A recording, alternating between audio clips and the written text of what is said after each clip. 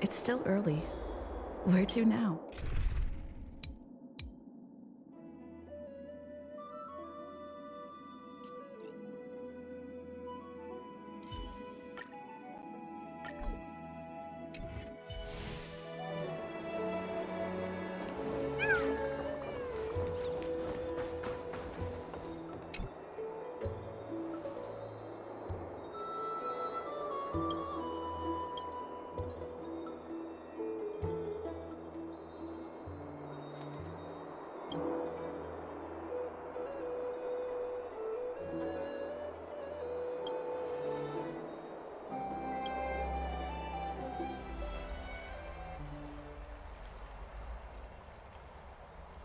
Ah, it's you, Cass. I finished the anthology of poems you lent me. Here it is. I thought you'd be too preoccupied to find time for reading. Precisely because of these obligations, I felt compelled to read it swiftly. Wouldn't all these preoccupations slow your pace? On the contrary, knowing that time is limited can push one to overcome their limitations. The weight of these responsibilities seems to have enhanced my reading efficiency. I understand completely. During my time at the Grove, the closer exams drew, the more efficient I became at tackling everyday mundane tasks. Anything but my actual studies.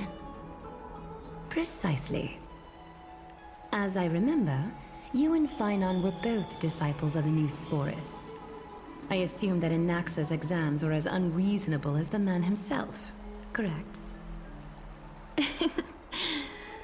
The courses Professor Anaxa taught were Introduction to Alchemy and History of Mythology. And to be perfectly honest, those two courses were the students' greatest nightmares. The history of mythology, taught by the blasphemous great performer himself. I can imagine their fear. Now that I think about it, students would often rush to the podium during class to challenge him on those blasphemous ideas. May I ask, Lady Aglaya, has your relationship with Professor Anaxa always been like this? He openly dismisses people's faith and questions the very justification of the Flame Chase journey. Our positions have been destined to be at odds. While you were studying there, I assume you must have heard of his nickname. A Dromus draped in finery? As I see it, this nickname is more of an insult to the Dromas. Despite his insufferable arrogance, I do hold a certain respect for his nature as a scholar. To remain true to his principles, he is unafraid to stand opposed to the world, and that requires considerable resolve. Anaxagoras' life is almost like a satire. As a Chrysos heir, he refuses to heed the prophecy, while he disrespects the gods. The gods have chosen him. He was indeed chosen by Circes. Is something weighing on you, Cass? The golden thread is quivering. I sense there's more to this exchange than idle chatter. With all due respect, I'd like to know what you plan to do with him. In light of his assistance in the battle against the Flame Reaver, I am willing to grant him some time to find a way to remove the core flame. However, if Anaxa decides to make any move that places us in danger, I will not hesitate to take extreme measures. Just as I feared.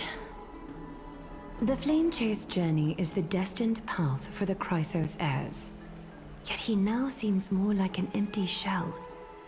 Given his strong sense of self-respect, I trust that Anaxagoras will make the right decision. Still, I can't help but hope for another possibility. Perhaps Anaxa will also overcome his limitations, now that he knows time is limited. I understand your stance. Let's continue this discussion another time. But now, let's greet our guest. You're here. Does this mean you're ready to take on Orynyx's trial? It seems that this sacred beast is just as indispensable, given their intricate ties to the Titan. Memmy mem, memmy mem mem mem mem, memmy mem memmy mem. Surrendering the core flame is a Chrysos heir's duty. Your selfless assistance is deeply appreciated. However, I urge you to carefully consider the risks of accepting the trial. Becoming a demigod means forsaking your humanity. You will inherit Orynyx's divinity and bear the time of Amphorius, all on your own. From that point onward, your fate will be forever intertwined with ours, never to be separated again, until the end of Genesis. On the contrary, you are the only one who qualifies to attain divinity. Yet, for that very reason, I do not wish to pressure you. It's exceedingly rare to find a capable Chrysos heir. If this path proves unattainable, I am willing to lower my expectations. There are still many priests of Yanissopolis and their descendants in the city. If I'm left with no other option, I'll try to find someone worthy among them.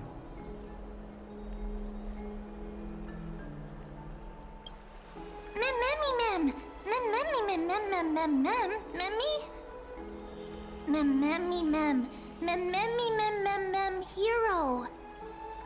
Memmy mem mem mem mem mem mem mem. Memmy mem mem mem mem mem mem mem memmy mem mem. Memmy mem mem mem mem mem mem mem mem memmy mem mem mem. It looks like you know that Titan rather well. Memmy mem mem memmy mem mem mem memmy mem mem mem mem memmy mem mem mem memmy mem mem mem. Memories that exist outside of your own experiences. I can't explain why, but I can vouch for Mem's words. When I was in the abyss, I heard the Titan's groans, full of pain and grievances, yet without any ill will. Since you've made your decision, go back to the bath chamber and get some rest. Trinem will call for you when the ceremony is ready. It is difficult for me, as the guide, to absolve myself from blame for things to have progressed to this point. Time and again, you have risen to the occasion for Akima. Nearly rewarding you with some honeydew is no longer able to express the extent of our gratitude. When the dust settles, I hope that we'll have the chance to have a long chat regarding your return journey and the curse of the sky. It's about time that we lift the taboo and discuss things openly.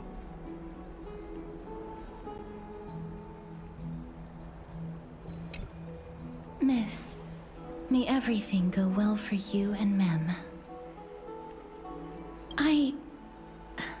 It's nothing. I only came to discuss some matters with Lady Aglaya. Previously, I lent her an anthology of poems that Lady Trianne had gifted to me. Tracing back, this anthology was something left for Lady Trianne by a bard before their passing. Although personal properties should be cleared out once their owner has passed on, Lady Trianne gave this book to me since she knew how much I liked to read.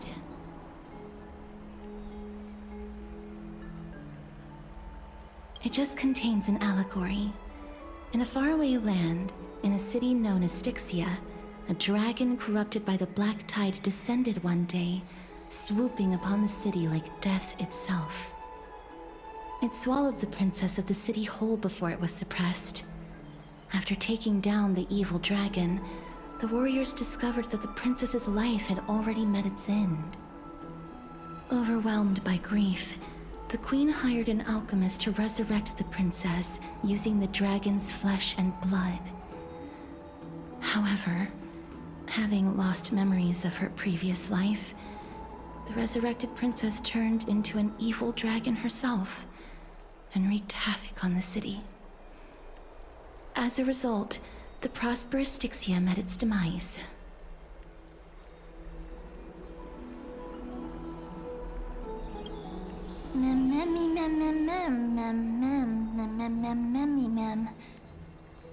The author of this book is Archepia, a wandering bard who traveled to many cities. Among the things she left behind are poems, dictionaries, and many tragicomedy scripts. She even clearly underlined and took notes in books that covered myths with her elegant handwriting. While flipping through these books, I felt like I was afforded a glimpse into the life of Archepia. It felt just like I was traveling with someone that I'd never met before. It was as if she had yet to pass on and was still alive.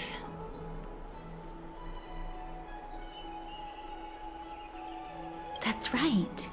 Writing, drawing, and taking photographs. It seems like human nature to try and leave records of things. Speaking of taking photographs, when I was helping you to take the photo previously, I did not look through the photos in your photo stone out of courtesy. But I'm also very curious about the story of the Rosy Celestial Maiden. Despite having visited many cities in Amphorius, I still understand nothing about the world beyond the sky. If there is an opportunity... forget it. Let's talk about this in the future. For now, I only hope that you'll be able to complete the trial safely and obtain Orynyx's blessing.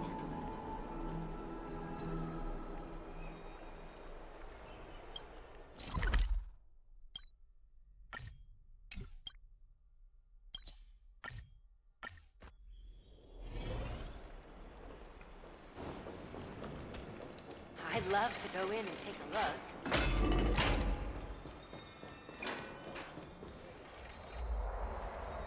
That's right. Oh, partner, you're back, just in time. This is something that the both of you should probably know.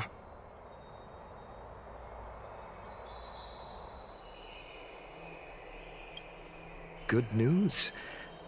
I wouldn't call it that.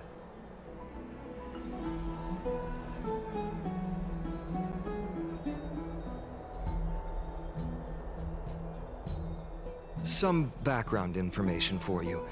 The Council of Elders is an authoritative body in Amphorius, made up of different city representatives. They hold legislative power over the Holy City, and are in charge of presiding over the Citizens' Assembly held once every few years. This is the most important social event of Akima. It is highly influential, and can even affect what happens to the Flame Chase journey. Every 5 to 10 years, the Council of Elders organizes a Citizens' Assembly at Dawncloud. During the assembly, the representatives will vote on major issues, such as whether the Chrysos heirs led by Aglaya should still hold the right to govern the Holy City, and whether the Titan's conquest should continue.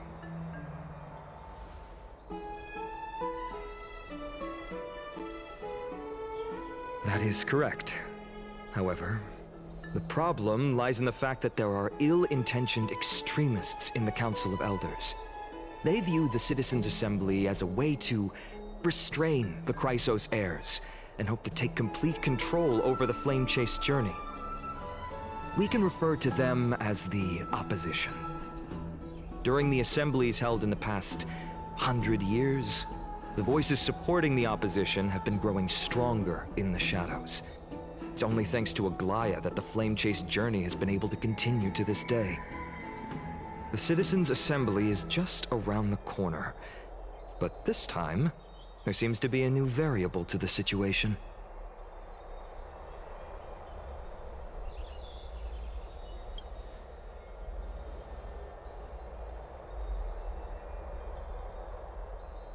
I'm afraid that the Council of Elders might want to take advantage of Professor Anaxa. Aglaya will surely take back Circe's core flame, but with Anaxa's current condition, It's so unique that nobody knows how taking the core flame away from him will affect him. He has always been someone that is only concerned about his own research. I'm certain that he must want to escape from the monitoring of the Golden Thread and protect himself. If the opposition were to offer an olive branch at this time...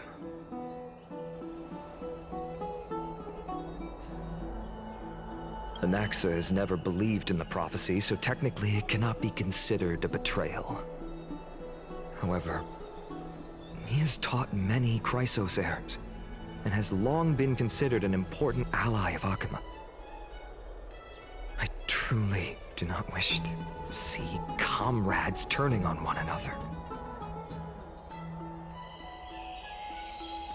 As I believe in his character, I plan to plead with Aglaya and try to buy more time for him. Then, the greatest way in which you can help is for you to know what I am fighting for.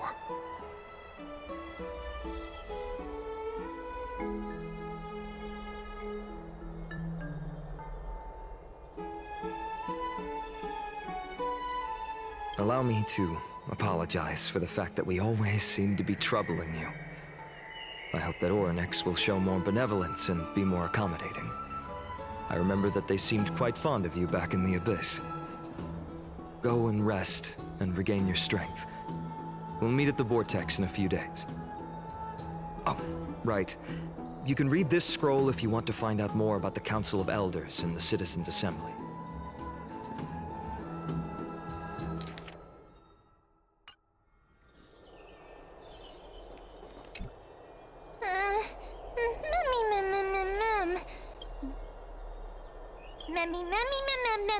Nervous, Memmy.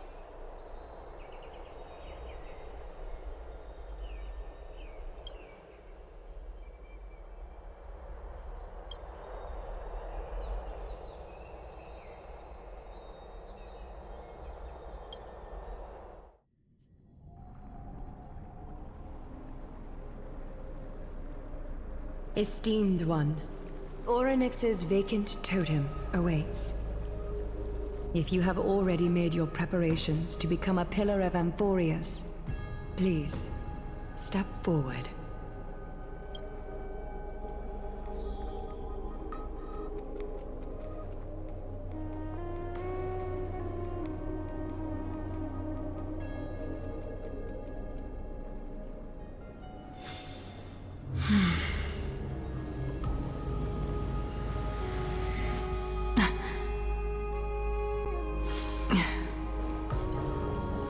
Little Gray and Mem, thank you. Your resolves cannot be questioned. We praise your pure selflessness and courage. May Kefali light your path forward. Get ready to assume Orynyx's divinity, Trailblazer.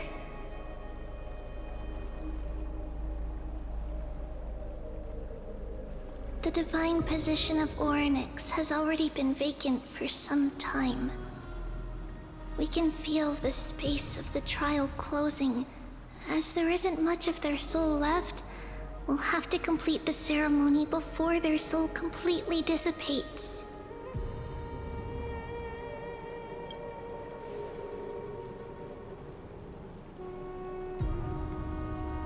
The eighth core flame coveted by the miracle that once belonged to the great Veil of Evernight, Orynyx.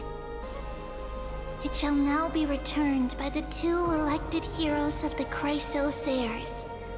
A traveler who is upright and courageous, and a sacred beast that invokes miracles. Who? Mem. Both of you, please, come forward.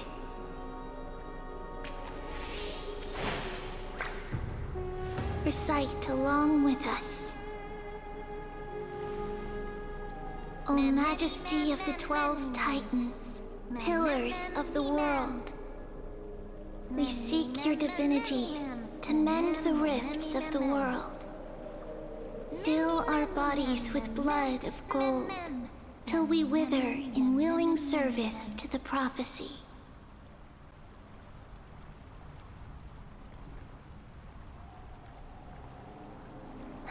These are just words meant to make the prayer seem more solemn. Please, focus.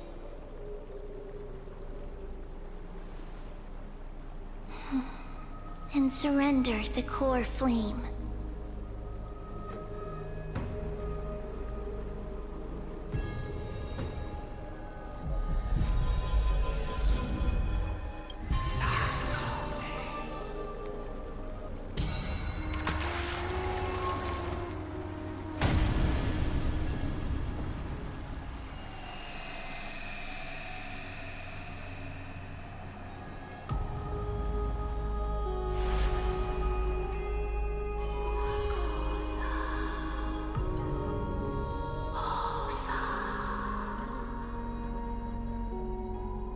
Oryx. Their soul has been waiting for a long time. Perhaps they're also quietly waiting for the arrival of their successor.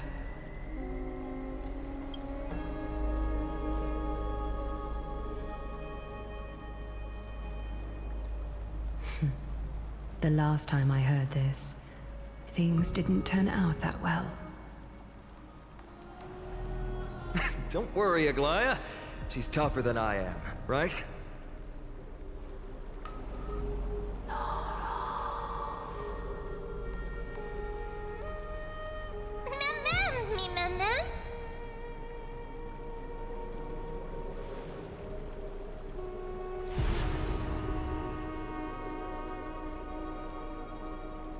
Traveler from beyond the sky, let us pray that the Titan acknowledges your worthiness. Although she loves cracking jokes at inopportune times, her determination is as strong as the Chrysos heirs. She will definitely succeed. While she's away, I would like to have a chat with you, Aglaya.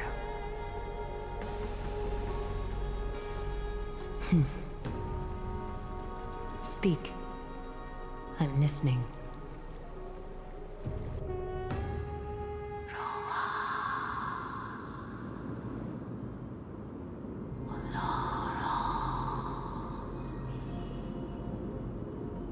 Slap, slap! Wake up!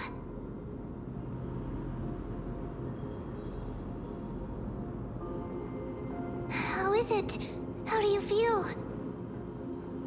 That's right! Look! I don't know what happened, but I'm able to talk! Testing, 1, 2, 3. Testing, 1, 2, 3. I have such a cute voice! It must be because of all the memories that I collected. They allowed me to grow beyond expectations. Also, listen.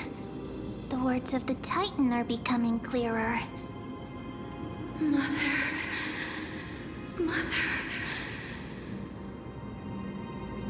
It hurts. Have I finally reached the end? Are the years of isolation coming to an end? Oryx. Oh, how heartbreaking. Ever since the figure draped in the black cloak robbed them of their core flame, they have been relegated to waiting in isolation in such a confined space. We are going to help alleviate their pain, right? Memories. Broken.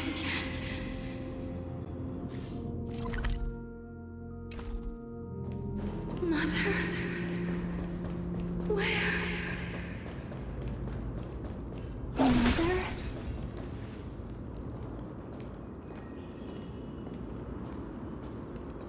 You. It's you. I remember you. Skyfather has gazed upon you. Mother is calling for you.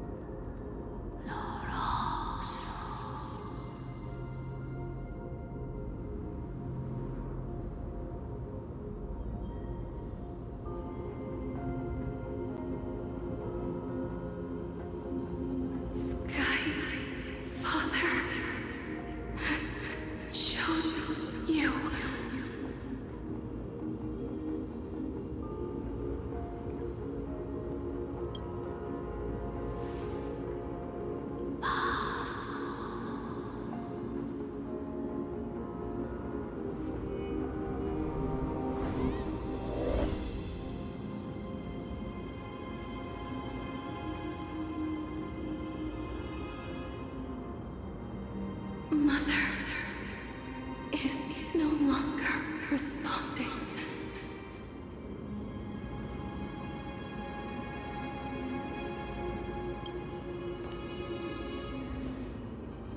Something important. An important matter. Oryx, listen to me. Aren't you tired?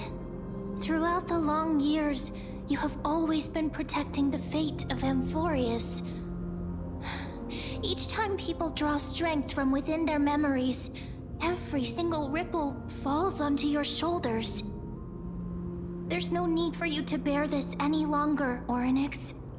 From today onwards, someone else will bear time on your behalf. This is why we have come. Freedom. Freedom. I want freedom. Oh, poor child. Everything will be fine. Let us help you. You can have a good rest now.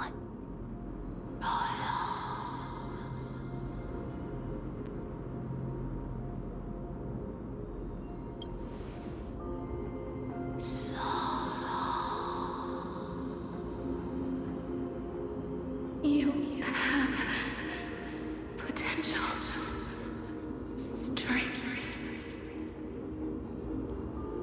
willpower, powerful, and tenacious.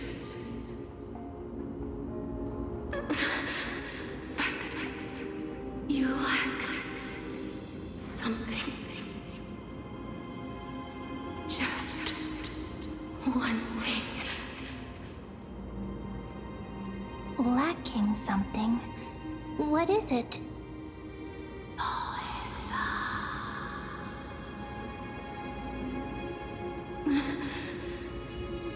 What you lack is a future.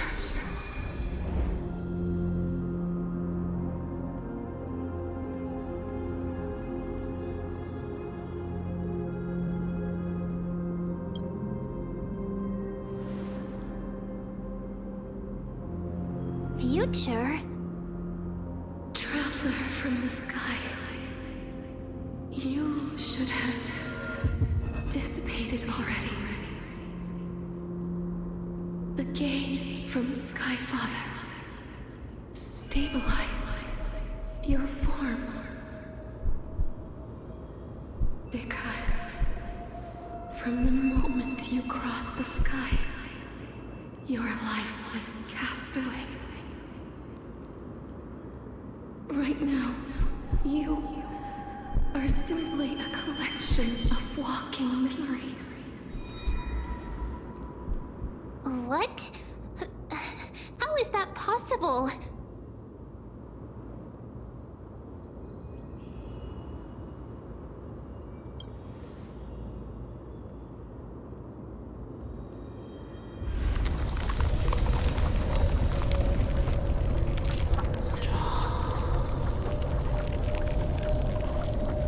The space is collapsing. Someone must inherit the authority of time. If the pillar is lost, the laws of time will collapse. Amphorius will succumb to eternal disorder.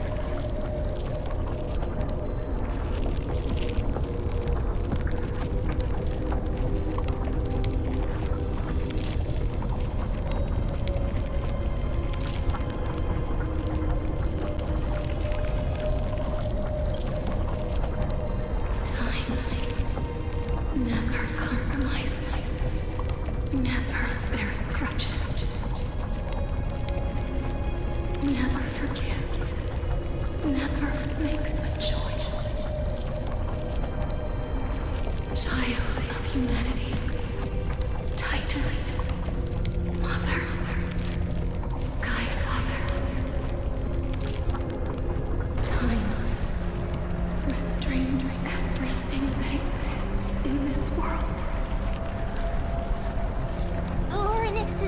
anxiety is dissipating? Is the trial coming to an end? Pathstrider of remembrance, my strength, I shall entrust it to you. The fate of the world, if you wish to, save it. Go and find your future that has been stolen. Even if that means you'll have to cheat death. You'll have to challenge that hand of shadow clasped with unyielding fingers.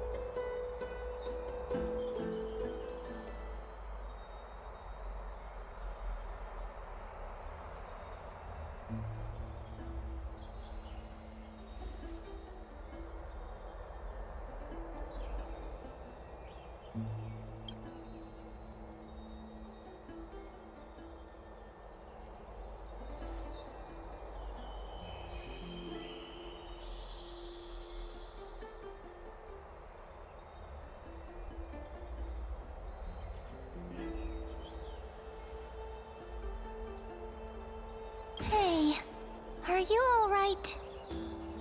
I heard you two talking about Thanatos. Cass is also very concerned about the warning.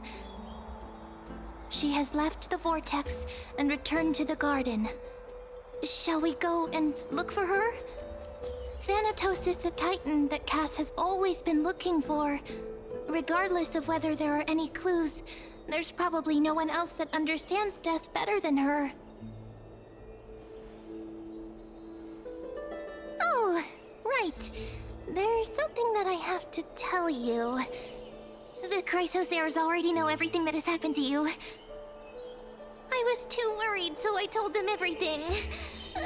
Please don't hate me, okay?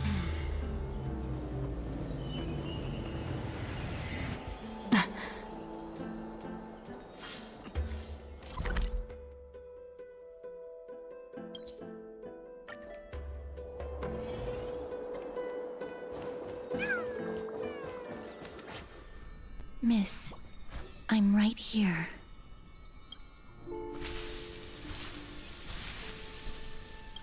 Please stay there and slowly turn around.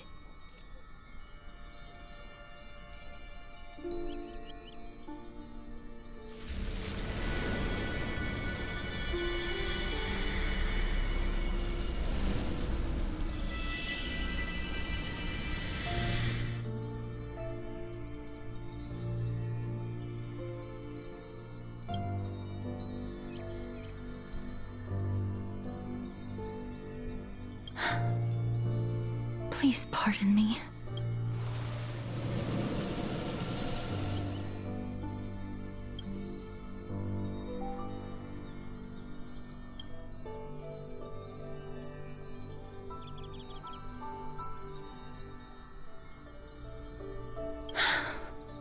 Just as I expected.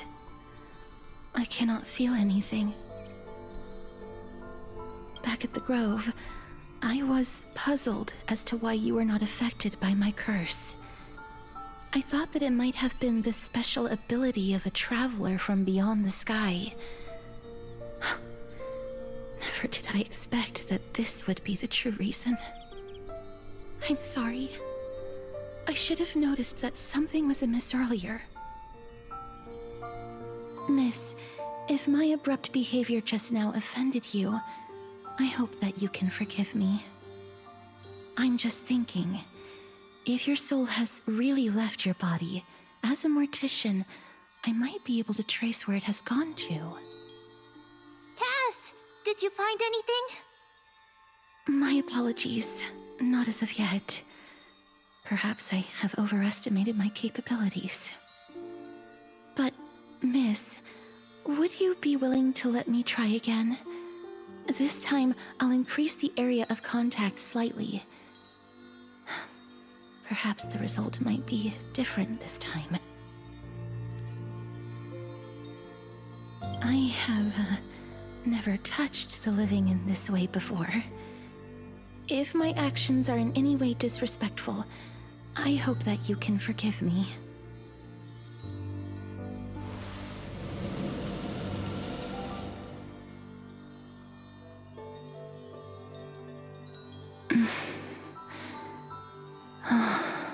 Yes.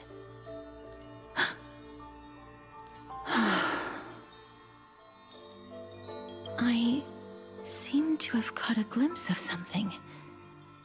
Your soul is currently roaming someplace and cannot find a way to escape. But perhaps it might not be a bad thing. If your soul is still wandering around, it means that we still have time. We have a chance to find it before the fingers of Thanatos sweep everything away. Clues. Just a few more. I need more guidance. The connection has been severed. With my strength, I'm not able to trace it. It was me. I was a little too hasty. Don't worry, miss. Although we currently have no leads, I will do my best to search for the whereabouts of Thanatos, bring back their core flame, and personally return to you the life that you have lost too soon. I know that I'm lacking in confidence, but I hope that you can keep this promise of mine in mind. Before I manage to deliver on this promise, please do your best to hang on. Amphorius needs you.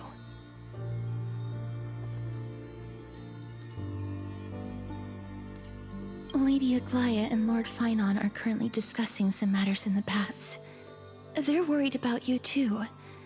If possible, please go there and let them know that you're well. Although, I don't actually know whether your current situation can be described as well.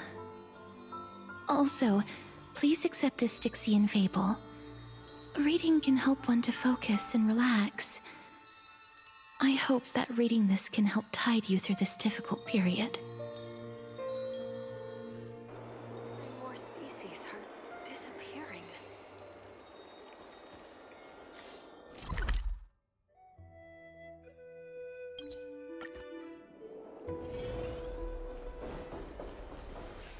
They're here. That partner! Hyacinth said you definitely wake up. How do you feel?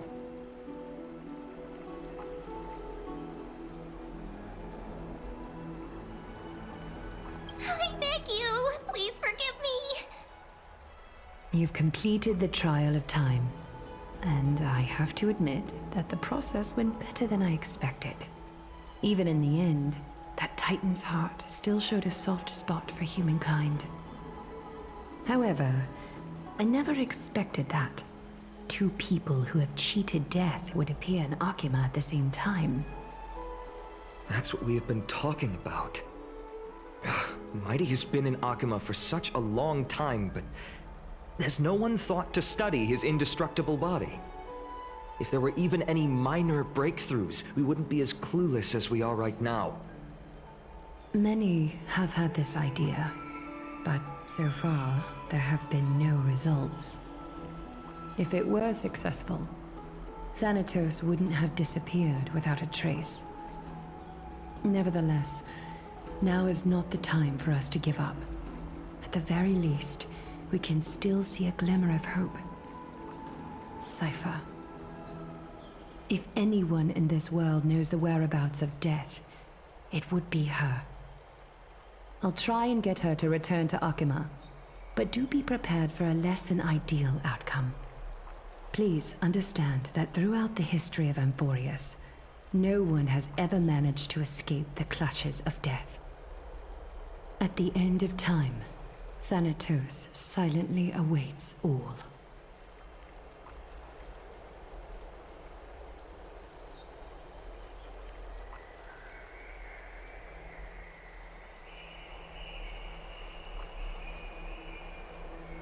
It is my duty. We too require you to bear the divine position of time. But before that, just...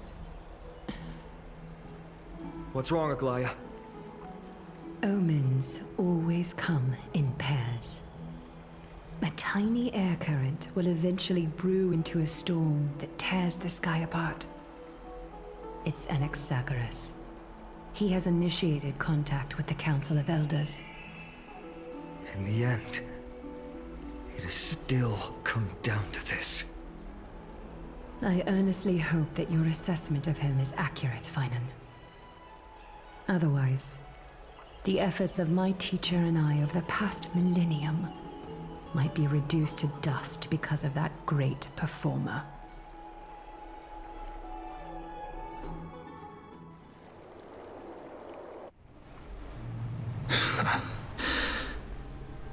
I'm back here again. I remember this dream. This realm is covered in a silk-like fog, and the land is barren and harsh. The crowd of travelers leaves tracks everywhere. Hey! Excuse me! What is this place? Where in Amphorius are we?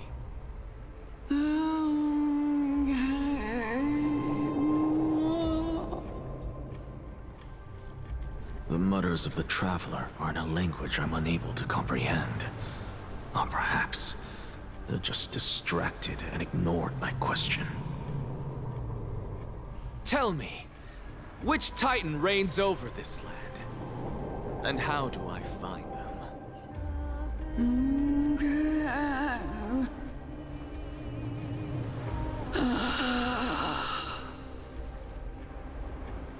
Hand of Shadow. Hand of Shadow Thanatos. Could this possibly be the Netherrealm? Not Netherrealm. Then where is this? River of Souls? The outskirts of the Netherrealm? Are you heading downstream toward the Netherrealm? The Netherrealm. Nothing but an illusion. Titan rejects you, me. Listen. What? The traveler lifts their wrinkled fingers and remains silent. I look in the direction they are pointing and listen closely. There. A massive shadow brought the sound of rushing tides. The sound of tides. I can hear it.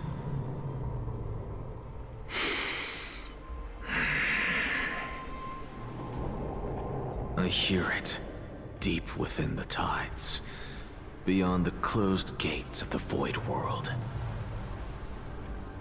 A voice, about to recount something. Child of humanity. Is it death's embrace you yearn for with such urgency?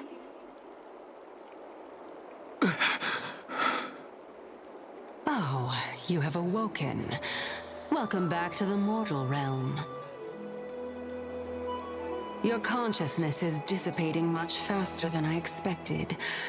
Ultimately, it seems like the Titan's core flame is incompatible with a mortal body. How much longer can my consciousness remain in the mortal realm? In my estimation, at best, you'll see 15 more entry hours. 15 days and nights. What is it? Are you finally starting to become attached to the mortal world now? On the contrary, 15 days feels a little too long for solving a singular problem.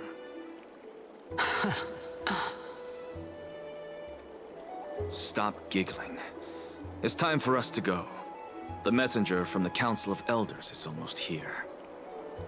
Let me ask you one more question. Are you really planning to betray Aglaya's will? What betrayal is there to speak of when I was never loyal to her to begin with? What about that white-haired student of yours? Acting so recklessly, do you not care about what might happen to him? There will be a price to pay for blind faith. This is also a lesson for Finan. You truly are a strict teacher.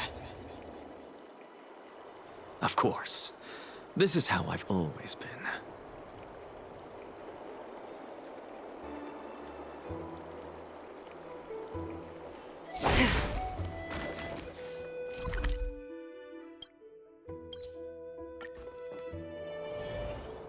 Sorry to keep you waiting, Lord.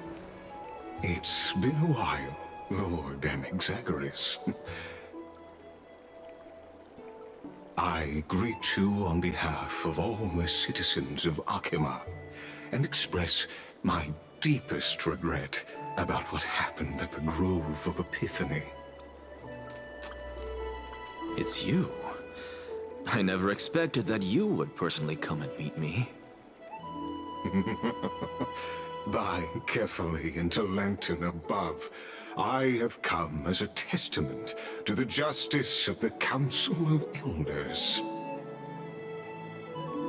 There are Antikytherans here? They have been a rare sight ever since the Chrysos War. I extend to you my utmost respect, revered Titan.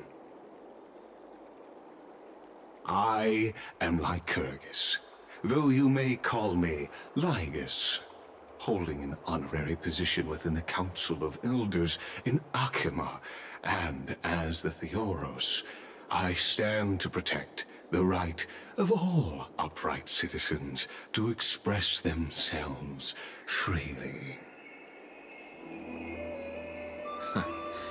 You can see them too?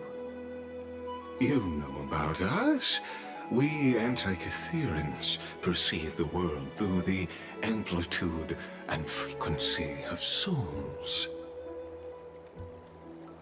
Just as I am conscious that Lady Aglaya is secretly listening in on our private meeting from afar, if necessary, Lord Anaxagoras, I can sever the golden thread to protect your fundamental rights.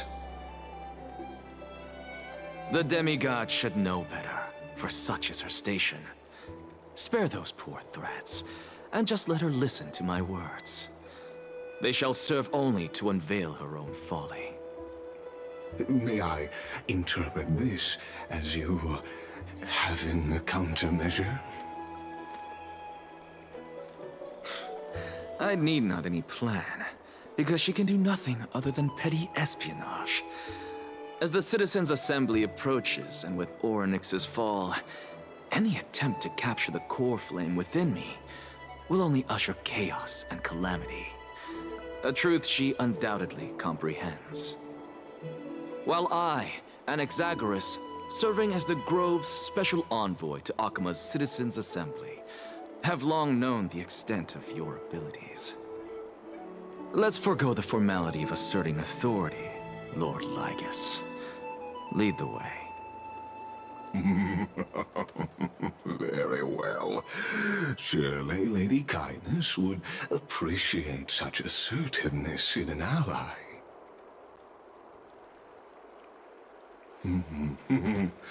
She's been waiting.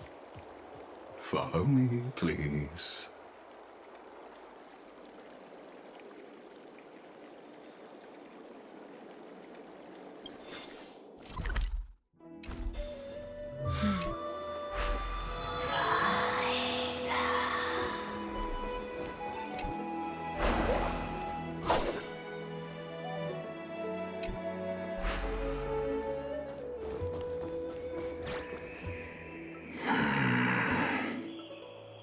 Is there something on your mind, Lord Anaxagoras?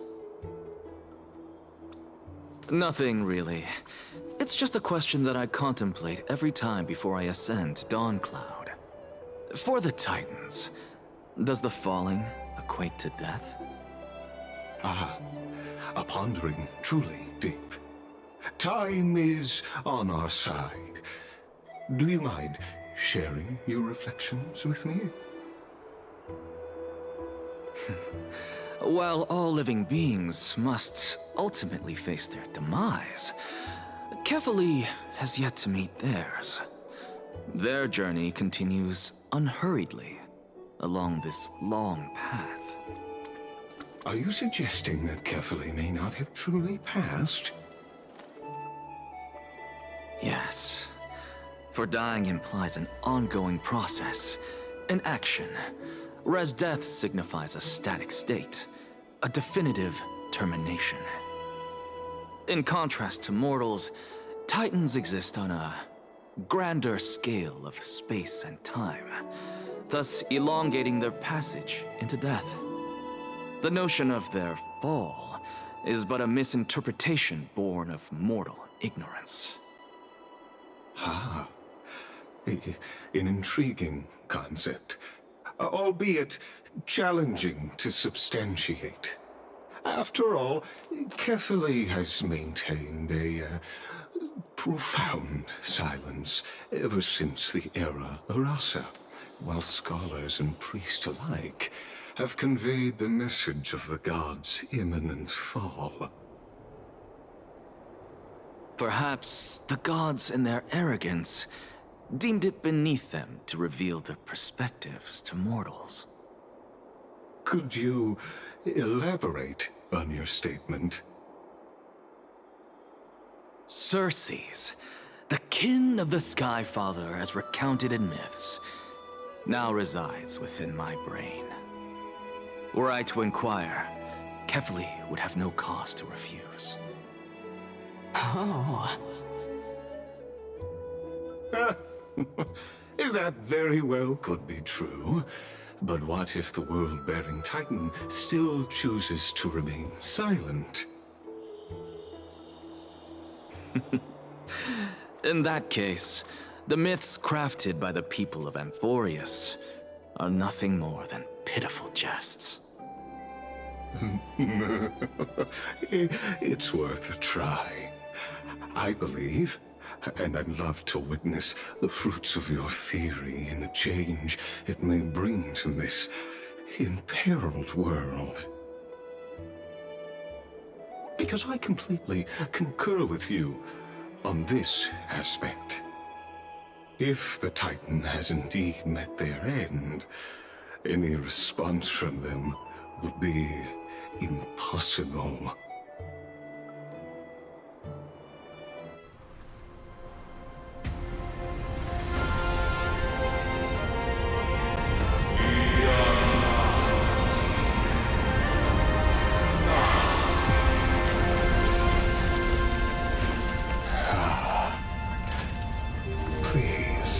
Professor.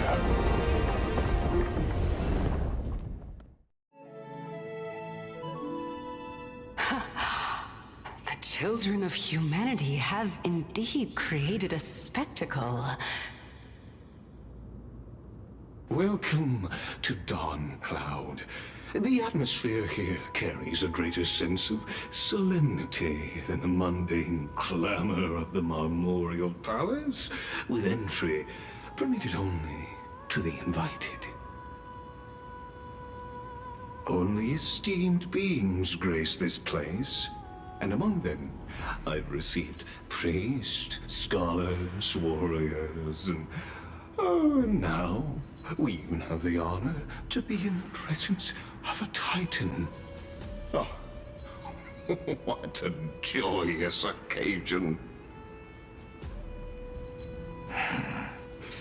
Once deemed a blasphemer, now a surrogate for revered divinity. The honor should rightfully be mine, shouldn't it? I'll notify Kindness and the others of your arrival. Kindly wait for a moment. A soldier will be here to guide you shortly. In the meanwhile, you are welcome to explore the vicinity, but kindly remain within the guard's view. Delaying the crucial meeting is something none of us wish to see, I presume. I'm well aware of Kindness's methods. There's no need to emphasize that. As you wish. Your cooperation is much appreciated.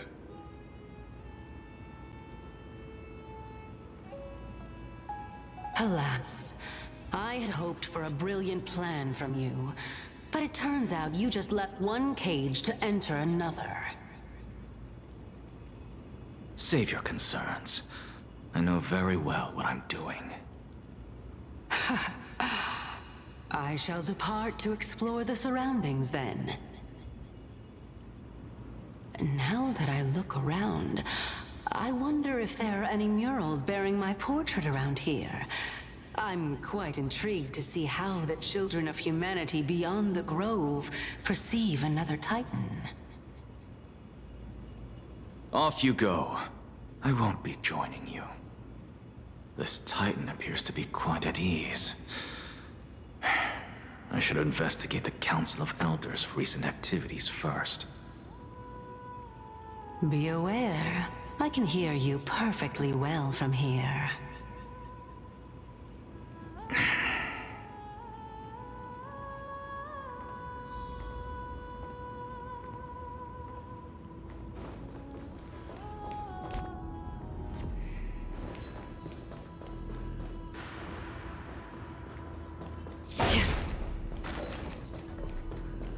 Professor Anaxa! Over here! Professor Anaxa?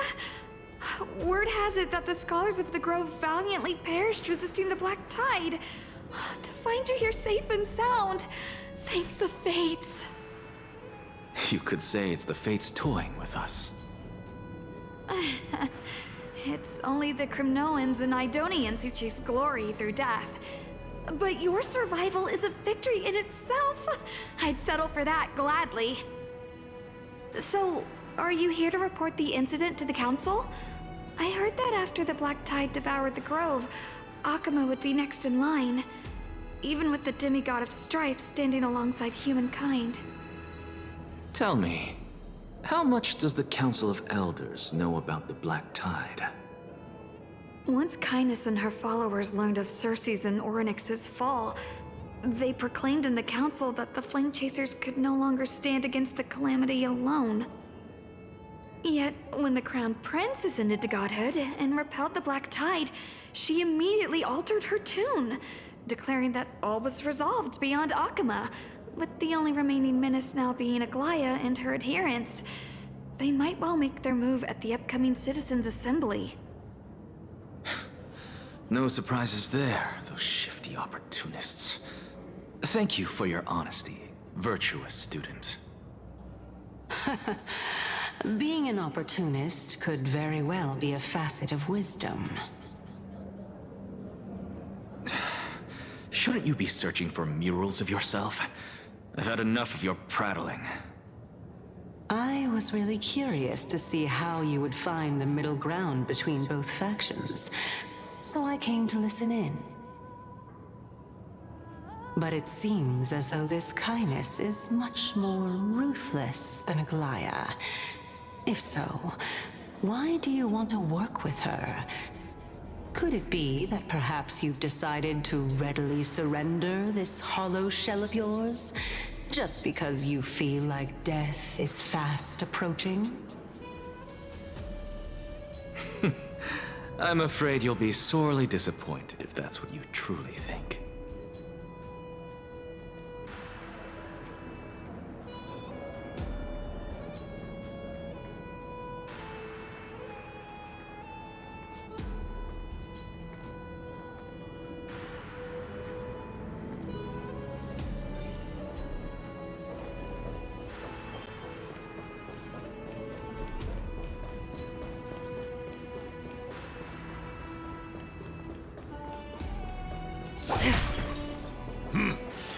Even blasphemous scholar. Anaxagoras. I thought that you had died to the Black Tide, just like the other scholars. As Kephales's priest, are you not aware of the decorum of respecting the dead? Surely you jest. You blasphemous heretics are not worthy of respect from the Supreme Being. Let me remind you that you're currently in Dawn Cloud, so you'd better keep your deranged language to yourself. I am no longer that altar servant from years ago, who could only acquiesce to the commands of others. Now, I have plenty of ways to deal with people like you. I'm not sure whether I should laugh or cry right now. I can't believe that a follower such as you could have been made by a creation titan.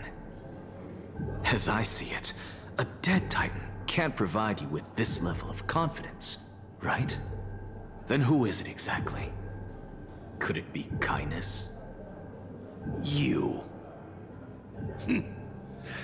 Seeing how fond of you Elder Kindness is, I shall let that slide for now.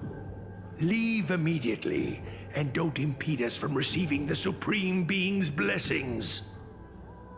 Seeing as we were able to hear of this matter from the mouths of others, it seems that Kindness is indeed quite sincere toward us. Perhaps this affair will proceed smoother than I had anticipated. Oh my, what a thrilling confrontation. As expected of one of Kephales's followers. Are you praising or insulting him? Praising him, of course. As a believer of the God of Deliverance, it is only natural that he detests evil. Didn't you hear me? I asked you to leave. Go as far away from here as possible. Don't mutter to yourself like some sort of madman and disturb my meditation. I've had enough of this. Could the 15th entry hour arrive any faster?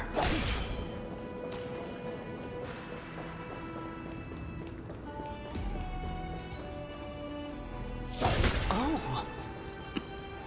Every plant, every tendril, no, even every leaf could be the embodiment of Circe's. As a result, mere mortals who did not know what the Titan actually looked like chose to paint them as a giant tree instead. Their wisdom was portrayed as fruit, to symbolize how they shared their knowledge equally among the masses. Such exquisiteness indeed. This mural is quite abstract. I really can't tell whether you are praising or demeaning yourself. Now I'm quite curious whether the Reason Titan has studied figures of speech before. Of course I find such stylistic devices interesting. For all we know, this could be the answer to the question, what exactly are we? I, for one, am not willing to admit that I could look this ugly. Was this the reason why you failed in your attempt to refine my soul when you were ambushed at the Grove? Since you are aware of this, why did you save me back then? From my perspective, this point alone was enough to separate you from the average person. How do two lunatics coexist in the same brain? Therefore, it seems that your journey to Dawnfloud this time is not just to seek protection. What, then, is the intention behind your actions? The entire plan is stored in my memory, so why don't you look there? Then don't mind if I do. 1 year old, 2 years old.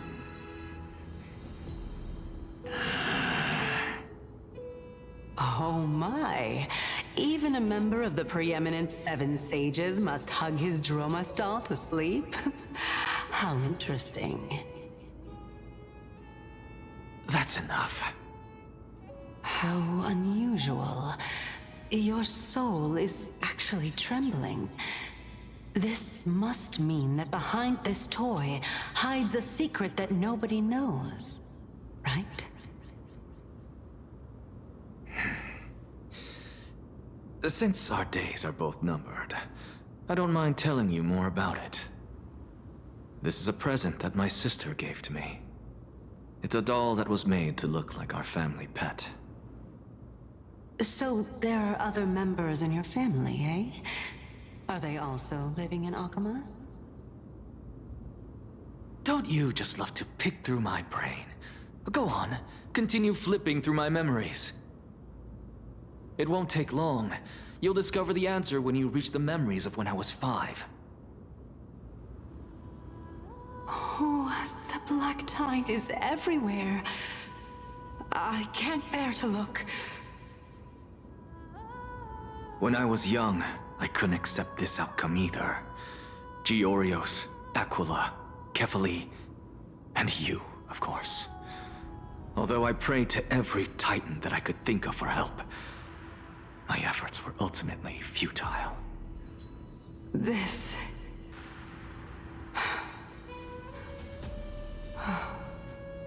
Could this be the inception of your research into alchemy? Indeed it was. Everything started from that verdant courtyard of yours. When I was pursuing my education there, I naturally also came to learn of the Thesis' theory as well. Oh, I remember that person. He was the one to come up with the concept of souls, right? Not only that, he also believed that life, as well as the composition, movement, and transformation of matter, all stem from souls themselves. This is why I thought that, since all living things stemmed from the same origin, why could I not sacrifice myself in order to resurrect my nearest and dearest? Anaxa, you... I did it, teacher! But this is absolute blasphemy. Regardless of how much freedom the Grove provides, such an act could cause you to be burned at the pyre. Your beloved, where is she now? Send her away from the Grove at once, to a place where nobody will ever be able to find her. Otherwise, the both of us will be judged by the Council of the Seven Sages. Calm down, teacher. My sister, she's still not in the mortal realm, even to this day. What do you mean?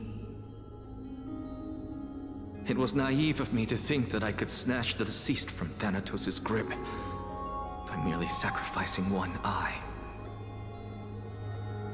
Equivalent exchange. All I received for that price was but an opportunity to see her for one final time. Nothing more. Oh. Let it go, Anaxa. As one of my best students, I cannot watch you go down the wrong path without doing anything to stop it. Never do something taboo ever again. Don't disappoint the deceased, and never harm yourself. If you can do that, this classroom will still be yours, and you'll have a chance to live out your own life. Since I was able to see her one last time, I have no other desires. You're right, teacher. It's time for me to start a new life. I am sincerely glad for you, child. Now then, what topic would you like to study? I wish to continue Thalesis' research. Continue the research into souls, but you know that the Grove has long since understood his philosophy like the back of their hands. Even if you continue digging into this subject, your efforts will likely be futile. No, teacher. After my fleeting glimpse of the deathly fog, I finally understood a single truth. Since ancient days, our understanding of the souls is but the tip of the iceberg. I may have lost an eye, but my view of the world has become clearer than ever. I have grasped the truth with my bare hands. Watch as I turn this farcical world upside down.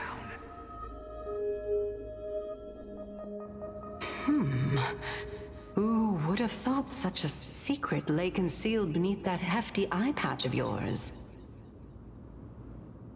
However, this story doesn't seem to be connected to your plan. In fact, I'd say that they aren't related at all. The answer lies within the tale. If even you cannot understand it, perhaps you should relinquish the divinity of reason to me. After all, it'd be a waste for you to hold on to it. My story ends here. Now it's time for you to tell me your secret. After all, this is what equivalent exchange means, correct?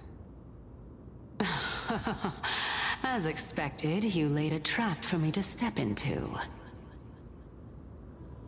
Unfortunately, even if I was willing to talk about my past, I may not know more about it than you do. Oh? Are you saying that the renowned Reason Titan is now admitting a lack of wisdom? Your followers are going to be sorely disappointed by this. Child of humanity, remember this. Being cognizant of one's ignorance is the greatest wisdom of all. Now I understand. No wonder you asked me to answer your random, nonsensical questions. Not only that, you're the only one who can shed light on my query. As the saying goes, onlookers see most clearly. Is that so? Lord Anaxa. I saw you muttering to yourself and was wondering whether you were caught in a delirium of reflective thought. I'm sorry to interrupt you, but time is of the essence. I have a message from Lord Lygus. Lady Kindness has met up with the Council of Elders and is awaiting your arrival, so please depart forthwith. It's finally time. Carefully. The one who created the world, and the one who bears the world.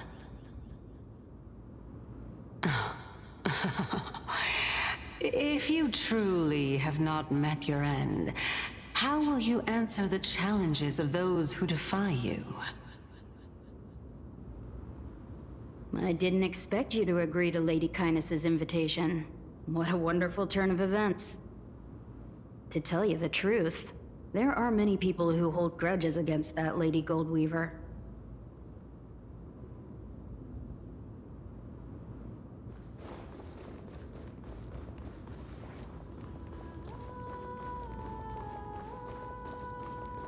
Isn't that the dromas draped in finery? Avoid his gaze. I don't acquaint myself with blasphemers. Don't worry. He's too full of pride to pay us any attention. A student of Empedocles? I hear that his views run counter to the Venerationists. This is what being a scholar is about. A collision of ideas only occurs when there are differences in beliefs, and it is such collisions that lead to progress. Yet Lord Lygus and Lady Kindness are just ahead. I'll take my leave for now.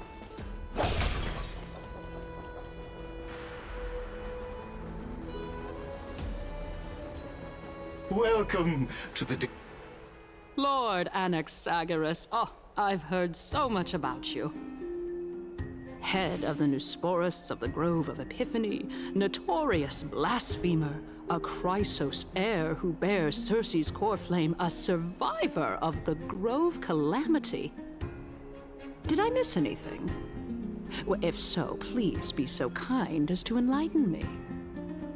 Since Lady Kindness is already well acquainted with me, I won't waste any effort introducing myself again. But then again, perhaps the customs are different here. Back in my hometown, there is a form of etiquette known as honoring guests. The host will welcome their guest with warm hospitality by treating them to fine wine and a cozy bed. And yet, ever since I arrived, I have not been welcomed with warm courtesy or ceremonial gifts. Instead, I am met with intense scrutiny. Even more absurd, the host has sharpened their blade and instructed their servants to lie in wait in the shadows. Perhaps you intend to cut open my heart, retrieve the core flame, and then hold a grand feast for all of the guests. Everyone, stand down. Thank you for understanding. I am but a feeble scholar who is not used to the stench of avarice and blood. No need to be humble, my lord. From my perspective, your courage and gumption are worthy of the reputation of the Seven Sages. Your bravery is more than adequate to accomplish our perilous endeavor. So, you wish to start a war? Well, since the Chrysos heirs are calling for war, we will respond in kind. Conflict is inevitable. Since Aglaya endeavors to suppress the virtuous commoners with blood of gold, we will not hesitate to display the rights and mettle the citizens of Akama are so entitled to. As to your question of whether peace is still a viable option, well, to that I can only say this. Everything hinges on the next citizens' assembly and whether they have a sudden epiphany amid the clamor of the masses. And since you, as a Chrysos heir, accepted our invitation, you have indeed given us a glimmer of hope. What brazen arrogance. What you're saying right now is worlds apart from what you were saying before you retired your cleaners. I don't deny it. After all, they're responsible for cleaning up any threats, and just a moment ago, you were on the side of the Chrysos heirs. But now that you're an ally of ours, we can continue talking somewhere else. As you know, these walls have ears. I was fortunate enough to have the opportunity to discuss a treatise about the Venerationists with your teacher, Empedocles. Yet, It seems you subscribe to the Nusporists instead, Lord Anaxa. I've heard that this school of thought is one with many detractors. It's normal for ideas to have supporters and dissenters. Just like how there are two types of people in this world. Geniuses and dimwits.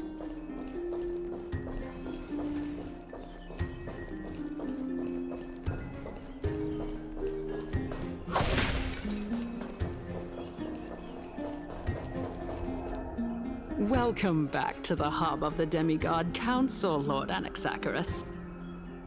Surely you remember that countless eloquent orators have stood in this spot before and emerged victorious by stoking public sentiment with their words. And yet there have also been innumerable blasphemous philosophers who set themselves up for failure because they refused to defend their actions. This tiny stage is the most profound embodiment of Akama in centuries. In 15 days, this site shall also become the most important, as well as the final turning point in Akama's history. May the both of us carry out our duties with honor and lead the masses back toward the Erechrysia, a golden age with no death, strife, or trickery. Oh my, 15 days and nights. That aligns perfectly with the date of your demise. Could such a coincidence truly exist? Using death to prove myself fits my intentions perfectly. What strong conviction you have, as expected of the hero who dared to stand up to the Gold Weaver. As expected, she misunderstands you. That's enough, Lady Kindness. Dispense with the niceties. I only accepted your invitation so that I can serve the commoners alongside the members of the Council of Elders. Don't test my patience with such superfluous formalities. Well, you say that now, but surely you also require my aid as well, so that you can stay alive even when being pursued by the Golden Thread? You worry too much. She won't show her hand too freely, as she still needs to garner support from the masses at the Citizens' Assembly. Even someone like me can tell that only a sliver of her humanity remains. Surely you're not asserting that she will definitely act in a rational manner. As you're no doubt aware, Aglaya covets the core flame that I possess, which makes it the bargaining chip that allows me and the rest of you to negotiate with her. However, in return, I'll need the Council of Elders to support me as much as possible. Naturally, this includes the guards as well. You're well aware how valuable Cersei's core flame will be in the Erechrysia that you are desperately pursuing. Talk is cheap, so you'd better act prudently as well. I understand. After all, this battle of wits is just a means for each party to acquire what they need. As long as your request is reasonable, the Council of Elders never shortchanges its allies. Since we're both intent on mutual cooperation, let's not mince words and just speak plainly to each other. Let us decide how much we can secure for ourselves and how much we're willing to sacrifice, like true philosophers, with our words and wisdom. Continuing from the earlier topic, let us discuss our common enemy, Aglaya.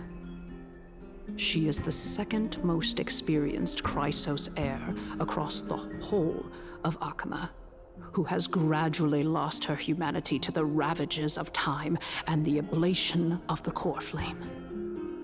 A formidable opponent indeed. Admittedly, there is ample reason for her to take your life. Yet your previous reasoning is quite sound. As a seasoned political animal, it's unclear whether she will actually cross that irreversible boundary. Moreover, she still needs you alive so that the Titan's trial can be completed. Is there anyone present who can swear by the sacred vow of Kefali and guarantee that you weren't in league with that woman before coming here? Are you just trying to pull the wool over our eyes and aid her in her savagery? I believe you're aware of Castorus the Executioner. Long before I returned to Akama, Aglaya had already dispatched her to monitor me. If I weren't able to reach this place in time, I would have been forced to meet Thanatos first. As compared to a comprehensive plan with uncertain results, if you decide to cut open my chest and remove the core flame, wouldn't that settle her nerves even more? Everything is in place. She just needs the right timing. I understand what you mean. At the very least, the both of us agree that this tyrant who wallows in extravagance and greed is the greatest threat to achieving peace in Akama. The Council of Elders is willing to defend your right to live, just as we defend every oppressed citizen. However, I regret to say that sentiments in favor of the Chrysos heirs and Aglaya are only growing in magnitude. The peace that we are aspiring toward, as well as everything that we hold dear, will be destroyed completely. The city will be burned to ashes, and the citizens' blood will be shed. Tell me, what are you willing to do for our esteemed citizens so that they can vanquish the enemies of our fine city? Although the circumstances are rather unfortunate from an objective point of view, it is an undeniable fact that ever since the Grove was attacked, I have become the de facto leader of the Grove. The Council of Elders needs more backing if it wishes to topple Aglaya, and it's evident that the Academy wields considerable influence.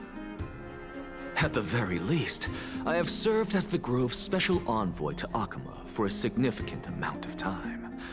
Of course, this also means that I will hold a crucial vote at the Citizens' Assembly. In the name of Kefali, Akama thanks you for your sincere and valuable thoughts. At this stage, it's clear that you and I understand the benefits to be won from this discussion. Let me put it plainly. The Council of Elders has always been renowned for its fairness, and that fairness is built on a foundation of sincerity.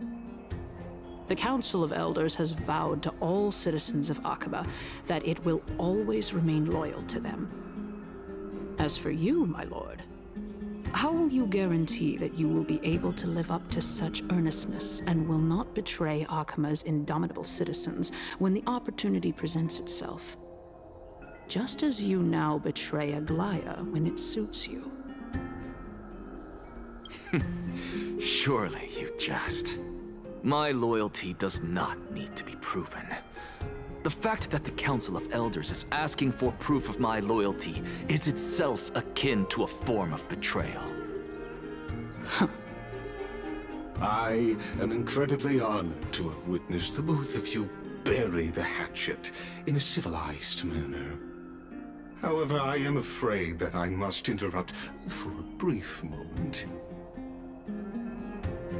As the Theoros, I have observed the following.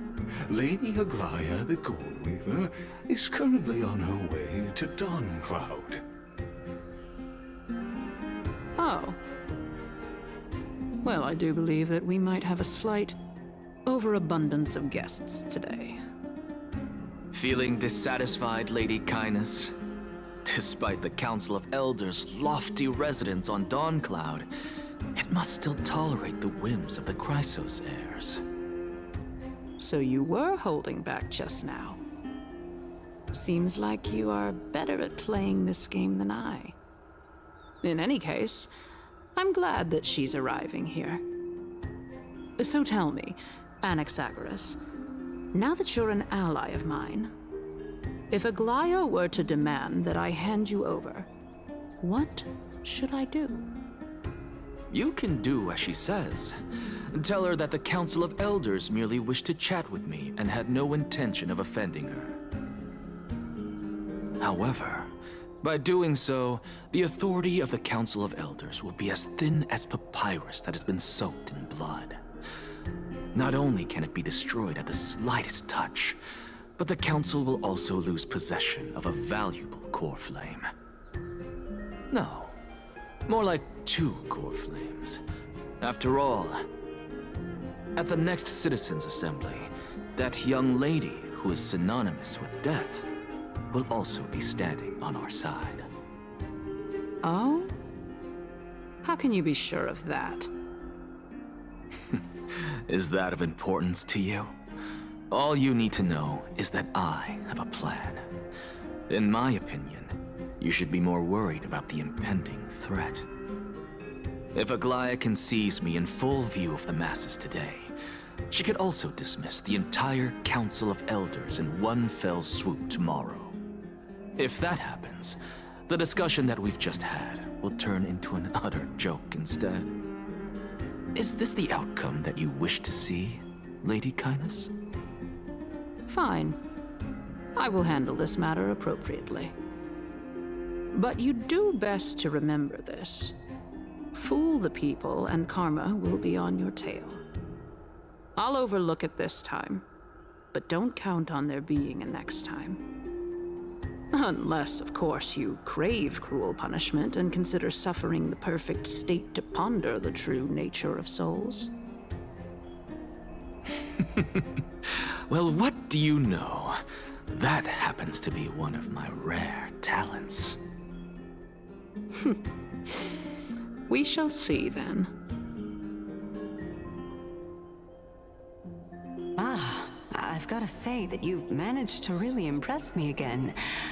But shouldn't you be going after more? Dying to know what I'm after, hmm? I mean, I'm the reason Titan after all. It is in me to ask and seek answers. Easy there. You'll learn the answers soon enough. I didn't bring it up with her purely because she doesn't have the means to give me what I truly want. It's as they say, onlookers see most clearly. The true masters of Dawncloud have always been the Theoros, who watches over everything.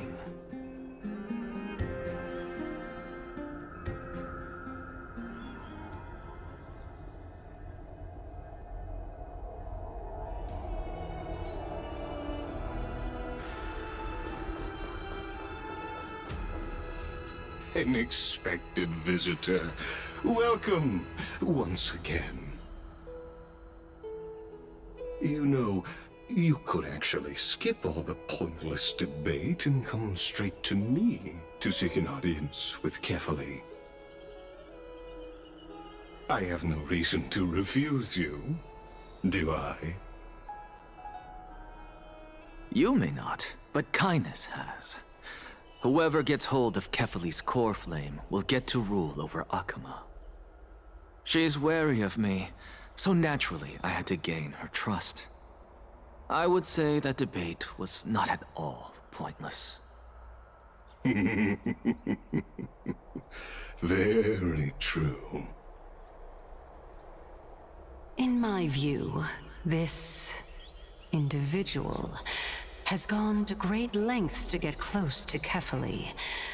He might very well be plotting something nefarious against the Titan. Are you still willing to let him pass, knowing this? Yes, very much so. All living creations are always free to visit Kefali's transcendent vessel. This comes with being the World-Bearer.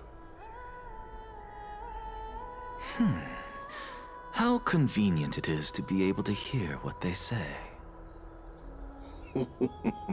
It is truly my honor to speak to a venerated Titan in person. Please, go ahead. Let me join you both on this journey.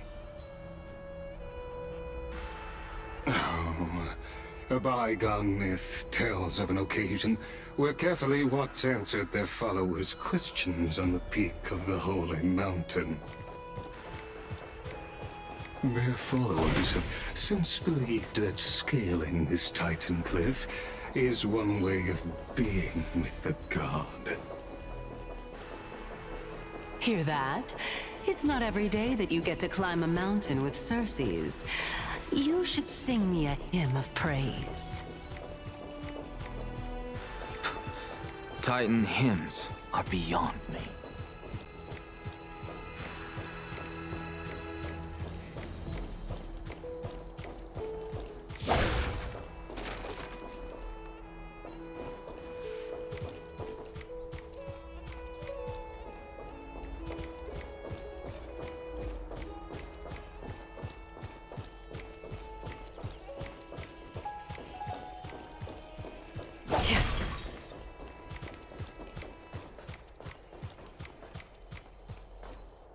Go on ahead.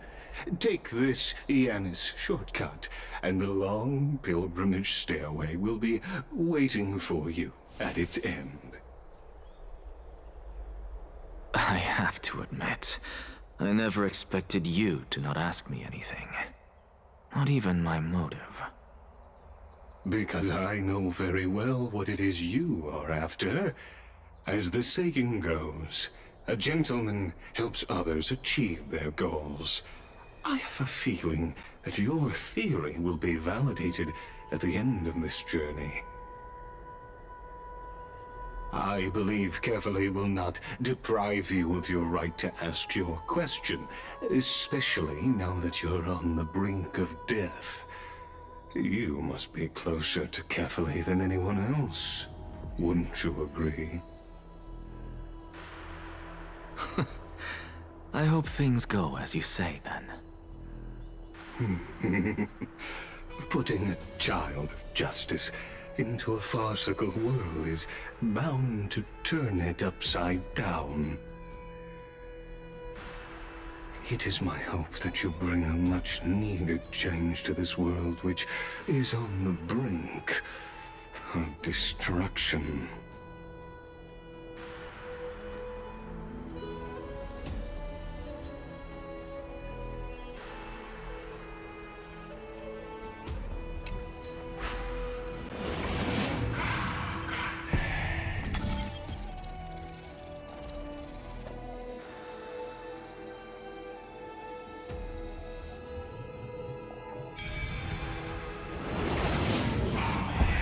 Honestly, this is my first time going up to Dawn Cloud's peak.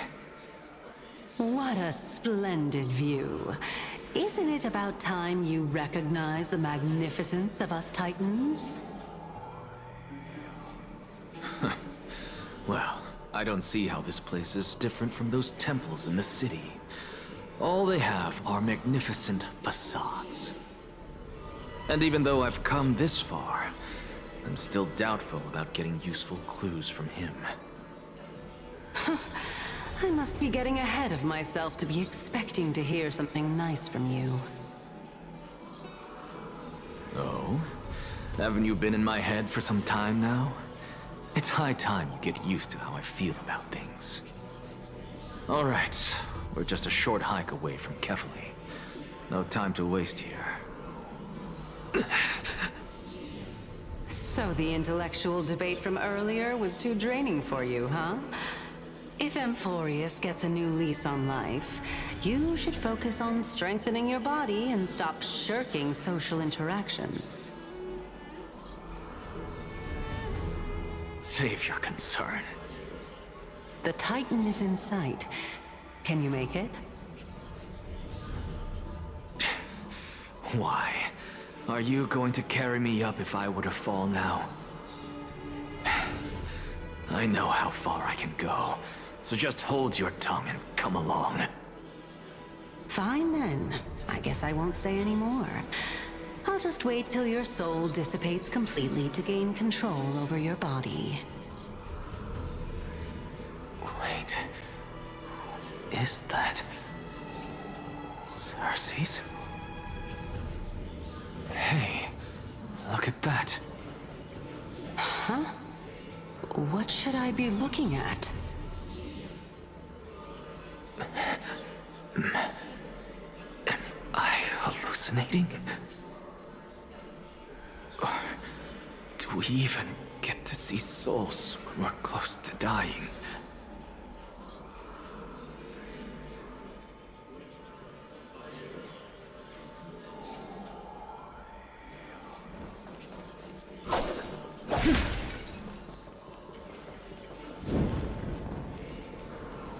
Oh?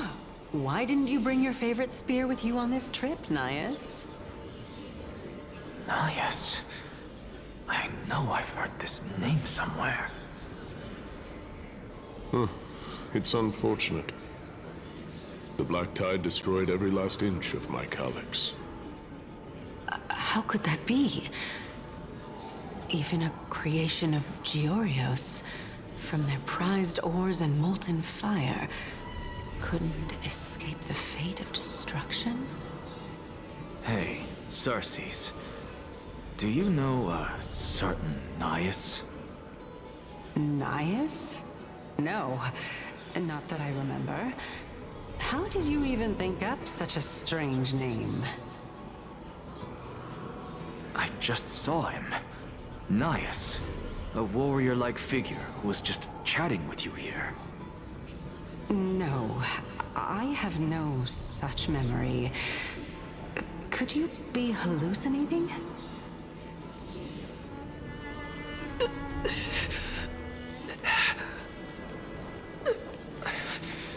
This is a departed spirit.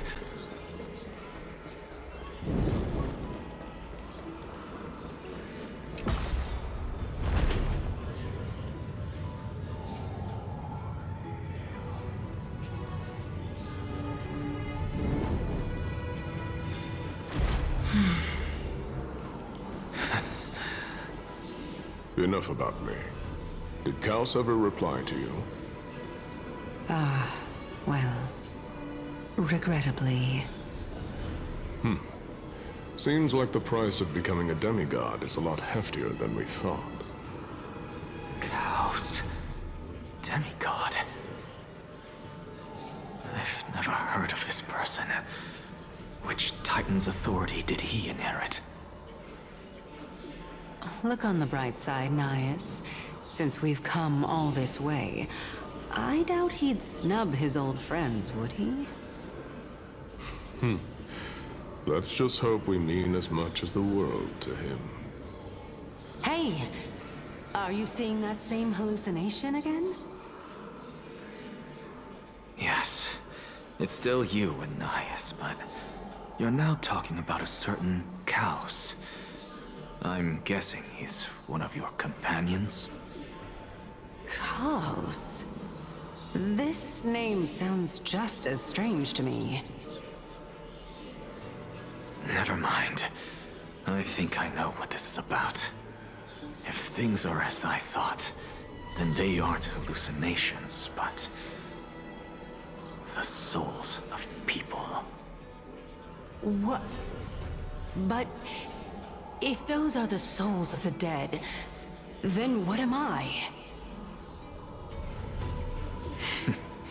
Beats me. For all I know, you're just an illusion I conjured up in my dying moments. Let's just keep going. As long as I take in more sights and hear more stories. Know your limits. Wander too far among the dead, and even I might not be able to save you.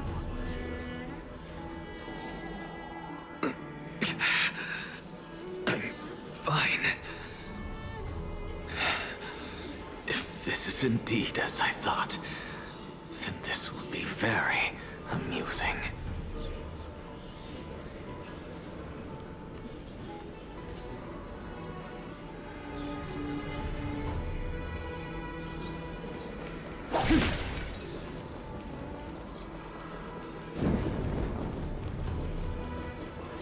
So...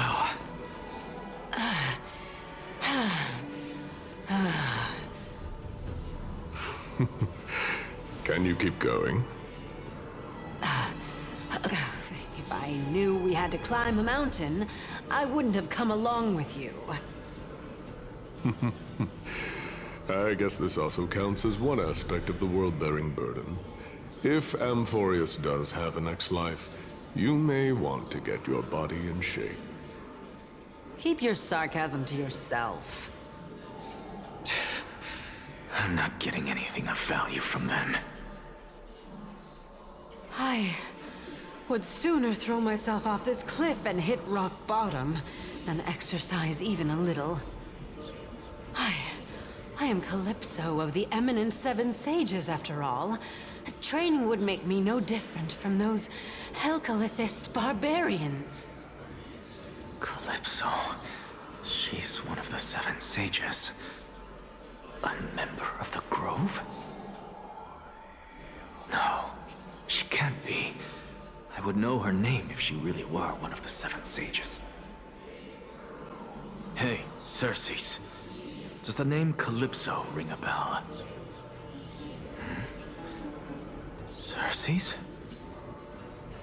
Daggone. Doesn't matter. I can do this myself. Oh, beautiful old world. Where are you now? Oh, legendary era Chrysia, return to the mortal realm. Splendid gods once walked the paths we walk. Alas, all that's left of that warmth is a hazy mirage.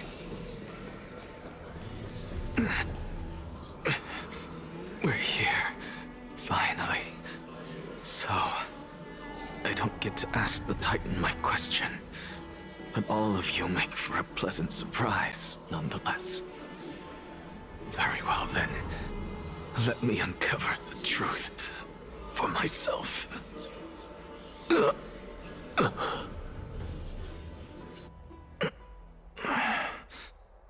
I still fail to make it in time?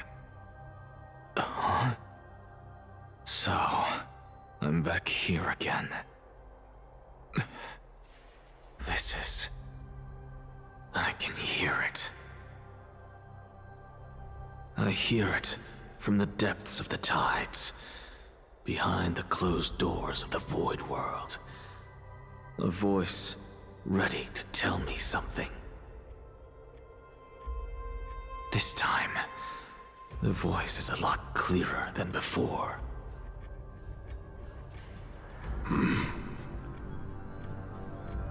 Since we've come this far, let's just wait.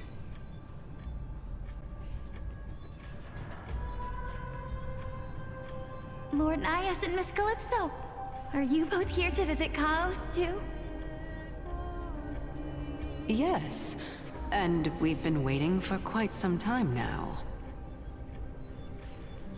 Regrettably, he hasn't answered us. The worst-case scenario is that he's already been overwhelmed and crushed by the world-bearing burden. You're overthinking, Lord Nias. I can still sense Chaos' soul in the area. And besides, we both know Chaos' nature. A deliverer like him wouldn't fall so readily, much less give up on all that he holds dear. Isn't that so? Yes. I have faith in him. That reminds me. Why are you making this trip alone, Polixia? Oh, my sister needs more time to make sure the flowers are fine.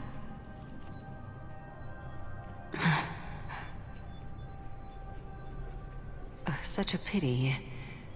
Both of you have hearts kinder than anyone else. Yet you are born only to take over Thanatos' divinity. Everything that I see and hear this time has left me shaken to the core. What may seem like a mundane conversation is in truth a once-in-a-lifetime exchange that has revealed the ultimate answer to Cersei's question. The conjecture has taken shape and must now be solidified into a theorem. Next, I only need to seek verification from Kefali. By doing so, I can answer Cersei's question and reclaim my body. But no, I will not do that. That isn't important. Because another one of my conjectures, one that I have always dreamed of proving, has been proved right this very instant. Fusing a mortal soul with that of a Titan to replace said Titan is not a ludicrous idea after all.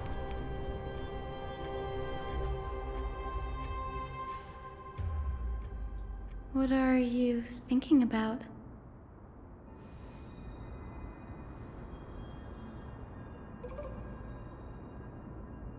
Is that so? You don't look the slightest bit amazed, though. Plus, you seem to be strangely familiar with the city around the Great Tree.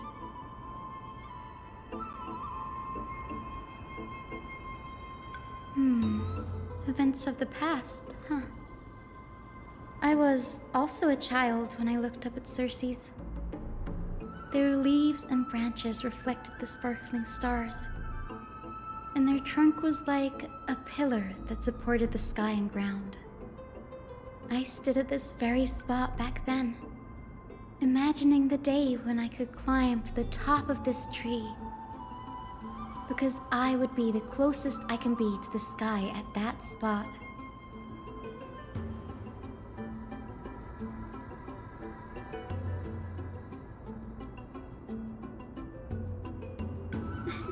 Don't read too much into it.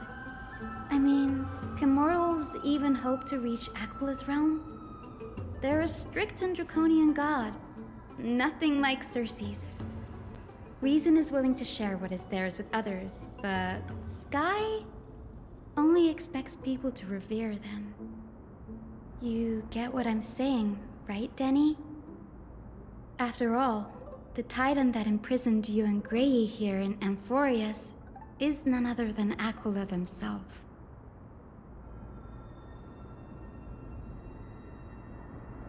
But there will always be people who dream of soaring towards the sky. The Grove has a wealth of research on Aquila, and that is exactly what we are here for.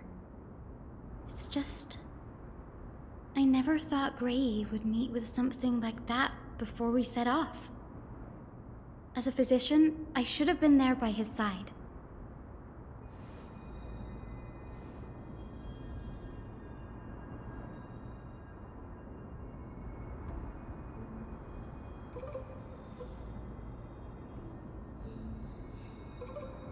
Yeah, there's no rest for the weary, huh? In any case, what we're looking for could be anywhere in this enormous grove. Let's split up to cover more ground. Danny, with your skills, I'm sure those monsters born of the Black Tide will pose no threat to you anyway.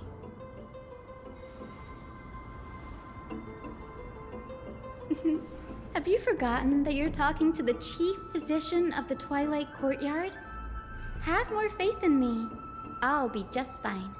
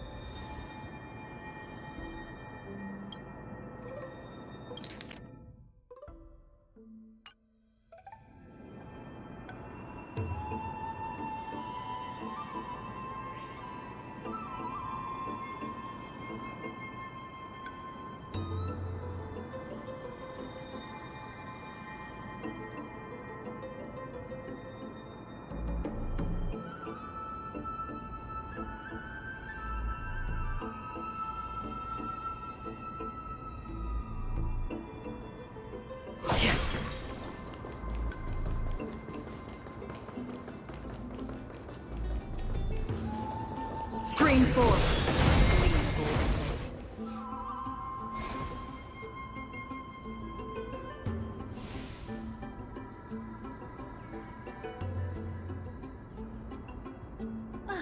Really now?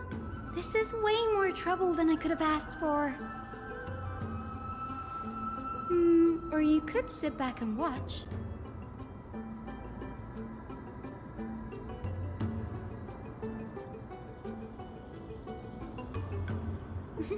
I'm kidding, Danny.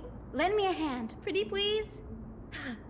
All right, now let's get him!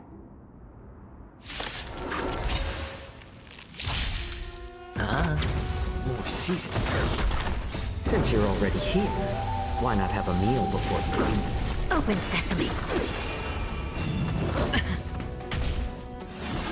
No dirty tricks, all right? Watch your head. Bust. Or maybe I'll take it off. I weep for the departed.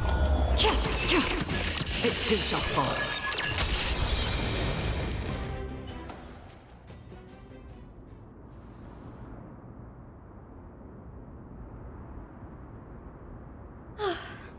The Black Tide is remarkably quick to detect the light of Amphorius.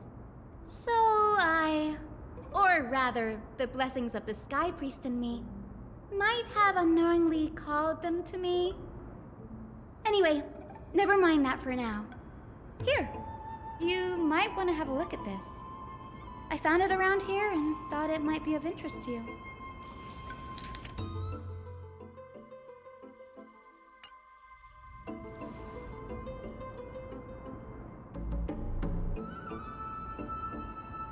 This is new.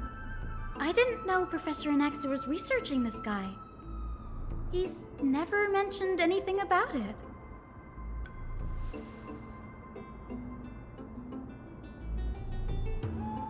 Might is an understatement. Anaxa has never been one to venerate the gods, nor has he ever found it within himself to put any faith in the prophecy. People have come to think of him as a heretic, even in a place as liberal as the Grove. Yet, it is also this very blasphemer that Cersei's favors. Fate sure works in mysterious ways.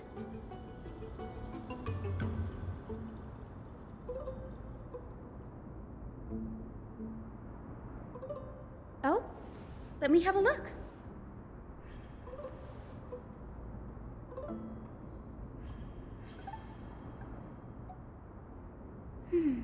By the looks of them, these scrolls are records of two conversations that took place in the same setting, one after the other.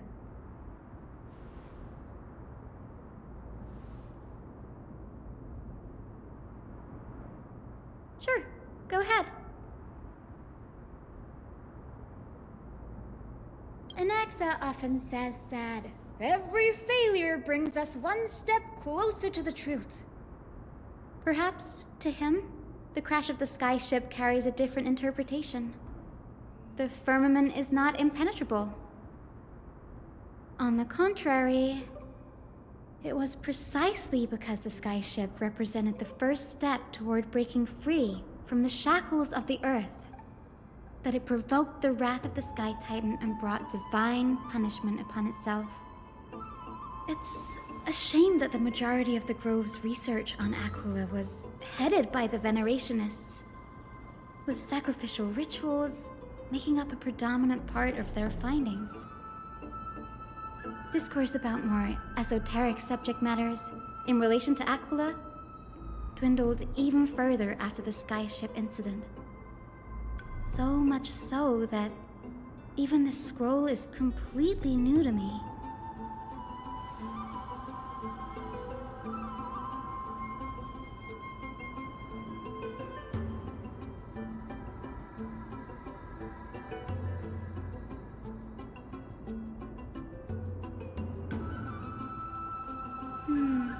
That's what I'd like to know. What are these experiments he's involved in? Even I, the assistant lecturer, know next to nothing about them. I have a bad feeling about this. Could there be more to what happened at the Grove?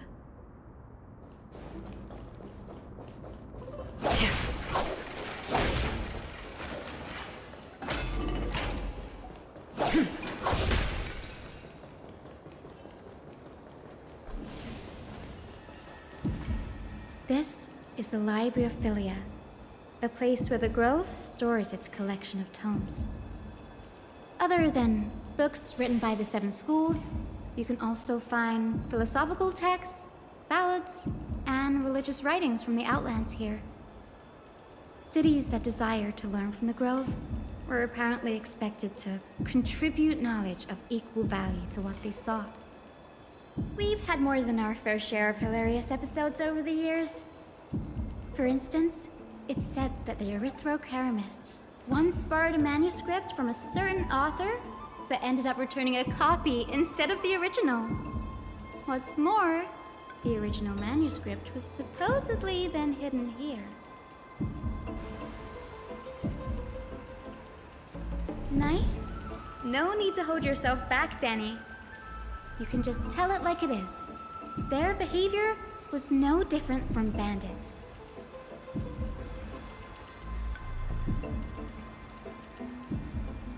Whew. You've got me there. Some said you couldn't even find a dictionary in Castrum Kremnos, so I guess they were spared.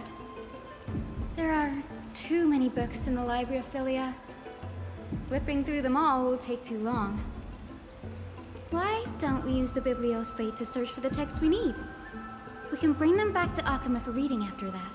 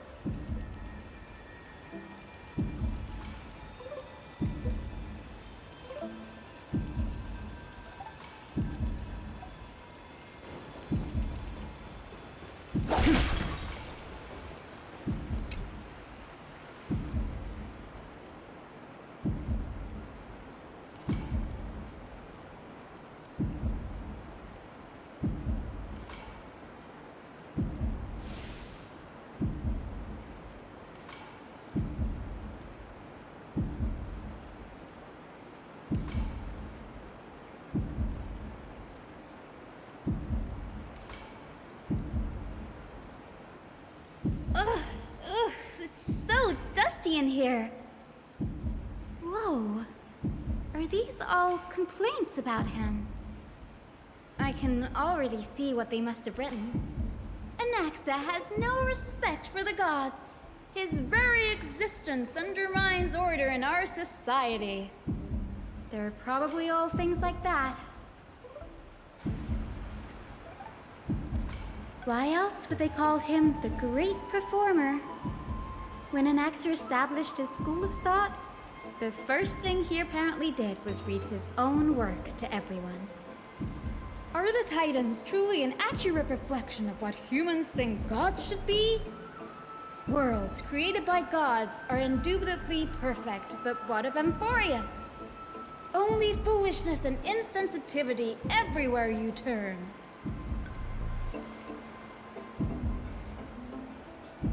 They marched him straight to the seat of judgment before he could finish. Though what he took on in the end was more of a debate than an actual trial. He had to address every one of the scholar's allegations, or face expulsion from the Grove. The first allegation was... Do you agree that since the Titans created the heavens and earth, so the mountains, rivers, and seas must likewise be their creations?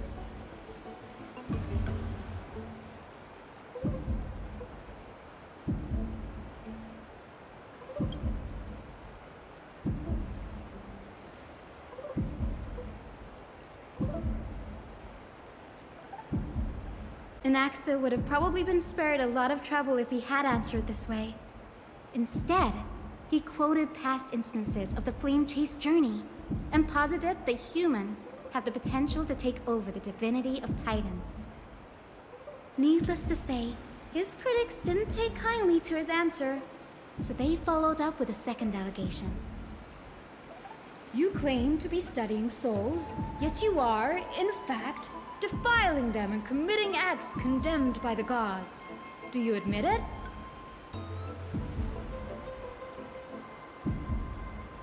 Anaxa always wears an eye patch, never removing it, even when alone. Some say he used one of his eyes as an alchemical ingredient. Every being in the world owes their safekeeping to Kifili, and this is even more so for the Chrysos heirs who have divine blood coursing through them. If he has really done something of that nature, then it'd indeed be sacrilegious. Thankfully, they had no way to prove it, so it amounted to nothing more than an allegation in the end. One by one, Anaxa engaged in wars of words against those who would challenge him.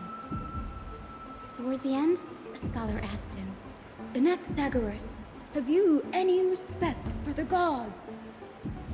It was only after a brief silence that he answered, I have never denied that Titans are meant to be noble constructs.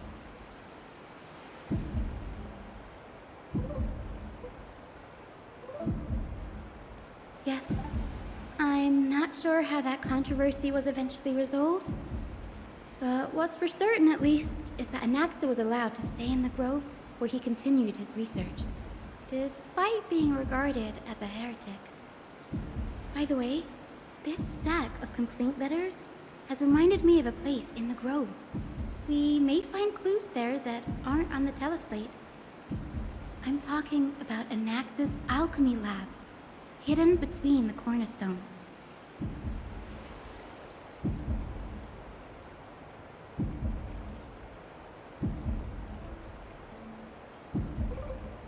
It's a well-kept secret.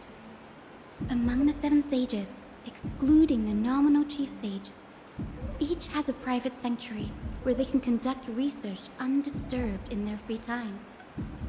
Even the administrators of the Library of Philia are restricted from accessing those places and documenting the sage's research.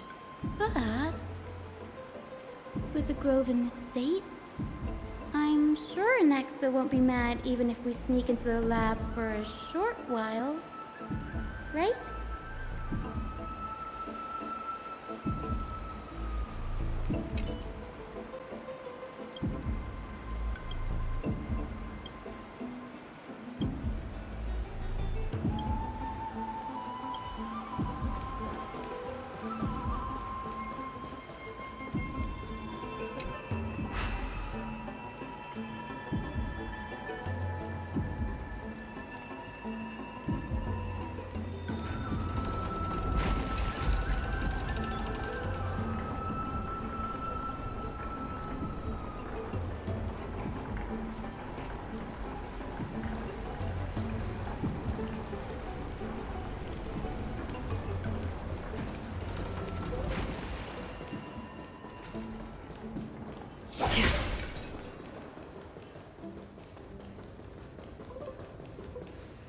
This is the place, but where is everything?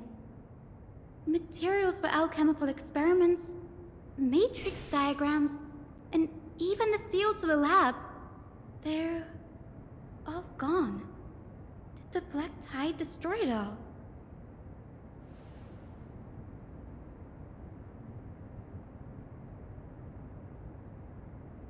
No, not even close. Not only are alchemy experiments high-risk activities, but Professor Anaxa also has a penchant for using bizarre materials. Students often saw him walk in looking right as rain, but come out covered in soot with his hair singed. Naturally, no one dared to come near this place. Huh? That bookshelf over there seems to be the only thing still intact.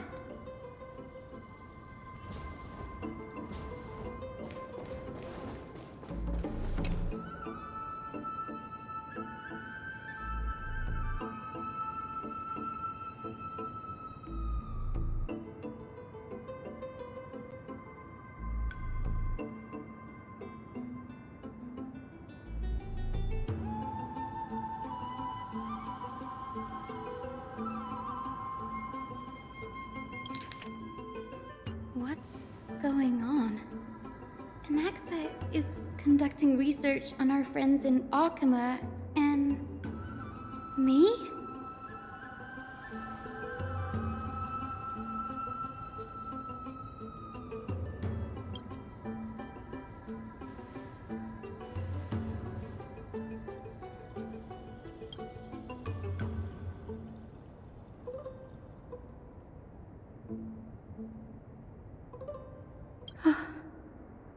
Danny, look at this. I have a bad feeling about this. My biggest fear. It's come true. After going through his notes, I think I can piece it all together now. Anaxa was carrying out experiments on soul transmutation.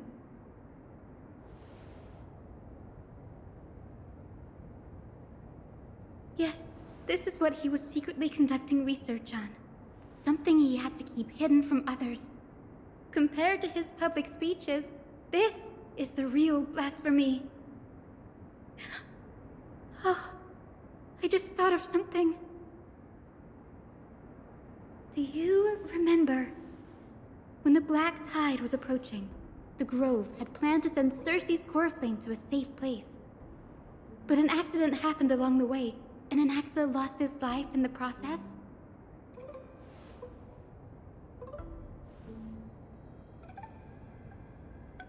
That's right. But what if Professor Anaxa's fusion with the core flame of reason wasn't an accident? Put yourself in his shoes. Knowing that the Black Tide was closing in and your time was running out, what would you have done?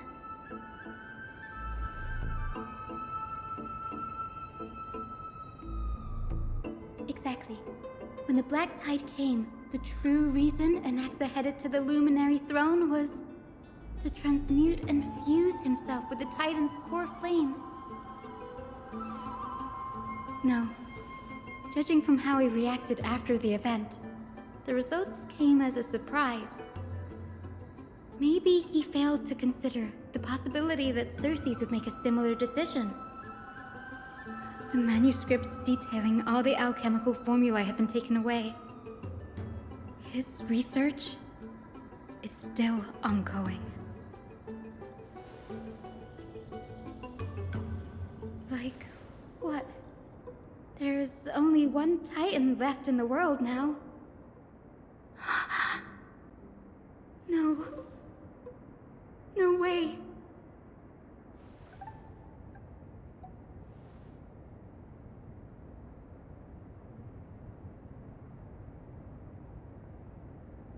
He's after Kefali. Sir, this sky above us, it's not real, is it? Of course not. This is just an image from a projection device used for educational purposes. A simple trick. The day-night cycle has been lost to this world.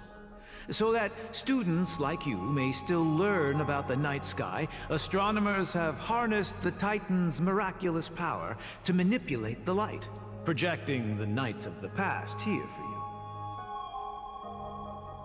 Much like how the sky above the Holy City is also illuminated by Kefali's dawn device.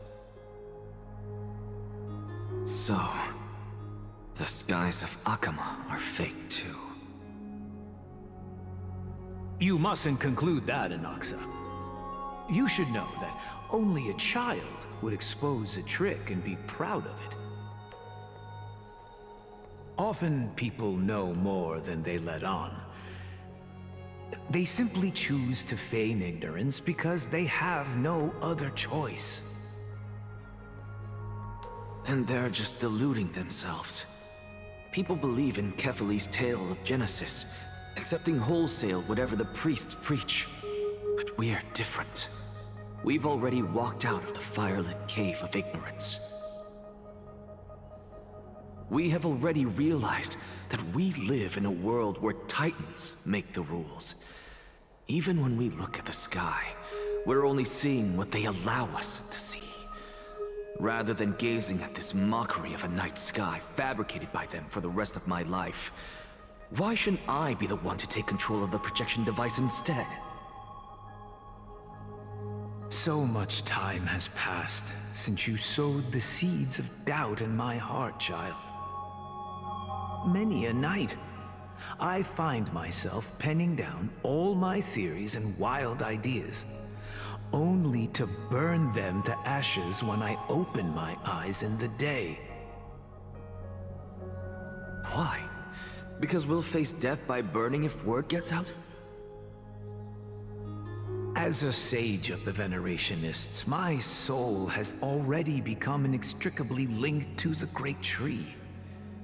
Every word I say and every move I make is certain to influence every leaf, every branch, even the tree itself.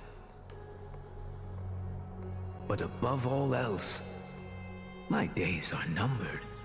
Instinctively, I have my doubts about the golden blood and the human soul, yet I have no means of verifying them. The golden blood in my veins is woefully thin, and I am loath to waste what little time I have left obsessing over a hypothesis that cannot even be proven in the first place. But I can, sir. I can do it for us. The time is right. Give me all that I need, and I shall accomplish this grand feat on your behalf.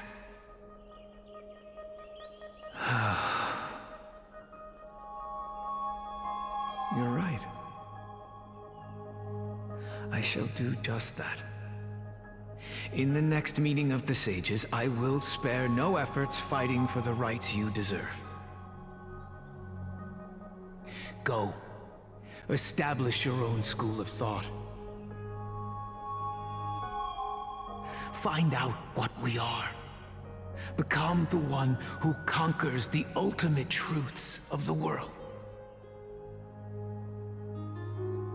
Child of humanity. You didn't go to such lengths for an audience with Kefali. Just ask him a few questions, did you? So, you figured it out. If I were as foolish as Adromus, perhaps I'd throw myself down and prostrate before their greatness, begging for the gods' prophetic wisdom. Well, sorry to disappoint, but I'm no Dromus. Alas, I am a human, standing tall on 2 feet, possessing both intellect and pride. Before such power, does it make any difference whether you're a human or a Dromus? I'm sure you're familiar with the story of the Styxians. When the raging waves threatened to swallow them, they didn't just give up and become sitting ducks. No. They constructed a dam that kept the roaring tide at bay, chaining down the mad Fagusa. They call me a blasphemer, Xerxes. But that doesn't mean I deny the existence of gods. It's just, as I see it, Titans are simply a force that mankind has yet to find a way to tame. Oh? If power that rivals the Titans is what you crave, why not conform to the prophecy and brave the trial? Why stop at harnessing the power of the Titans when I can do so much more? The source of life is what I wish to grasp, to understand what makes up the soul, and to learn what we really are. Thanks to you, I've had the chance to personally verify, in more ways than one, that the soul indeed ceases to exist in death. But where there is death, there is life.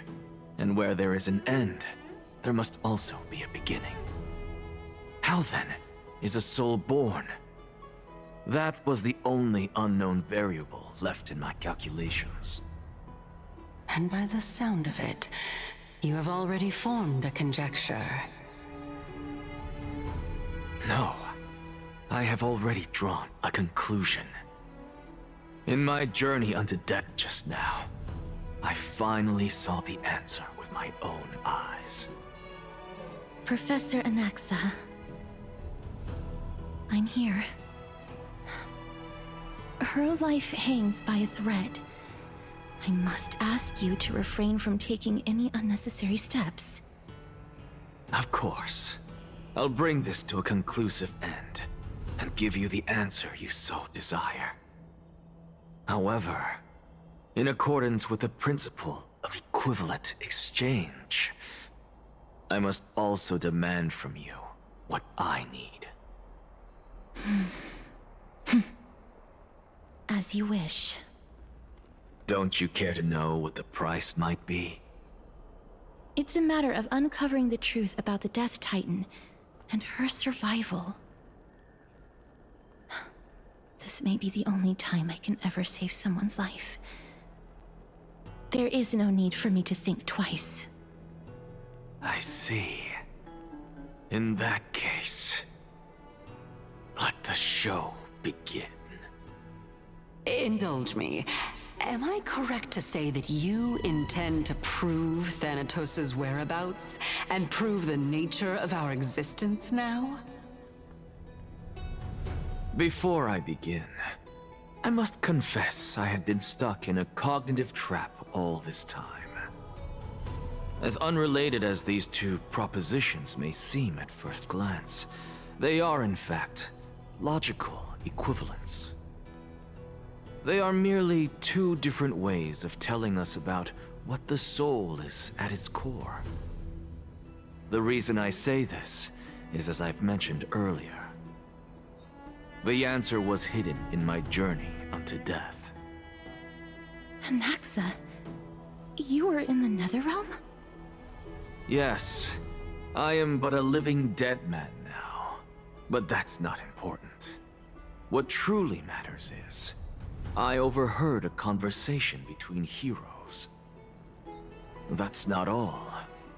Remember how I said you were a part of that conversation too, Circes? And I've told you that I have no recollection of such an event. That was likely just an illusion conjured up by the mind of a dying man. Of course you would remember. Because that wasn't you. That was Calypso, one of the 7 sages of the Grove. Calypso? Huh? Oh, that's the name I made up on a whim when speaking to this girl. How do you know of it? And surely you jest. Don't you think I, of all people, would know if that were the name of one of the 7 sages under the shade of my tree? Don't you claim to know the Grove's past like the back of your hand? It seems you've lost even the memories seared into your soul. Use your head, Circes. Since all of this took place in the realm of the dead, it stands to reason their likenesses are of souls from the past. The living cannot step foot into that world, so who could they be? Think about Calypso. Why does she share your likeness, yet you have no idea who she is? The answer is evident, is it not? Those fallen heroes are the mortal incarnations of the Titans before their ascensions to godhood. The gods aren't master creators born out of thin air, and they are no different from humans, because they all evolved from one.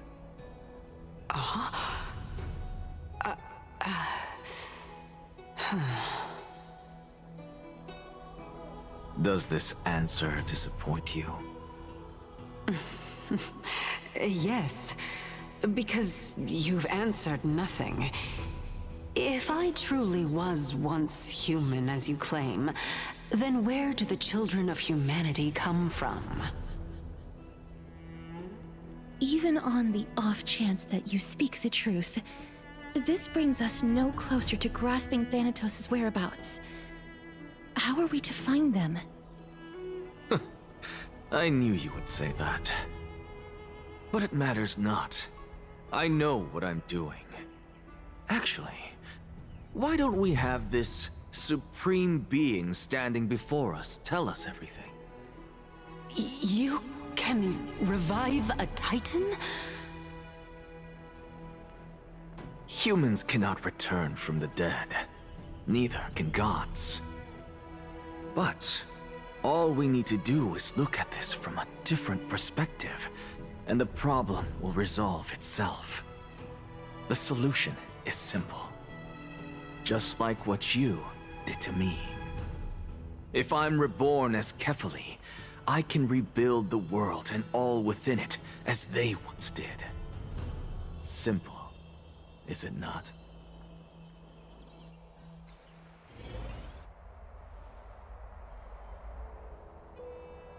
I have news from Hyacinth and Dan Heng.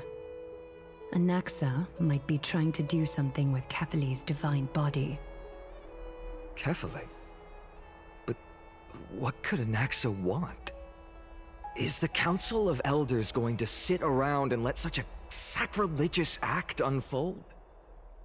That is not possible. He is indeed the great performer, capable of fooling anyone and everyone with his tricks. I'm sorry. No need for guilt, for this is good news to us. The Council of Elders has found themselves a traitorous ally. Anaxa's ambitious desires will be something we can exploit. What we should be doing now is to keep our eyes peeled for whichever trickery Kynus is up to, and react accordingly to thwart her plans. Being Akima's political center, the Demigod Council holds just as much significance as the Vortex of Genesis. Someday, after my duty is over, this site will take the place of the battlefield where you hunt gods, become the next challenge you are to overcome. Till then, it's best to get used to this place as soon as possible.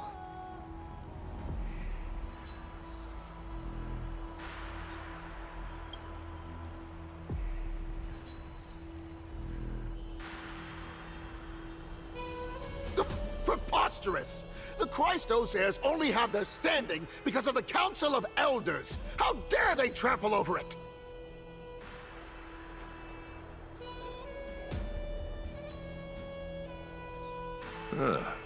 It's been a while.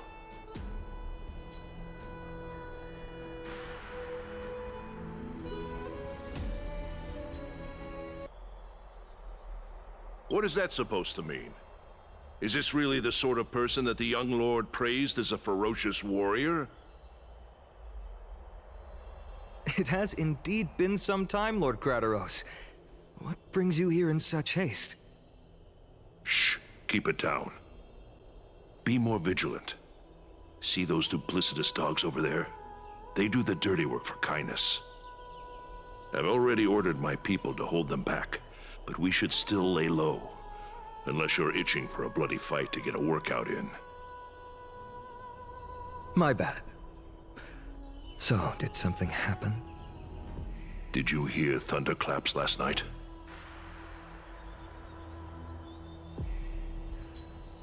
Hacker, what? She's been through a lot lately. Please pardon her. Can you tell us more about these thunderclaps? Thunderclaps are beacon signals of strife. They are a message from the young lord. He threw a spear bearing several words at Akama. Watch out. The Flame Reaver is back. I guessed as much. We didn't actually kill them back at the Kremnos Arena. I figured this is something you would want to know. We Kremnoans never back down from a fight.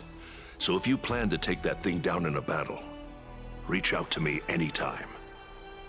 You have my gratitude. I will let Aglaya know about this right away. Remind her to be on her toes while you're at it. That vicious kindness has been unusually active lately. Those lackeys she keeps undercover have been going in and out of the city a lot more frequently these days. Some even seem to be getting Kremnoans to defect to the Council.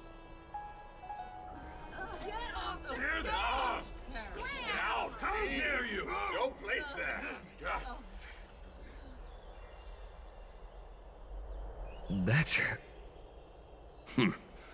Looks like you can see it for yourself. We should get back. Thank you for the intel, Lord Crateros.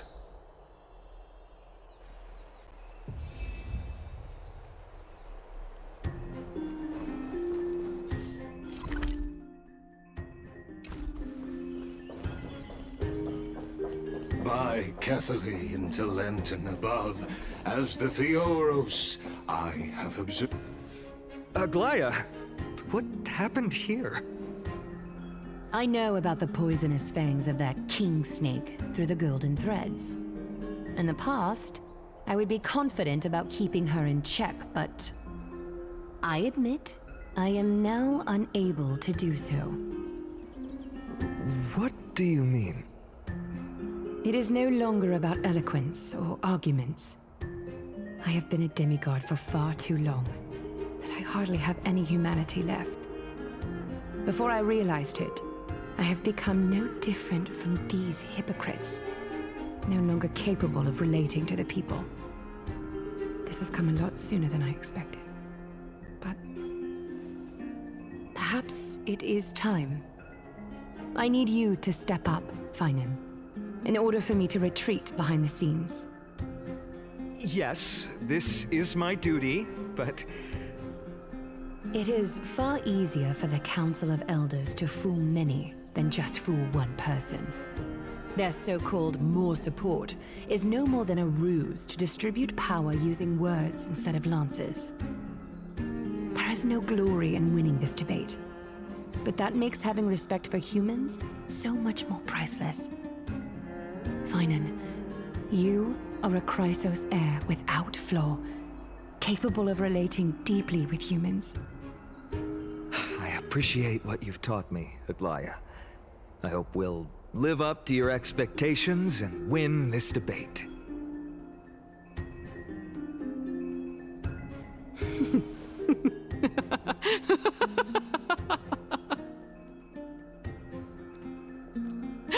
Oh, you've done well, Lord Calictus.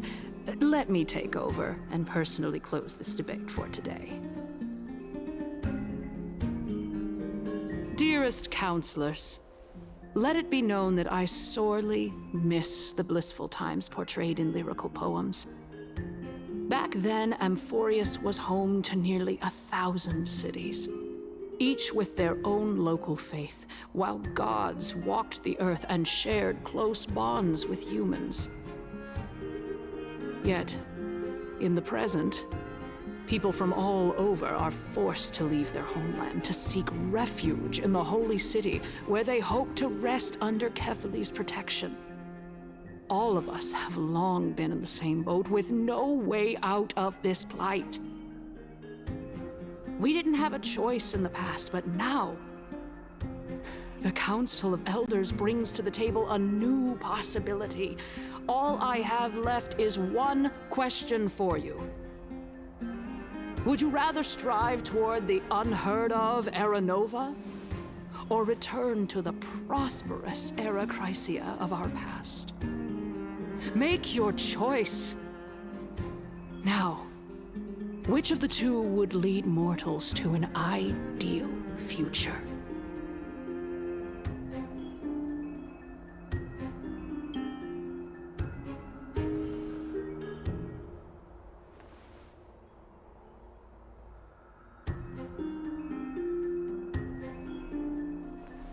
We all know that Era Chrysia is a thing of the past, Lady Cainus.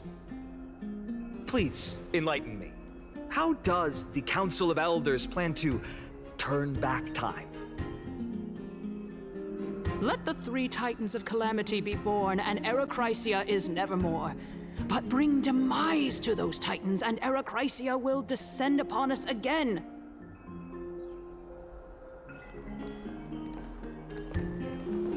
know that the Council of Elders is never one to make empty promises.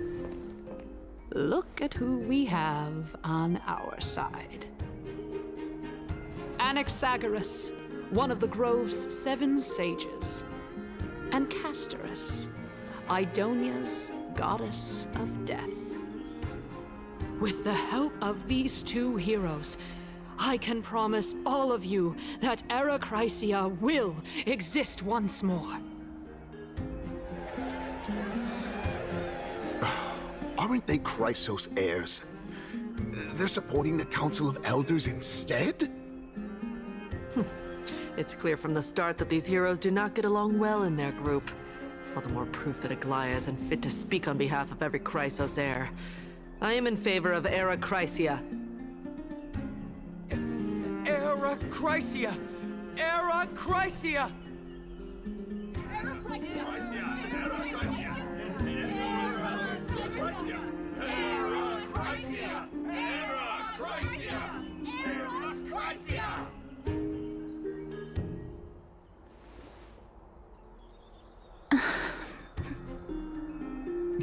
Castorus? Why are you standing over there? You finally arrived, Anaxa. So have you, Cass. Don't worry, Aglaya. Well, I know that you have many queries. Could you continue to converse like how the citizens normally do? Tell me, dear citizens, if we successfully retrieve and return Thanatos' core flame without anyone passing the Death Titan's trial, what would happen next? The answer is simple. We will have a chance to rid the world of death and bring Amphorius back to an era when all beings live forever. We'll usher in a new future that will be entirely different from the Flame Chase journey. He's one of the 7 sages. That's impossible. I really believe this. Your proposal is much too idealistic. As long as the Black Tide still exists, how can we go back to the old days? Remember what I previously said? Kefali's core flame is guarded by the secret power of the Council of Elders. Plus, Pagusa's water curtain will be able to block out any external perceptions. Tell me, dear citizens, have any of you ever seen even a glimpse of the threat that this person is talking about anywhere within the walls of this majestic holy city?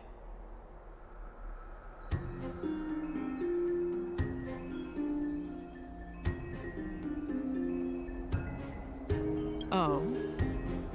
Could it be that you heard that from the Flame Reaver themselves? Citizens, let's loudly sing the blessed hymn. Oh, beautiful old world, where are you now? Oh, legendary Era Chrysia, return to the mortal realm. After the destruction of the 3 Titans of Calamity, the Flame Chase journey will have to end. Era Chrysia! Yes! Yes! It has to end! It has to end! It has to end! It has to end! This is bad.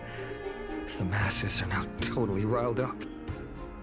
Anaxa, pray tell. Everything that you've mentioned hinges on the premise that we can find Thanatos' existence, right? Thank you, Lady Aglaya, for still caring about this city. However, dear citizens, we are truly fortunate and blessed. For Castorus, Idonia's goddess of death, will surely find Thanatos under my guidance. What? With that, I solemnly promise that the core flame Lady Castorus brings back will be personally managed by the Council of Elders. Thereafter, if we are able to garner the support of all of you at the Citizens' Assembly, we shall spare no effort in ensuring that the Era Chrysia will return to our world once again.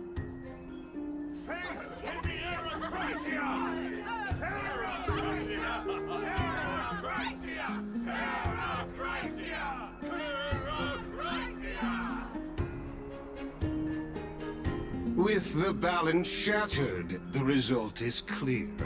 Buy carefully into Lenten above, as the Theoros I have observed. Akama has chosen her destiny. The issue up for discussion at this Citizens' Assembly shall be modified to the suspension of the Flame Chase journey. This resolution shall be put up on the Wall of Heroes, such that all citizens are aware of the city's way forward.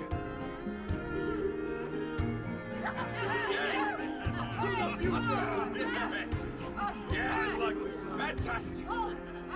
Yes! Aglaya, dear Aglaya. What has caused your heart to soften? You also don't seem to be as quick-witted as before. Wag your tongue as much as you like. Since the Flame Chase journey has been preordained by the prophecy, our failure has never been on the cards. Well then, I guess we'll find out if that's true at the Citizens' Assembly.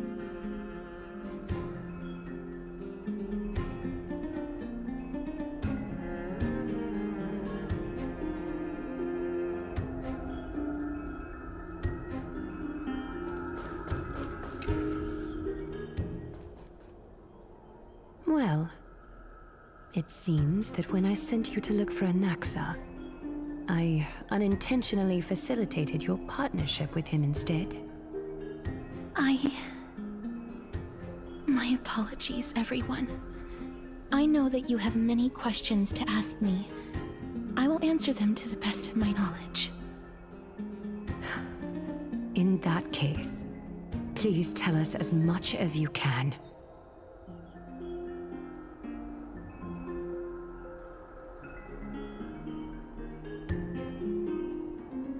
In actuality, he showed me a past that was both long and heavy. The reason I say this is as I've mentioned earlier. The answer was hidden in my journey unto death. Anaxa, you were in the Netherrealm? Yes, I am but a living dead man now. But that's not important. What truly matters is, I overheard a conversation between heroes.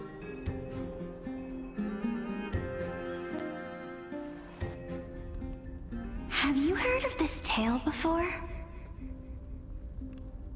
A tale about the ocean god's treasured pearl, our hometown.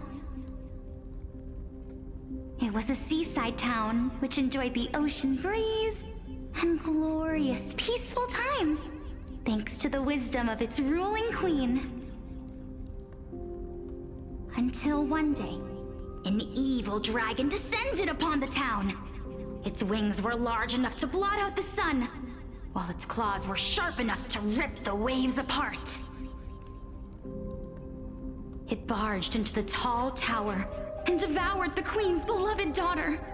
It even settled itself in her bedroom, like a tyrant king.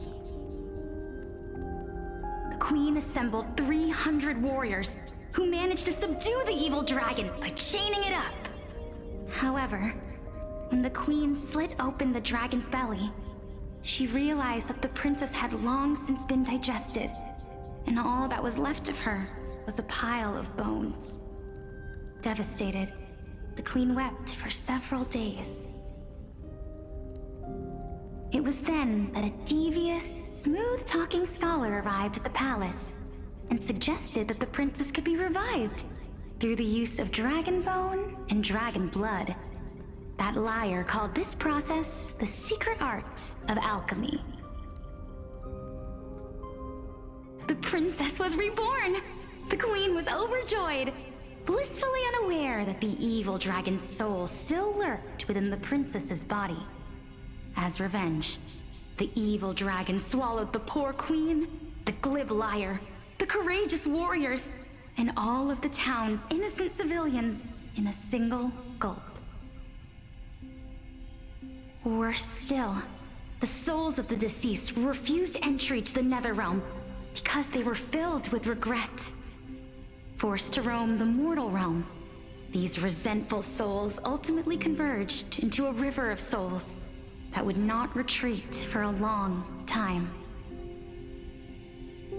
The terrifying death had consumed all. Thereafter, our hometown fell into ruin as well. Until... Until?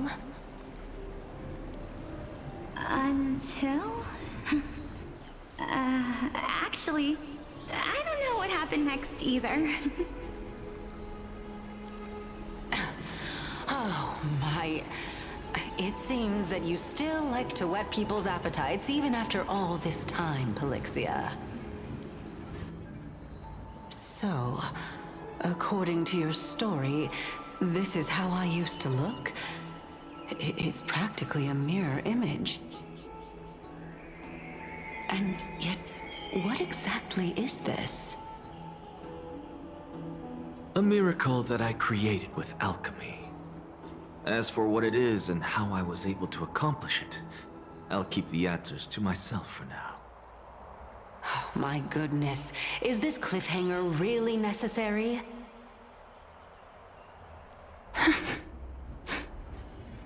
Quiet, Titan. Continue to enjoy this splendid play, and the truth will naturally reveal itself. Dragon, huh? I've heard this legend before. In that case, what do you think of it?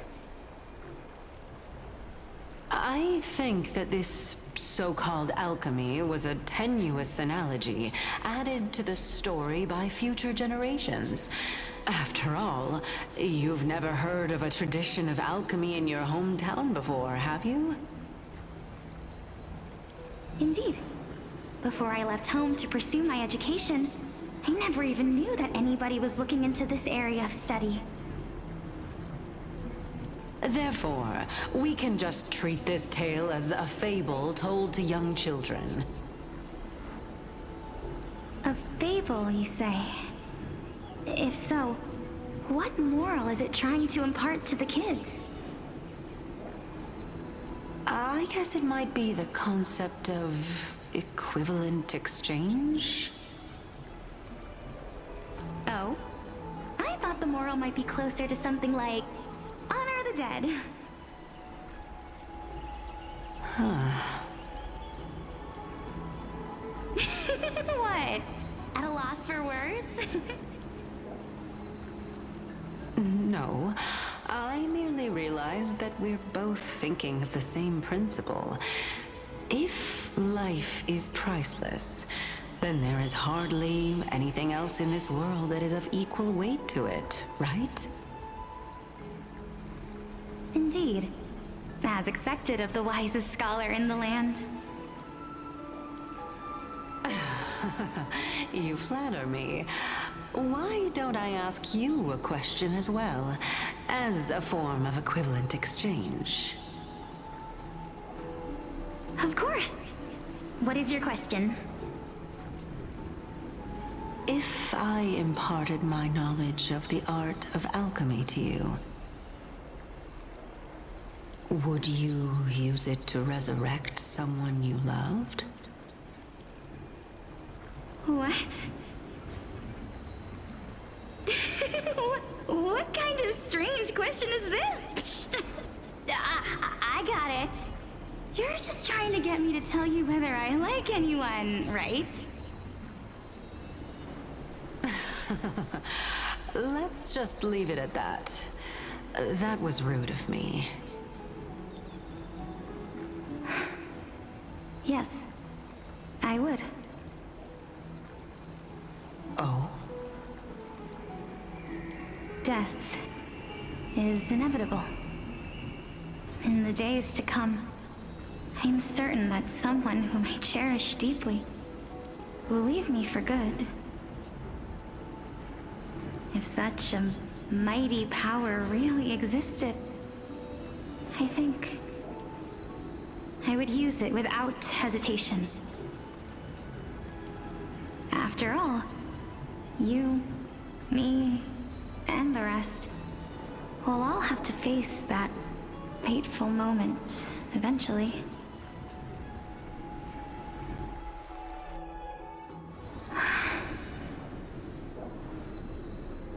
My time is finally here.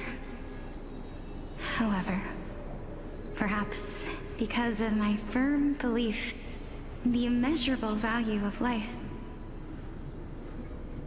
I am unable to complete the trial. You shall wither, and through that, the dead will sprout again from the remains, and be reborn with the dead flame. It is a pity that fate is such a cruel mistress. Is there no other way of interpreting those words? I'm afraid that the meaning is clear. Between my sister and me, one must pay the price. Our trial can only be completed when the one chosen sacrifices her life.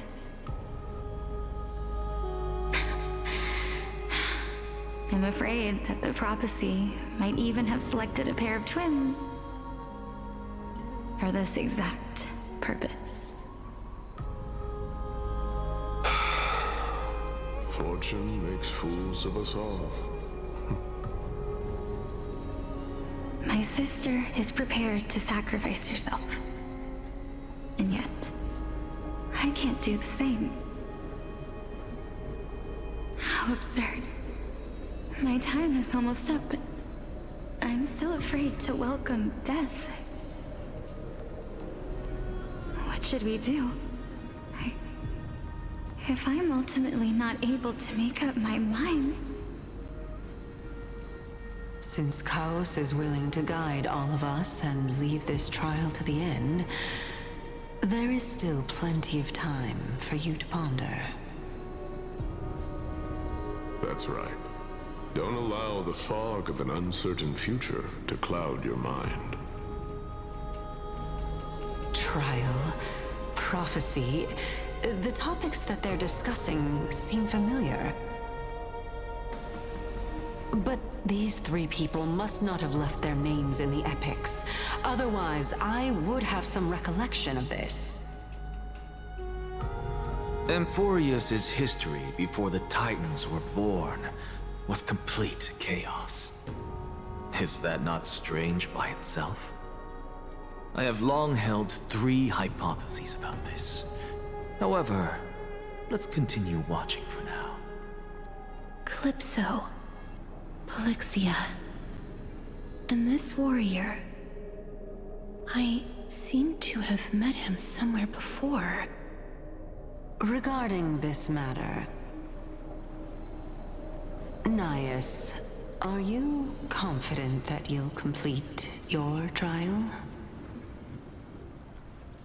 Of course. Though, I am worried about what will happen once I've emerged victorious.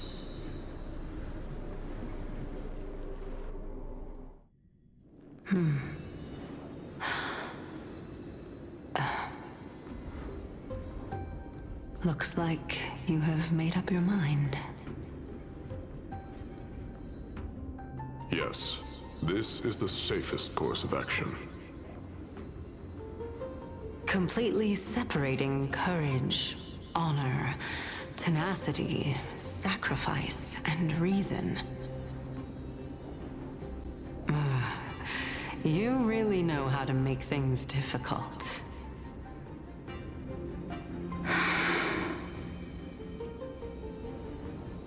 Please, young lady, witness my fall and demise. Lady Calypso, you shall host the soul-rending ceremony. I do not understand. Why would you dare to sacrifice yourself for a future that you won't get to witness? Because this is our destiny. The power that resides within me is so intense that I will one day be engulfed by it. Furthermore, a valorous death before glorious return has always been the path I chose to walk. A journey I began long ago. If your sister or Kaos were in my position, I believe they would make the same choice as well.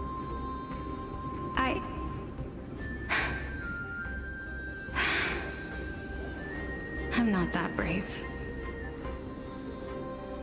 I don't know how I'm supposed to face such a serious affair.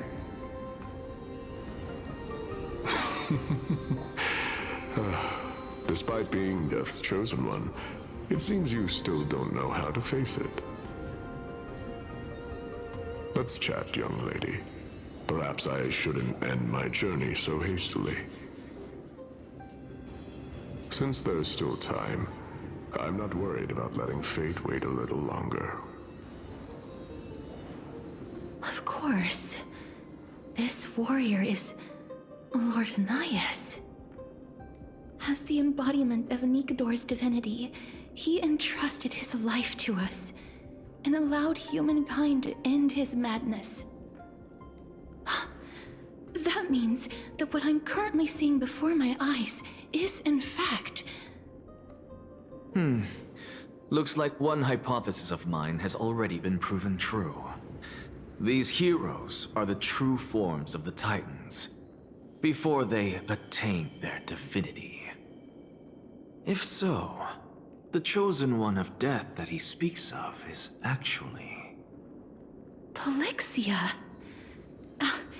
Is the previous form of Thanatos? But her appearance... If this is true, as long as we can find out where she went, we'll naturally be able to figure out the location of the Death Titan.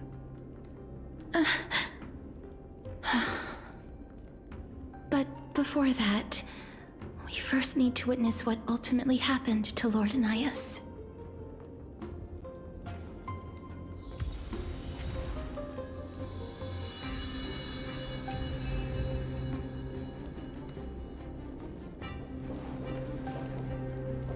Nikador's courage is a testament that they have never once retreated from a battle. I've heard that these words are still engraved in Castrum Kremnos even today. It didn't occur to me that they were actually part of an alchemical formula.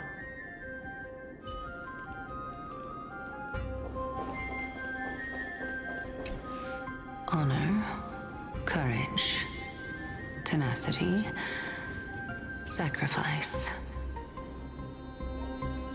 And finally,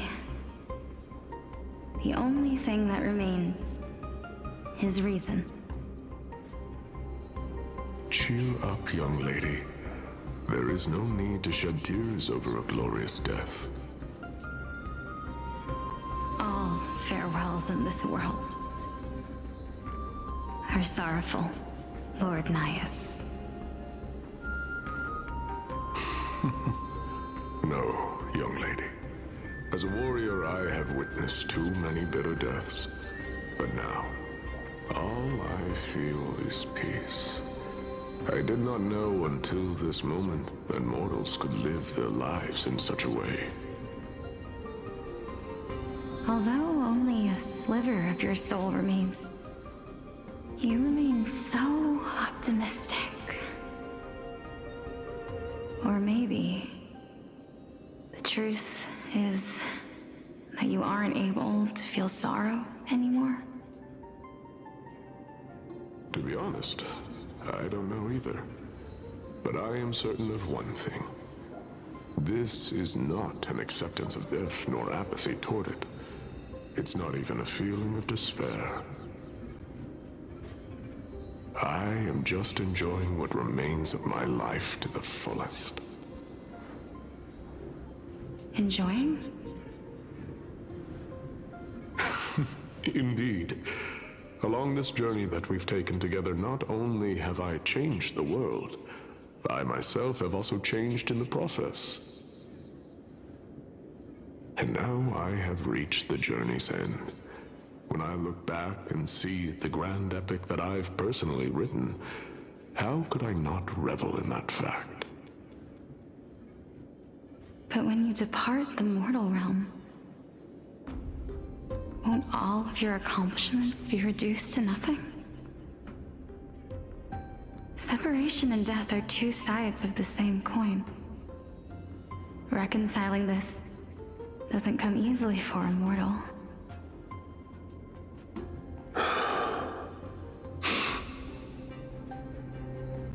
Finally, let me recount to you a story of mine, young lady. The first time I returned from the battlefield, I felt extremely hollow. The calamity had devoured everybody on the battlefield but me. When I returned to the city alone, the citizens held a banquet for me that was far from pleasant. I felt as though I was still on the battlefield, and the person who had returned was nothing but an empty shell. It was late into the night by the time the banquet ended. My head still reeling, I returned alone to the barracks. On the way back, I encountered someone. It was a crazed scholar looking at the night sky and muttering to himself by the side of the road. Although I tripped over him and fell, I wasn't angry in the slightest. And maybe because I saw myself in him, I inexplicably asked him a question. Do you think that it'd be better if we just died on the roadside like a couple of stray dogs? To my surprise, he shrugged his shoulders and sighed. How does someone who is currently experiencing death, dying and living, afford the same amount of bliss? Now please go away and don't block my starlight. Are you trying to say that there is no difference between living and dying? For they are both journeys that lead toward death? That's exactly what life is, and death is, but a scale to measure how valuable the journey was. Journeys and epics are only glorious and magnificent because all things eventually fade to dust. Therefore, young lady, don't detest your fate. Instead, willingly and respectfully embrace it. The embodiment of strife telling me about the majesty of the world. Indeed. I believe that when the fated moment eventually arrives, you will be able to understand my words. It is time for me to knock on death's door. I will set up a long table at the end of the road and humbly await your arrival. When that moment finally comes, let us drink and be merry then.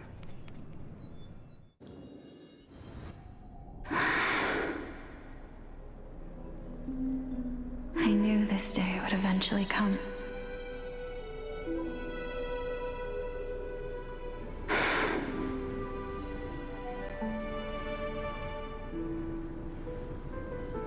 Are the both of you ready? Mm-hmm. Calixia. I'm here.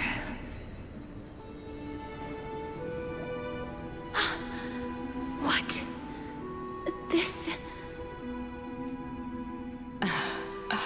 This is quite interesting indeed. Is this... Calixia's sister? Is it... me? Now, It's time for us to fulfill our promises.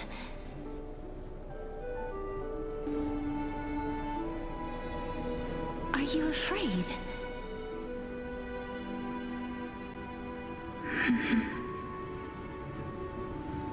What are you afraid of? That I won't be able to do it.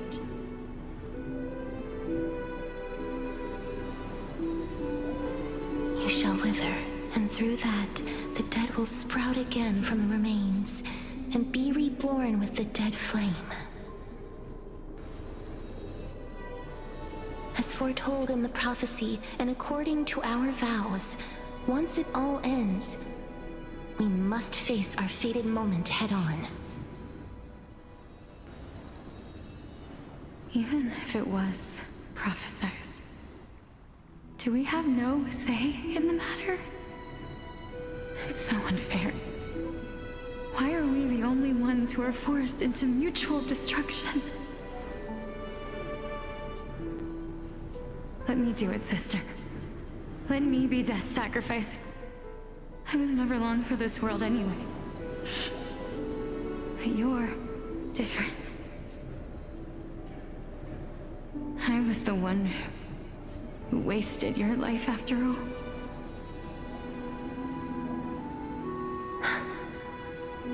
You're wrong, Polixia.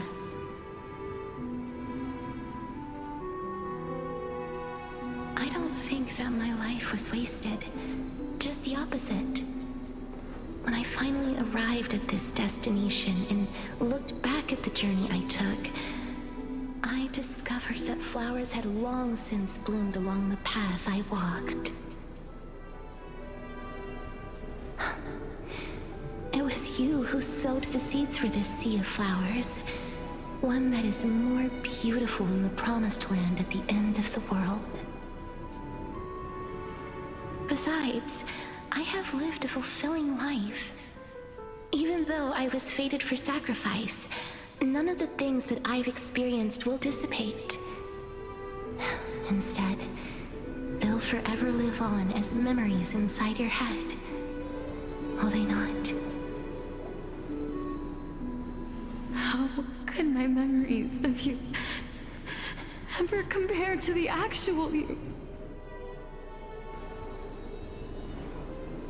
Well then, tell me. What exactly are we?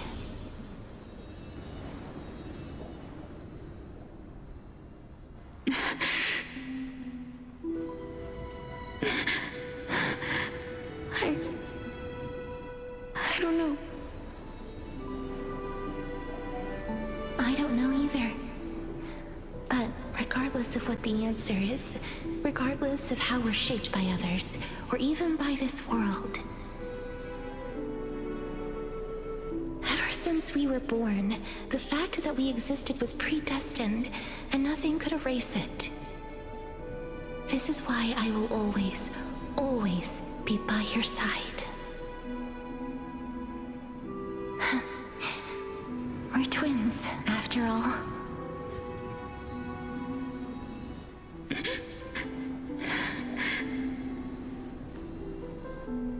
All right, my dear Polixia.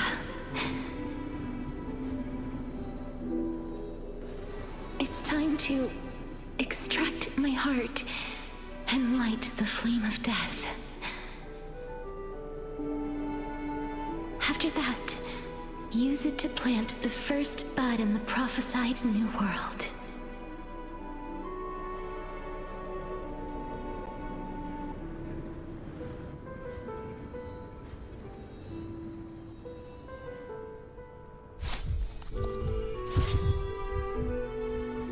If I imparted my knowledge of the art of alchemy to you, would you use it to resurrect someone you loved?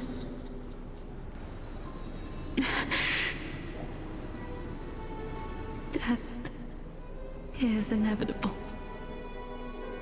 In the days to come, I am certain that someone whom I cherish deeply will leave me for good.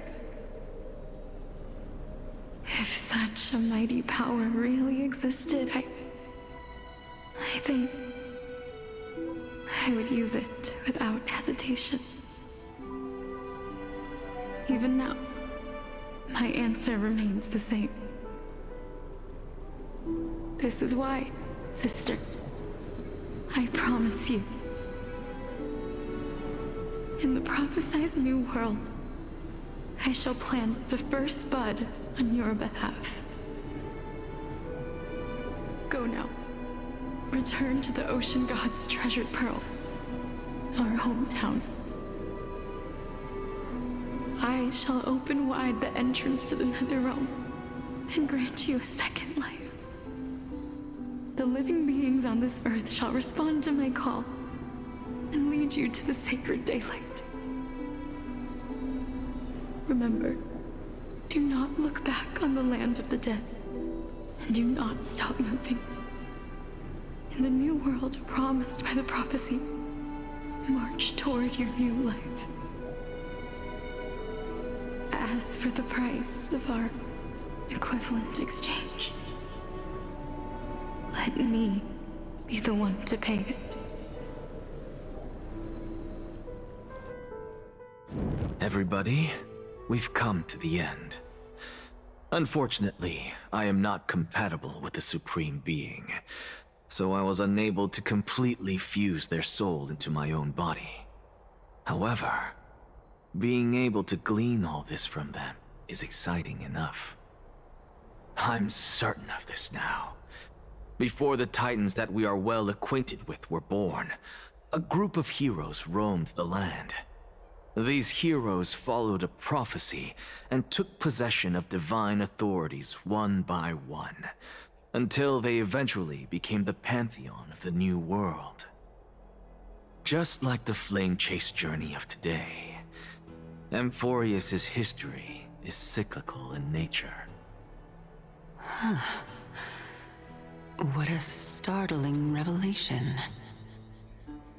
This means that the demigods, who bear the core flames, will also become the new Titans at the world's end, thereby shaping a new world? I believe that this is the truth behind the Era Nova, as mentioned in the prophecy. This is utterly unbelievable. Besides, those twins in the past, even if they really are Thanatos, their whereabouts are still unknown even today. Are their whereabouts truly unknown? Didn't Polixia mention that seaside town, the birthplace of alchemy in the Tale of the Dragon?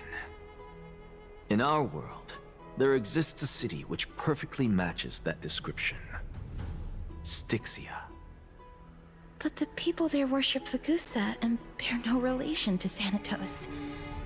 I've also never been to that place, as in the time of Idonia, it had long turned into underwater ruins. Take this. This is... the new Sporist masterpiece, the Philosopher's Stone. It was made by transmuting all of the sages' wisdom into a single entity, with their flesh and blood as its foundation. Remember, I've mentioned before that the art of alchemy is all about conversion, tempering, and ascension. This process also applies to the pursuit of truth. Regardless of how unbelievable this sounds, the truths of the world have been refined from the impurities. Think about the story of the dragon. This stone will lead you to your real hometown, allowing you to reform the door to the Netherrealm and discover Thanatos' fate. You still look as confident in your victory as ever, but what if your conjecture is wrong? Simple. I shall merely admit to the entire world that my experiment was a failure. However, my line of thinking will not fail because I have already planted the seeds of doubt into the hearts of the masses. Actions speak louder than words, Castoris. With the assembly about to begin, don't forget the promise you've made. I've already searched for so long. I'm willing to try one more time.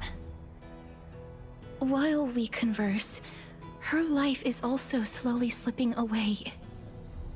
But before I leave, I have another question. What exactly did we witness just now?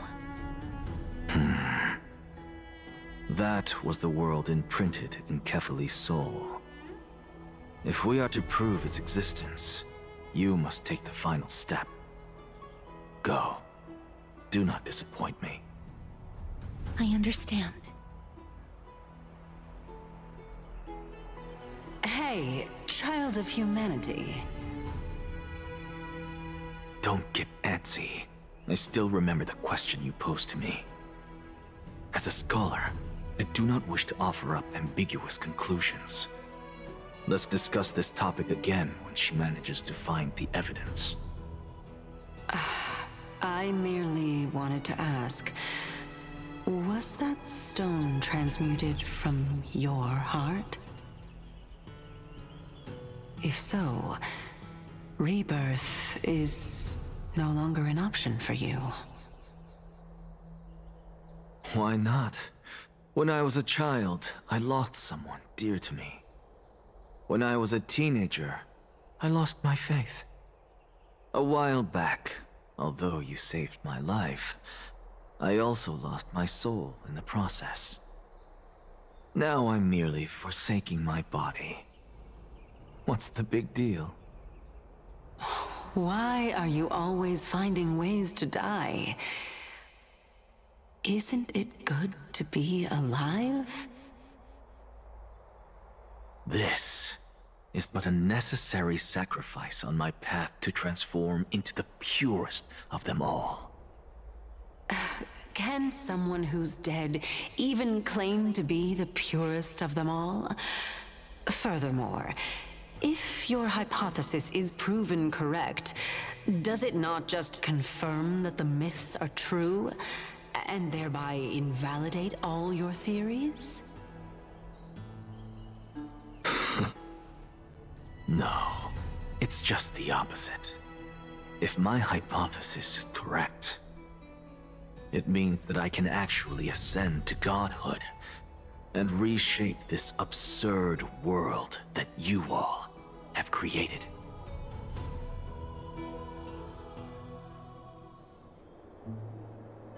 That's a lot to take in at once.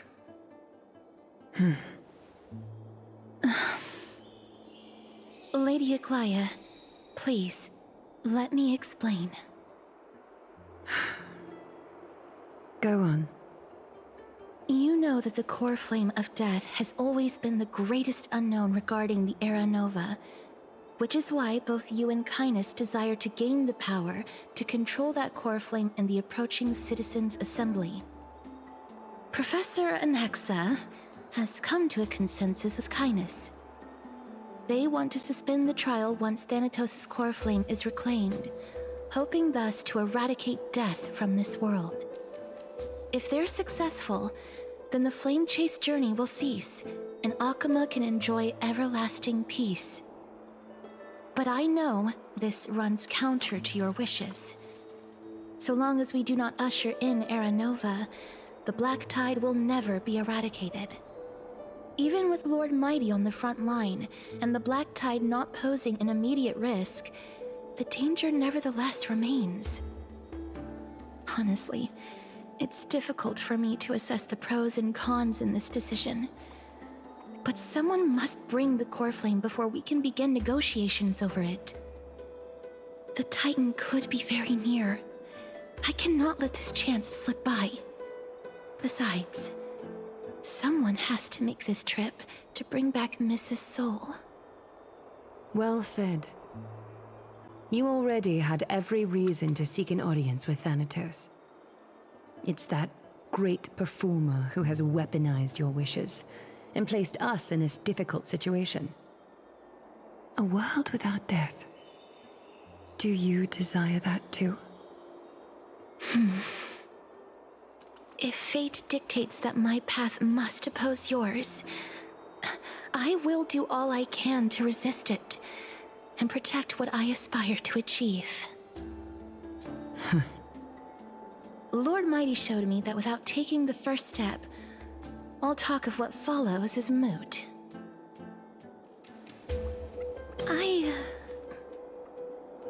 I have always hoped to hear you speak your mind, Cass. And I am glad to have heard your true thoughts.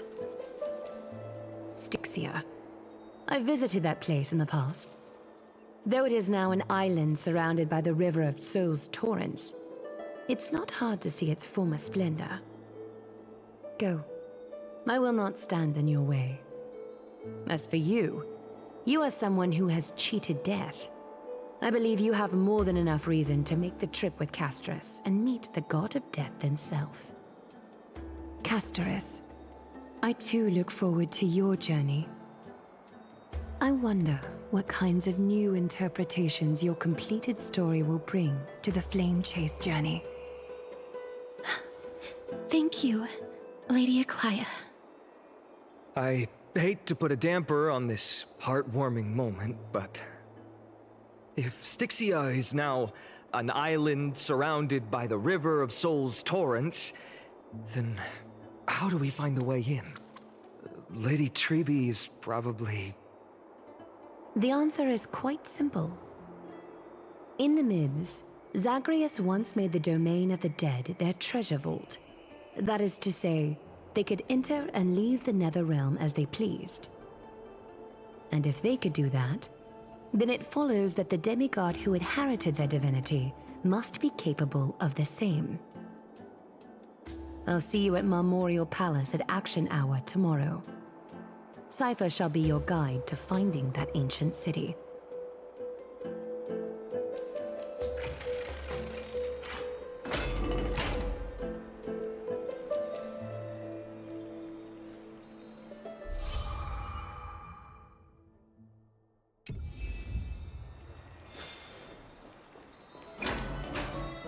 Hey, friend! Is the debate finally over? Did you win? Really? But the look on your face says otherwise. Well, moving on. I was hard at work even while you were at the debate. I borrowed a mountain of books from Cass to see if I could find a way to solve your problem. Let's see. I still have... only 32 books to go.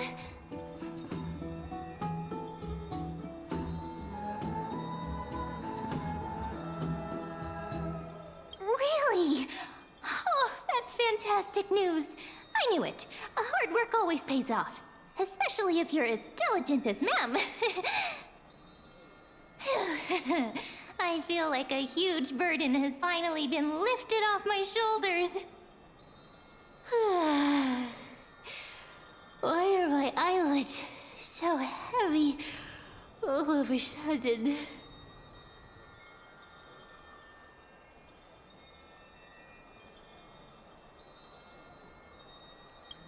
You're right. Then I'll go back to...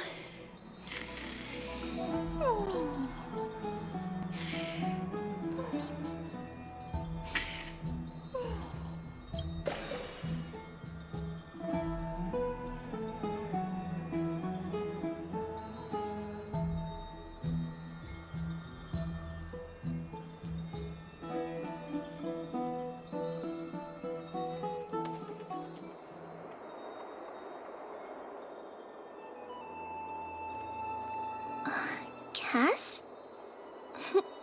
What a surprise. Lady Treby... Is something troubling you?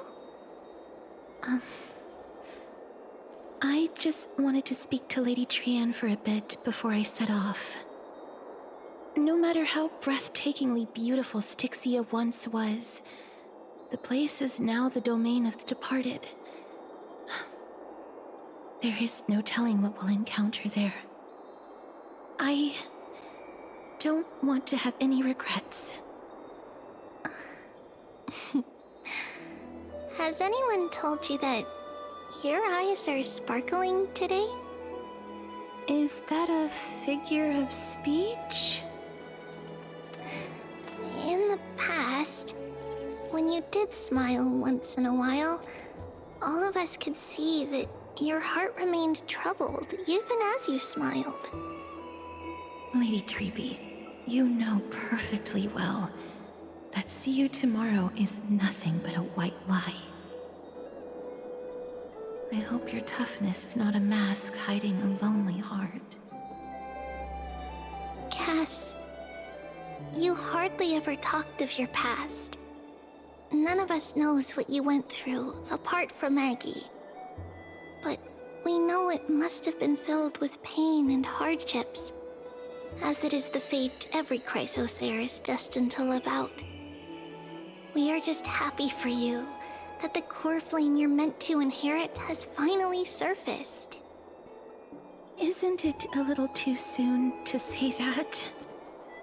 But you already know where tomorrow is, don't you? There's no need to rely on anyone else. Just give it your all and leave no regrets. We have always believed that your embrace is just as warm as everyone else's. Because we embrace others to comfort them. And Cass, you're the kindest Chrysos heir we know. Thank you, Lady Treeby. This feeling... it's hard to put into words. I suddenly found myself with so many wishes. So much I want to accomplish before setting off. Then go do it, Cass. Trian was actually working on a surprise gift for you. It's a pity she didn't get to finish it. But now Trinan and I are working on it, and we'll make sure to give it to you.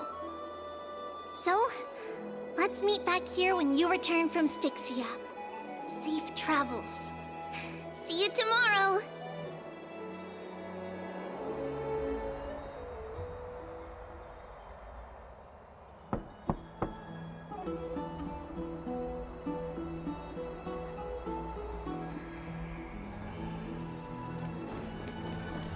It's me.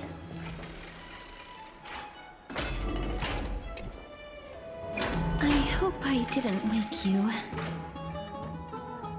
Huh? No. No. I'm here because of private matters, actually. If it isn't too much to ask, I'd really like it if you could come along with me to retrieve something.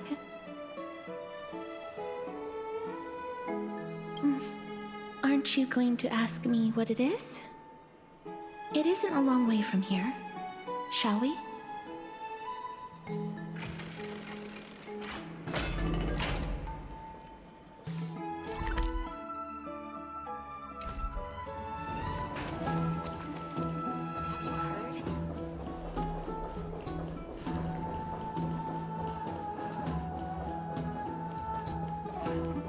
The streets are packed. I want to vote! Tell me how I can vote! Take your ceramic shard, engraved with the Kefali rune, select the Council of Elders in your heart, and pray silently until the shard registers your choice. Then toss it into the Dolium. The Council of Elders? More like the Council of Buffoons! The Black Tide took my hometown long ago! Who are they kidding with bringing back Eracrysia? It's all a sham to create their own Eracrysia in Akama! The Titans are just. So long as we do not overstep our bounds again, we will not incur divine wrath. Oh, please. The time when these deranged Titans should have vacated their spot to the demigods is long overdue. You'll see soon enough, you old fogey. And I pray that Talanton smacks some sense into you with their scales. We shall see how this turns out. That was quite a spectacle.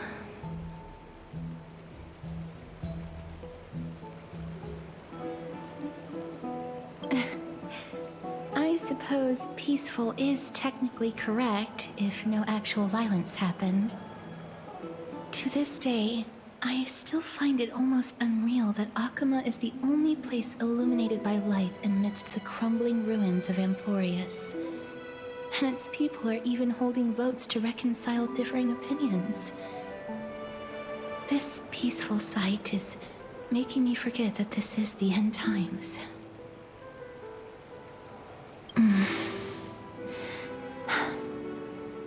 Before coming here, I had lived for many years in Idonia, a city of rime and frost.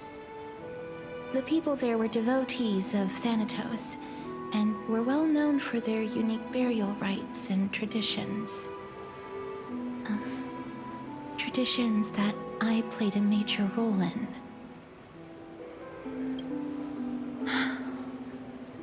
Yes.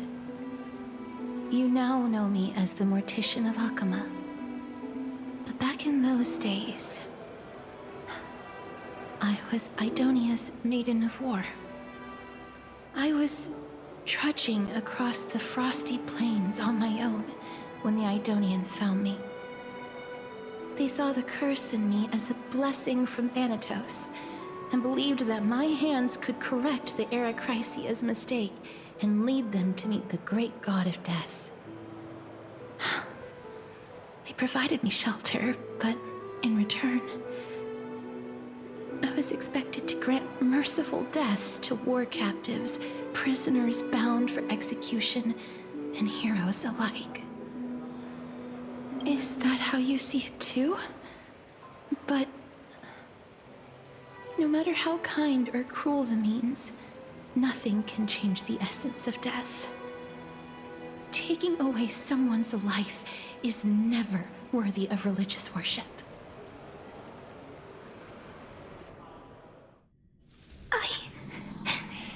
I can't do it. Their voices, they pierce my ears. The pleading, the thanks.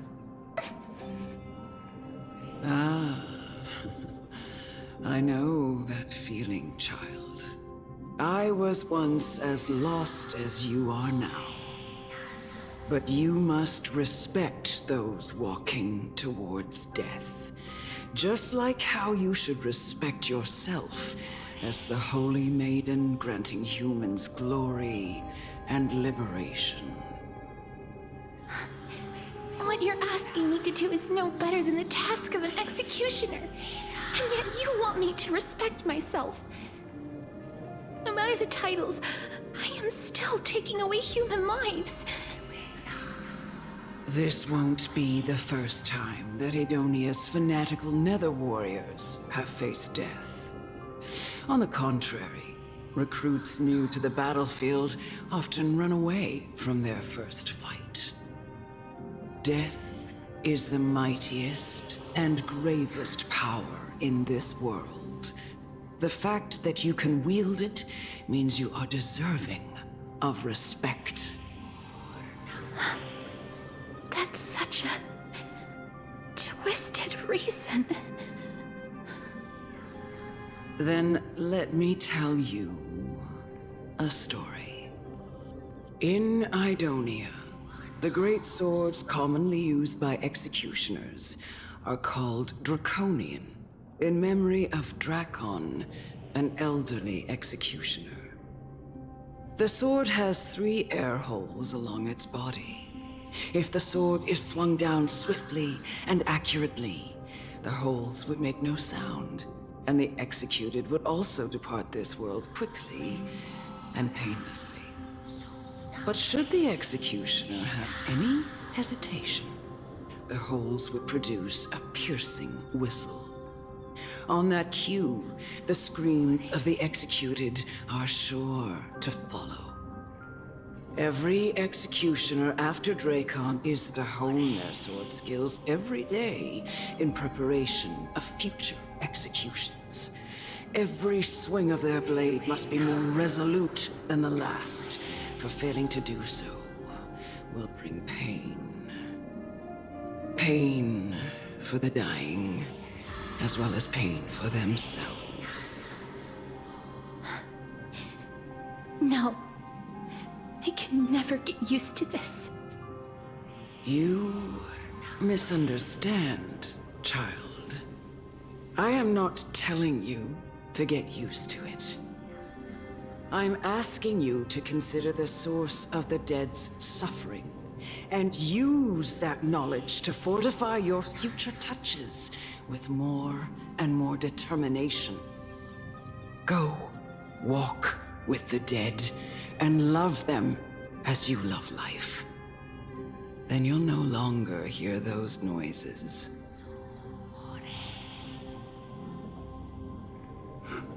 Please, don't kill me. I don't want to die.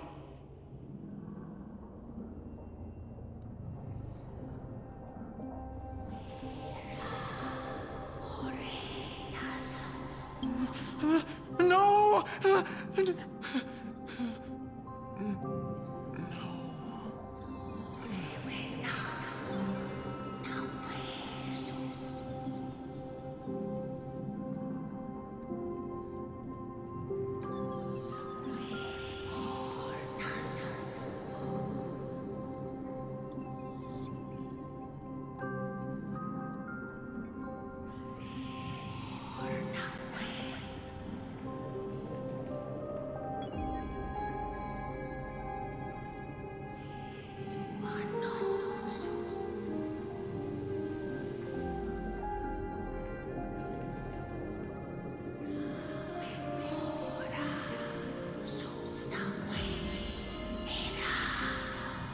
May you gain some insights through his sacrifice.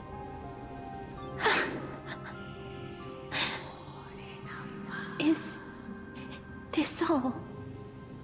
No. Come with me.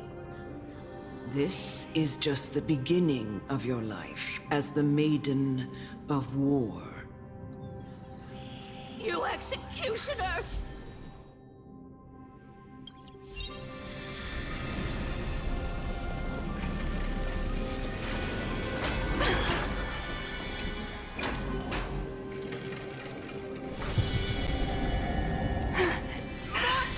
Do it then.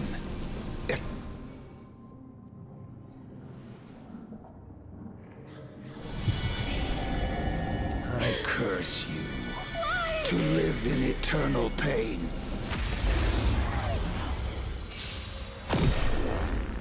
Embrace a new life. A little more heat.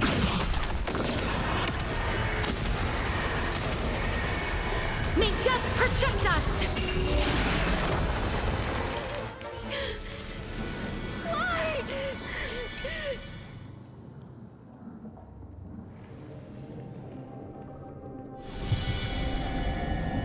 When will this ever end?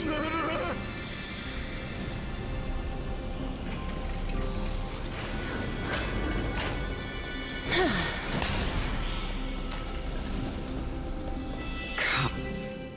What are you trying to do with me? I have aged. The time has come for me to heed the summons of Thanatos and journey to their domain. The final resting place of every Idonian. You're not that old yet. You still have many, many years ahead of you. No. I'm already dead. For I have come to fear my declining health and impending death. Ah, Castoris.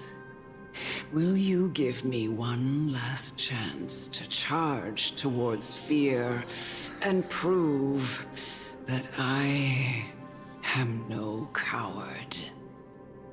I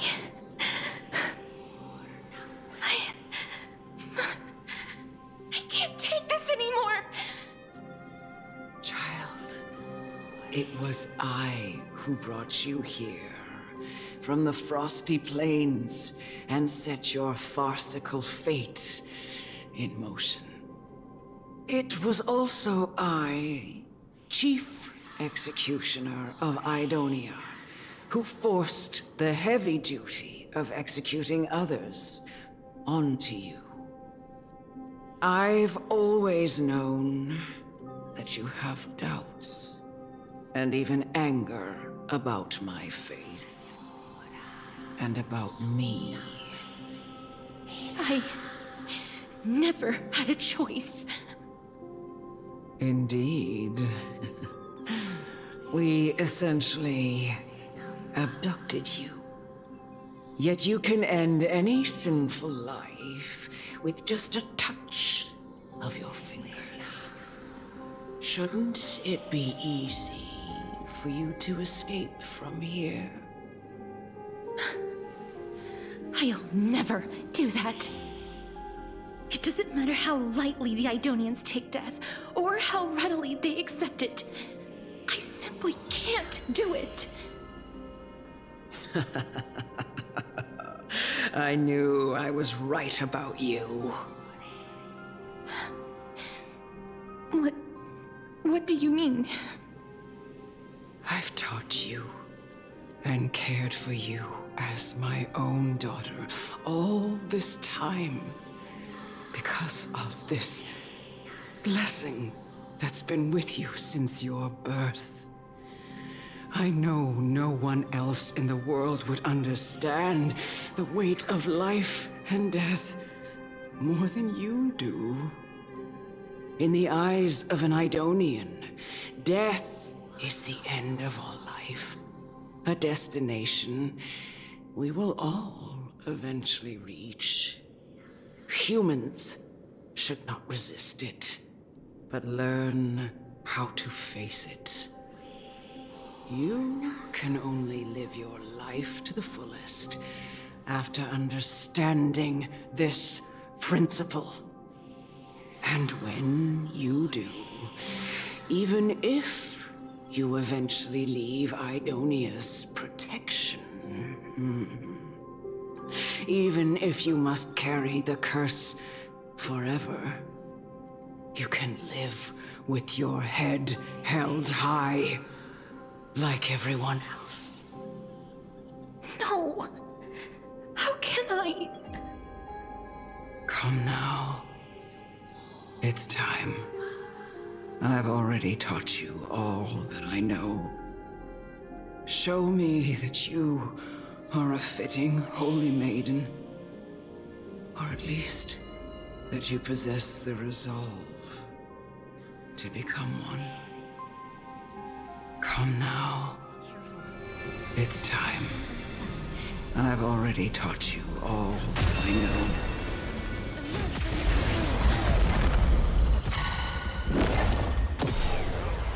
Since you're already here, why not have a meal before you leave?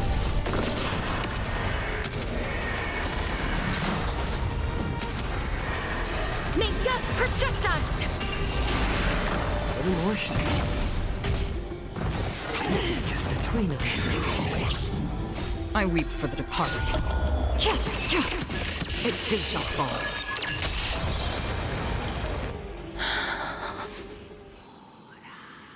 This was the last time I followed her command. I gently touched the elderly woman before me. The executioner, who had seen too much death, died the same way as everyone else. A gasp for air, a wistful look in her eyes, and a barely perceptible tremor in her fingertips. Elder Amunet, the person who tried to teach me about death, ultimately vanished like dew in the morning mist.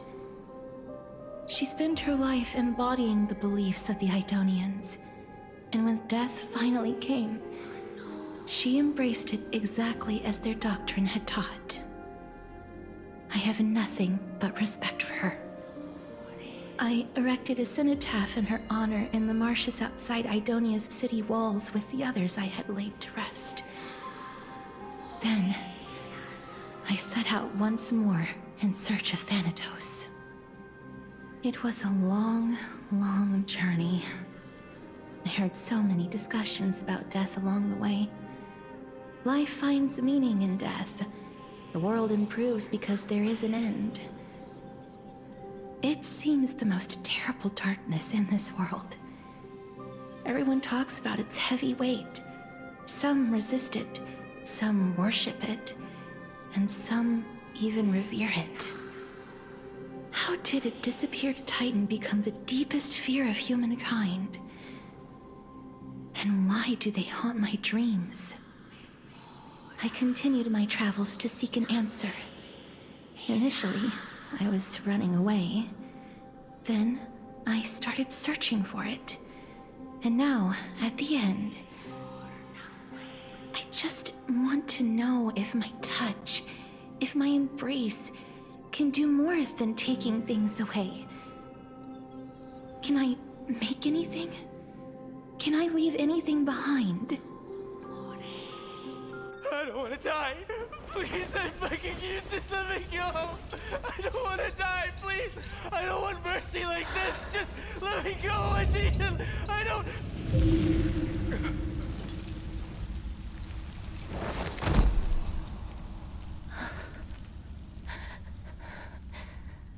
I hate these icy hands.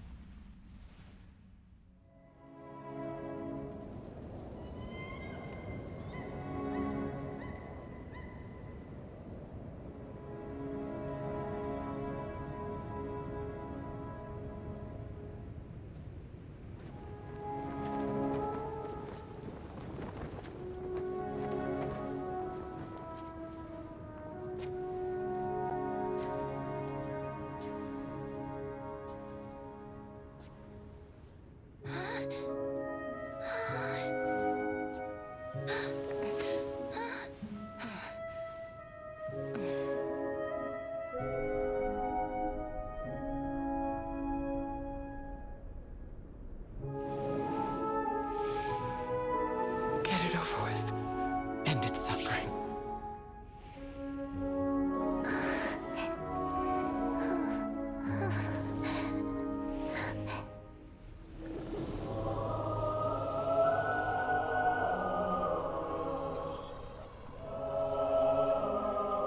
The Reaper has blessed your hands. Only you can grant them peace.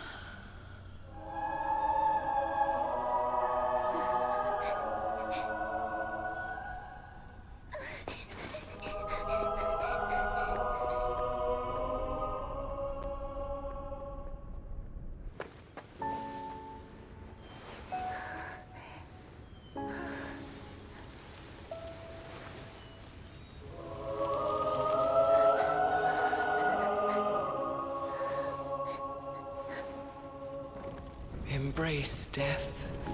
Walk alongside it.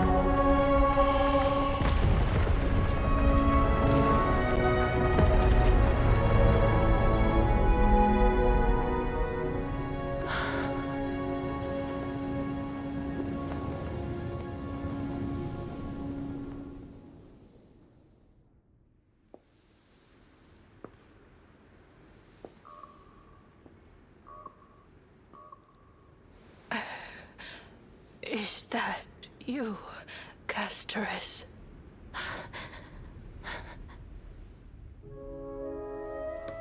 All of them have gone, heeding death's summon, crossing into their domain.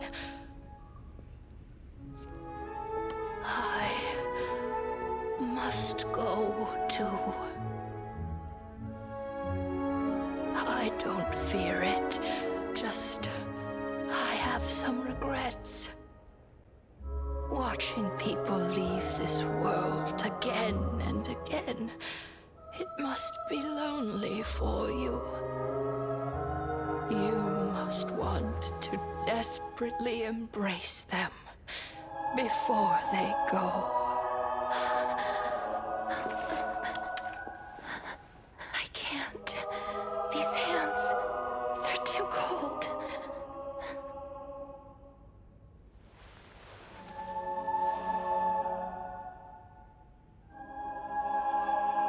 But Big Sister Castoris, your hands are so warm. Just like anyone else's. So go on. Don't hold back. Give me a warm hug.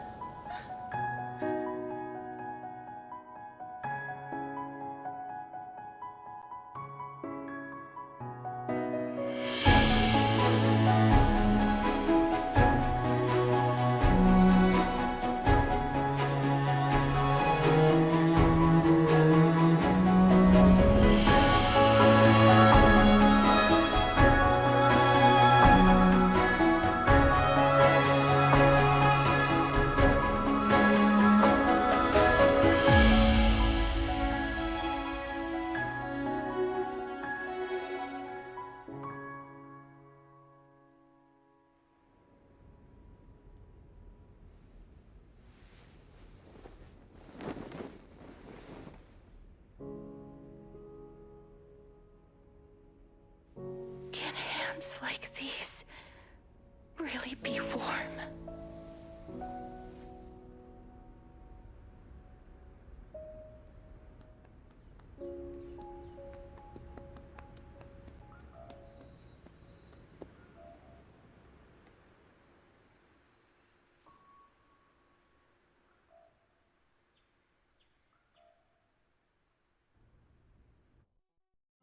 On the day that Oryx's trial ended, you must have had many questions.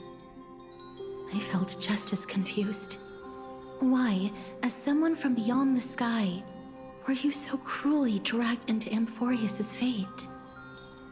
I wished I could take action, but no matter how hard I try, I cannot simply interact with the living as ordinary people do. Even when we brushed against each other unintentionally in the grove, and it was obvious that nothing had happened. When an almost unattainable hope finally welled up in my heart. When I thought that perhaps my touch would no longer bring sorrow, fate declared to me, it wasn't that the curse of death had finally been lifted, but that your soul no longer belonged to this world. And there was nothing left for my hands to take. Nothing. And did I really think this time would be any different? It's not that I don't understand this reality, just that I'm unwilling to accept it. Having walked such a long road, I am still unable to find the answer to life and death. I am resigned to eternal despair. Anything I wish to hold on to, death will inevitably wrest from my grasp. From that moment on, I lacked the courage to confirm it again. Until Oryx laid bare the cruel truth before us.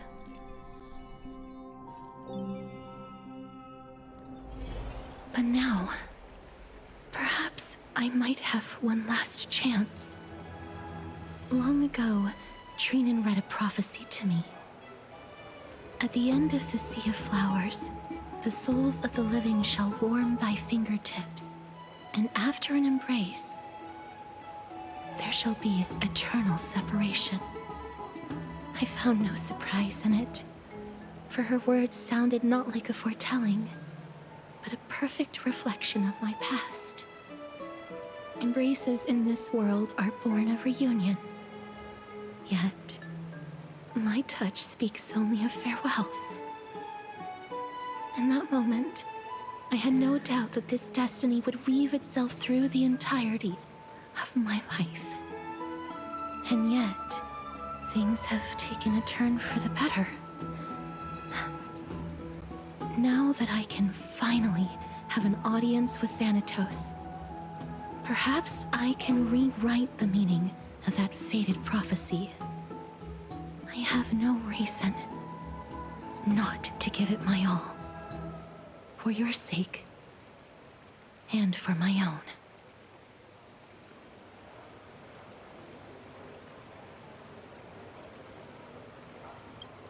With that, I won't have any regrets.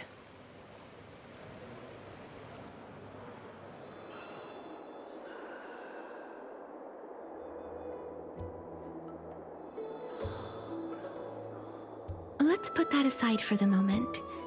We've arrived. I want to retrieve a small gift I specially prepared for you.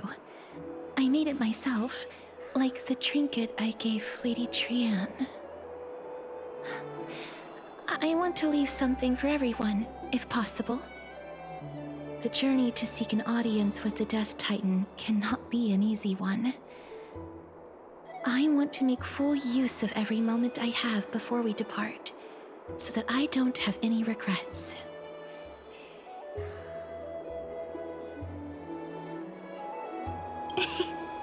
No, it isn't.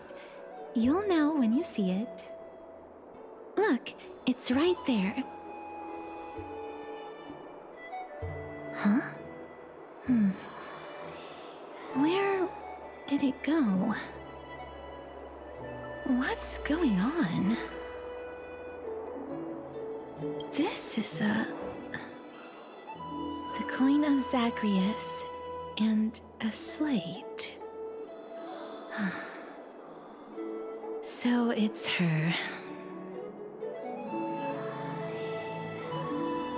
It's Lady Cypher, the demigod of Zagreus whom Lady Aglaia had spoken of. She's a master thief who's left legendary tales all over Amphorius. So many years have passed, yet she's still announcing herself in such a crass manner. Let's just do as the slate says and look for Lady Cypher.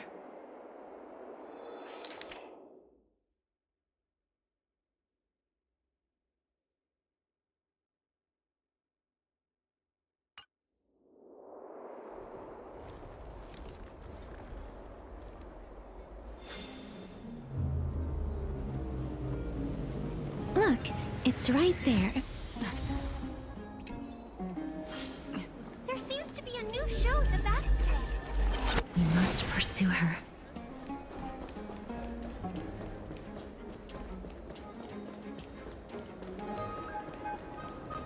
Huh? This is a trick she left for us.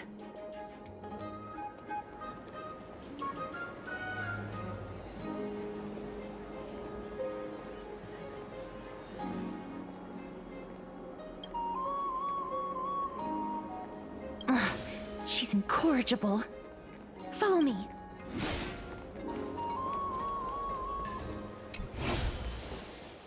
This is how it should be. We must pursue her.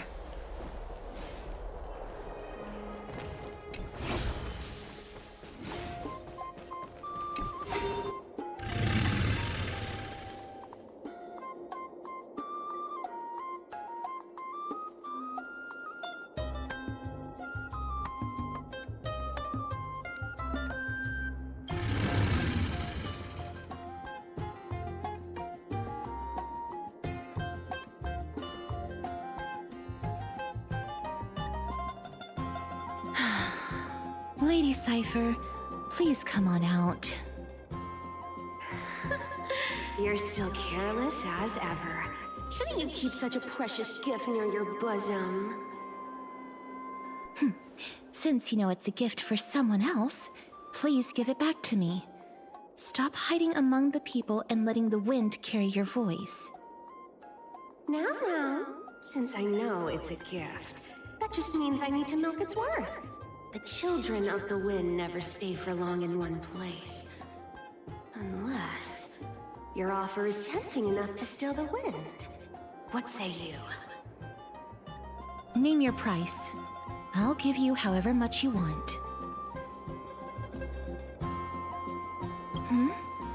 What's wrong?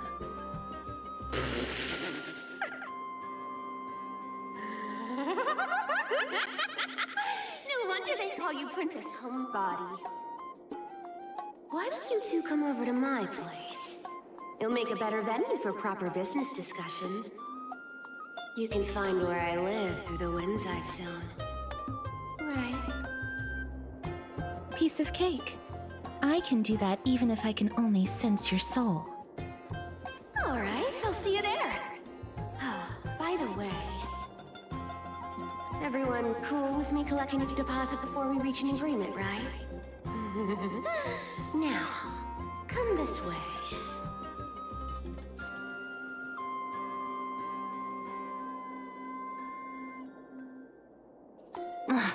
She's incorrigible. Follow me.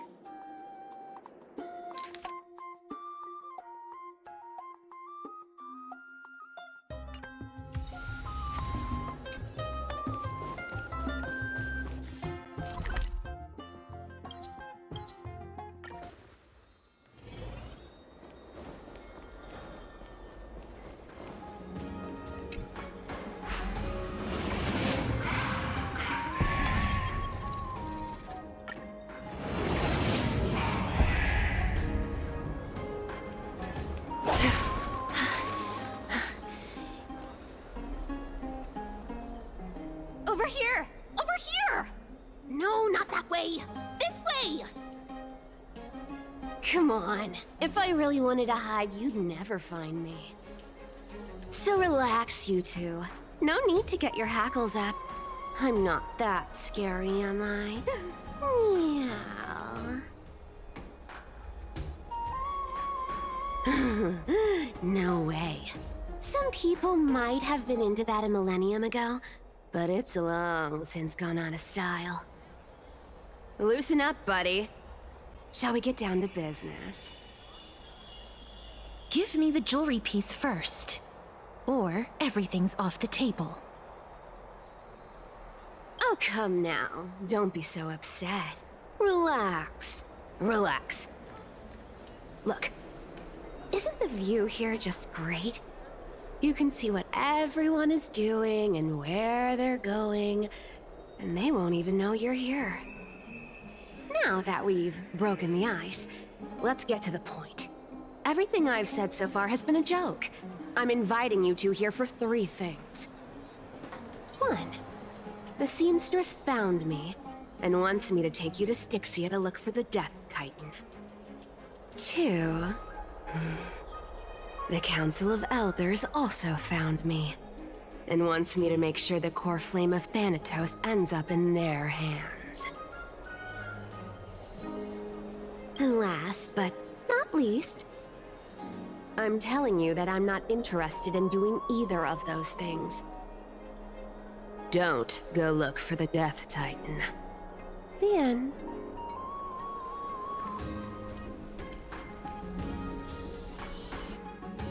Whoa, this is some high-quality stuff. And this room is full of it. How much are these worth, Did you get all this through that Aranova gimmick? Some of it is family fortune, while the rest came from my business as a dressmaster.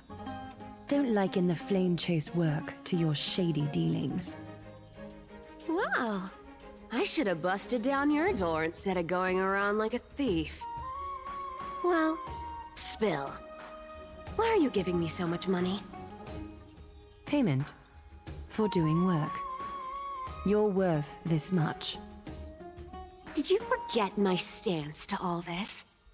I thought I made myself very clear. You wish to run away.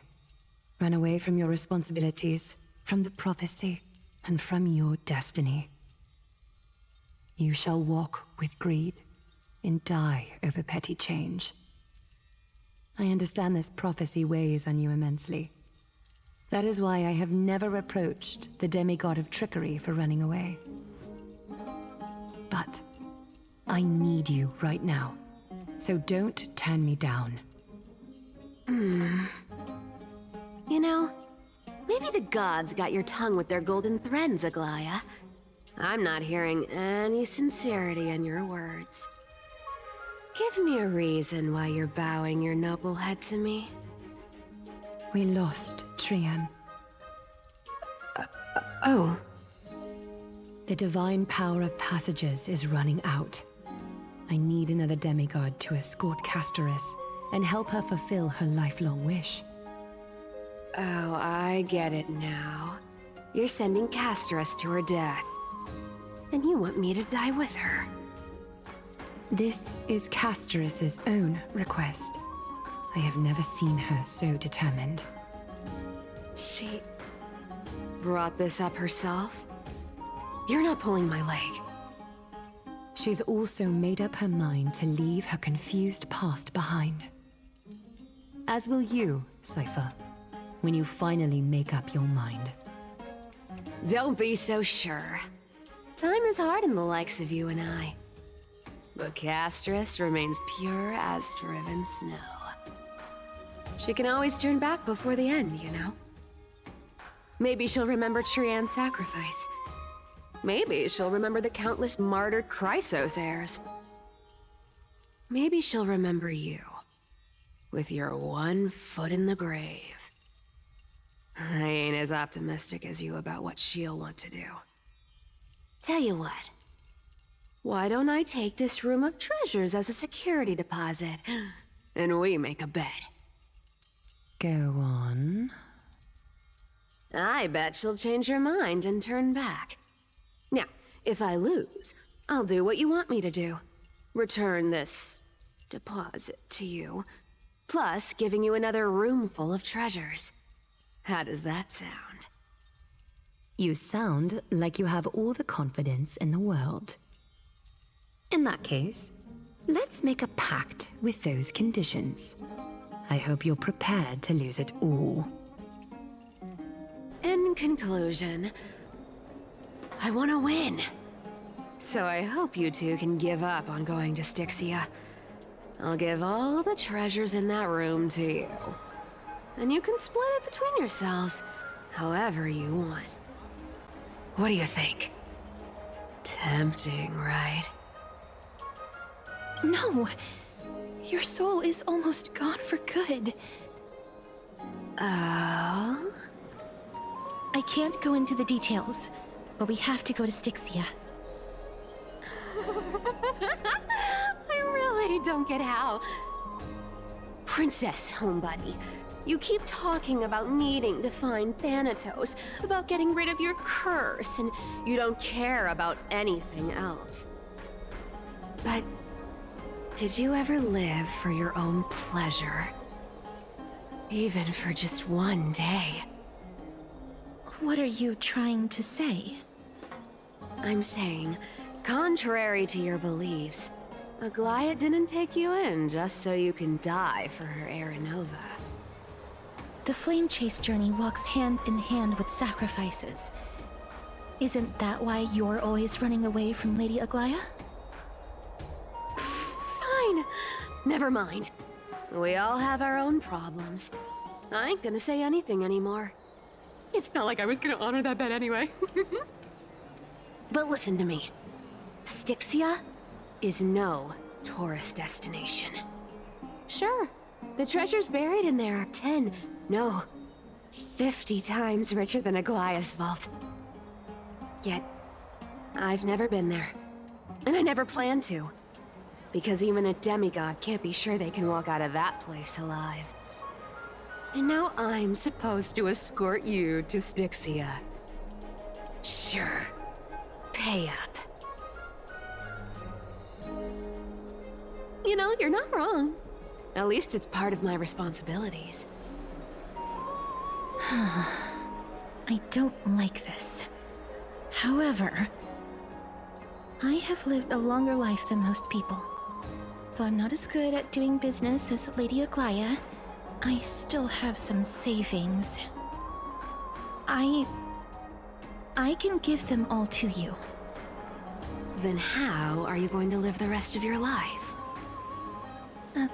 Then I'll give you 90. No, 80%. Well, don't mind if I do. 80% of Castrus's savings and a bottle of dew of divine blood. Not a bad trade.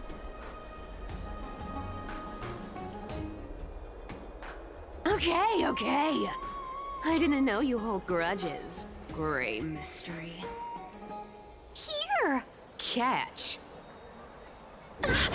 Be careful with that! A minor change in plans, though. Don't go to the bath tomorrow. Come look for me at Akima's city gates instead. So, why are you changing the meeting place?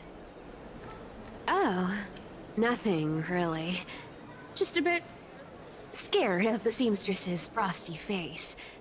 I wouldn't stay a second longer in Akima if it were up to me. Well, now that we've struck a deal, why don't I give you guys a lift back? It's gonna be a long ride. So have a good rest.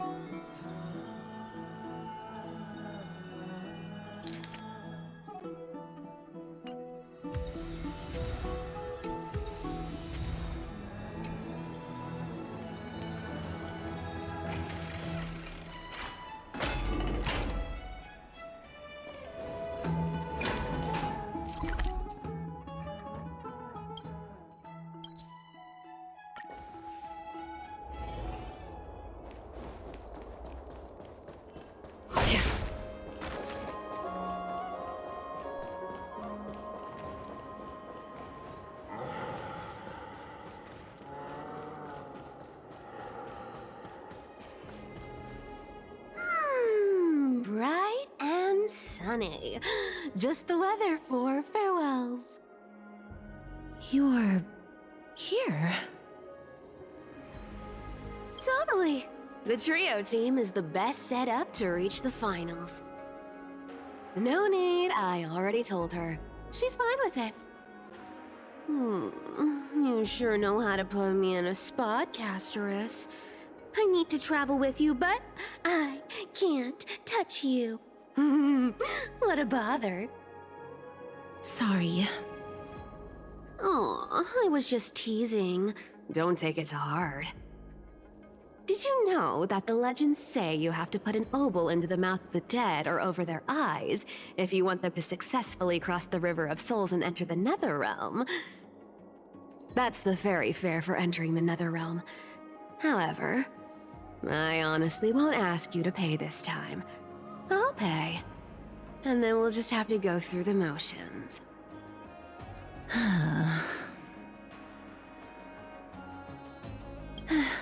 Don't worry. It's not a lot. All right, pass me the coin. It's time to get the gods' powers going. A fleet-footed trip to the Netherrealm. Here we come. Oh, one last thing before we go. I gotta give you this piece of advice. Especially to you, Princess Homebody.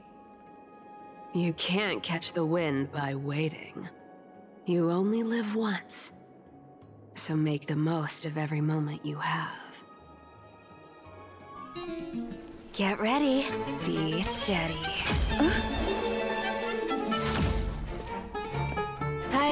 Your turn. Don't be nervous. After all, it'll be gone in the blink of an eye.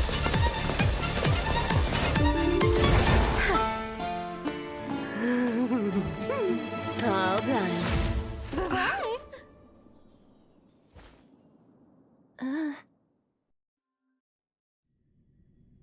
Are you feeling all right?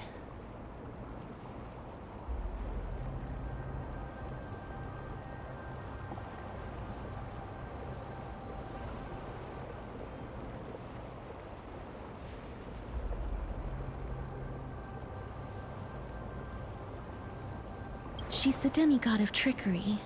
When she flips the coin of whimsy into the air, she gains incredible speed that lets her travel anywhere in an instant. Just like how she clearly had no intention of lingering here for even a second longer. We can only depend on ourselves for the rest of the way. Don't worry. Mem's here to help.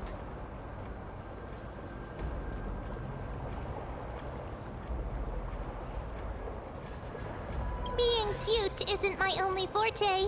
I'm strong, too. This is Styxia, the city of dragons and waves. Anaxa hypothesizes that the missing Thanatos is somewhere in these ruins. This is the land of their birth. Or perhaps of their death. Anaxa had used a secret alchemical art to temporarily fuse his soul with Circe's and Kephae. And when he was on the verge of death, he was pulled by Thanatos and caught a glimpse of the flowing river of souls. This alchemy, considered a sacrilegious act, might actually make the souls of mortals and titans attract each other. Even though Thanatos has been missing for 1,000 years, and even their followers haven't been able to find them, perhaps that special attraction could summon them here. Oh, so are we going to use that Philosopher's Stone to conjure the Titan? I guess that's the only way. The only leads we have now are the name of this city and the fairy tale about the dragon. Thanatos is even more mysterious than I am. Indeed. Even one as erudite as Anaxa could only point us to this place, and no further. We will be entering the unknown as soon as we take our first steps. But that won't be the first time in my long journeys. I believe that, rather than standing still, taking action is by far the better option. Perhaps fate might take pity on us today and show some compassion.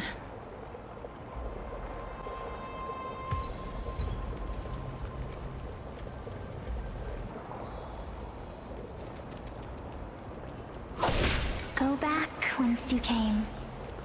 Go back. What a beautiful butterfly. Is it talking to us? This is a eulogistic butterfly. They are found in places where many have met their demise. In Idonia, some think of them as manifestations of Thanatos' benevolence.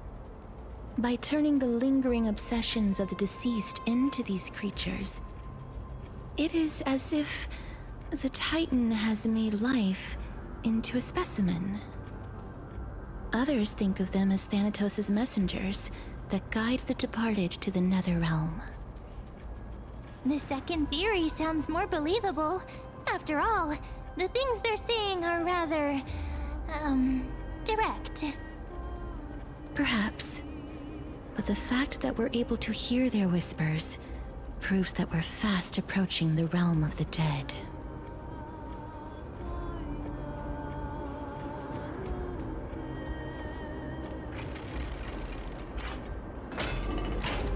These shadowy figures. Are they illusions? emotions reflected by the River of Souls. Do you want to buy any fish? Huh? He can see us? Wait. More living people. I'm not selling my fish to living people. You lot are too shameless. Buying fish without paying. If I ever see her again, I will... Could it be that you're all dead souls that never achieved rest?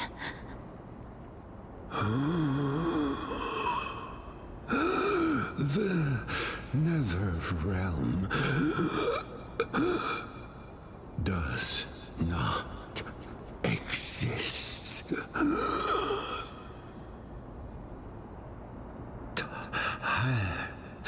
Titan rejects you. Me.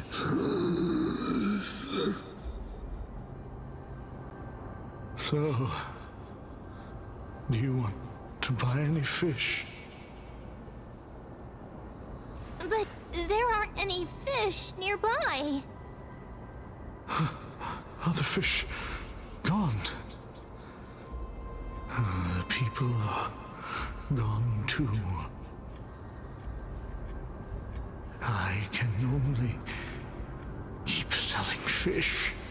So, do you want to buy any fish?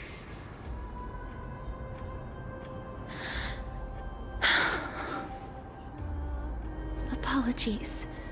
I don't have much in the way of savings, but perhaps there's another way for me to release you from your suffering. Please relax. May you fall asleep peacefully amid a gentle field of flowers. This...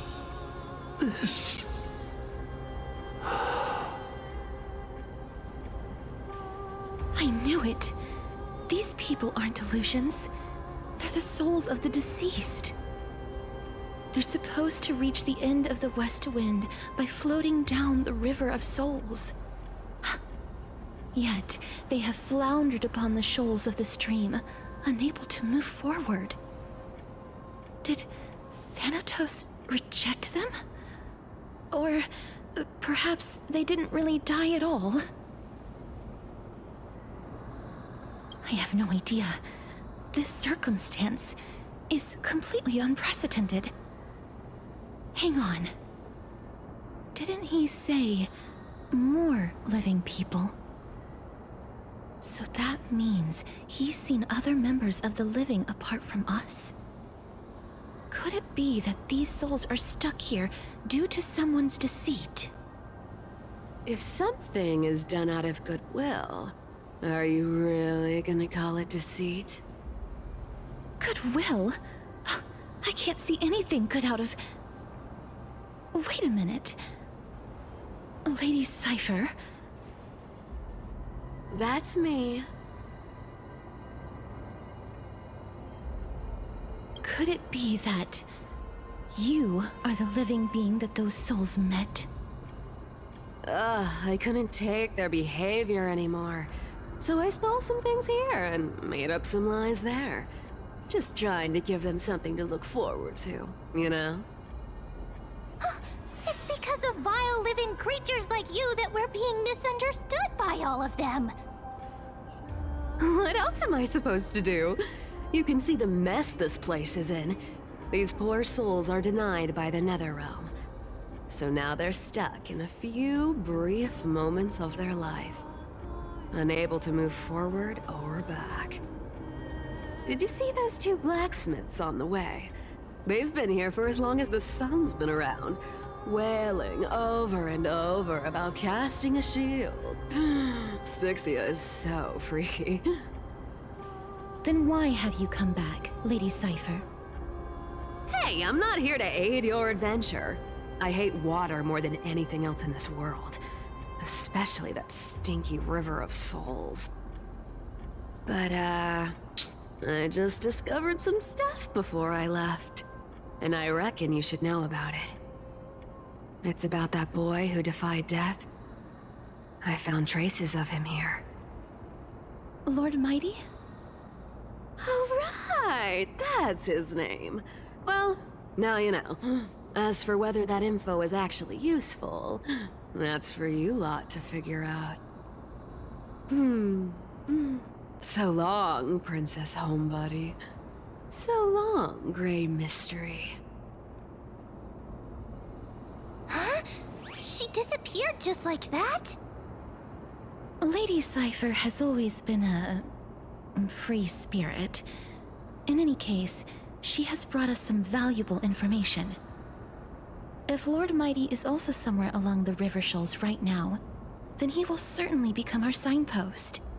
After all, he's different from those wandering souls. He will find his way, even in the realm of the dead. Don't worry, it's time for me to shine. Orynyx's rune of recollection is nearby. Use prayers to return the river to before it got flooded.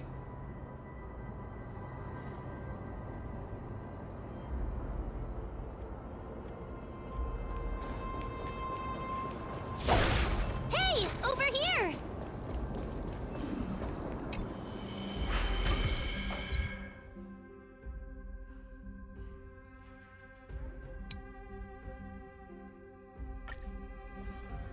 Orynyx's miracle has appeared. Amazing! It's like we're inside a giant bubble. Even the river got parted.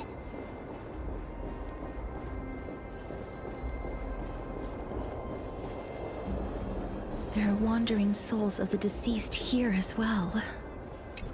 We must first return to the present before we can communicate with them. Ah, by the looks of it, you must be the foreign warriors that the Queen had mentioned, right?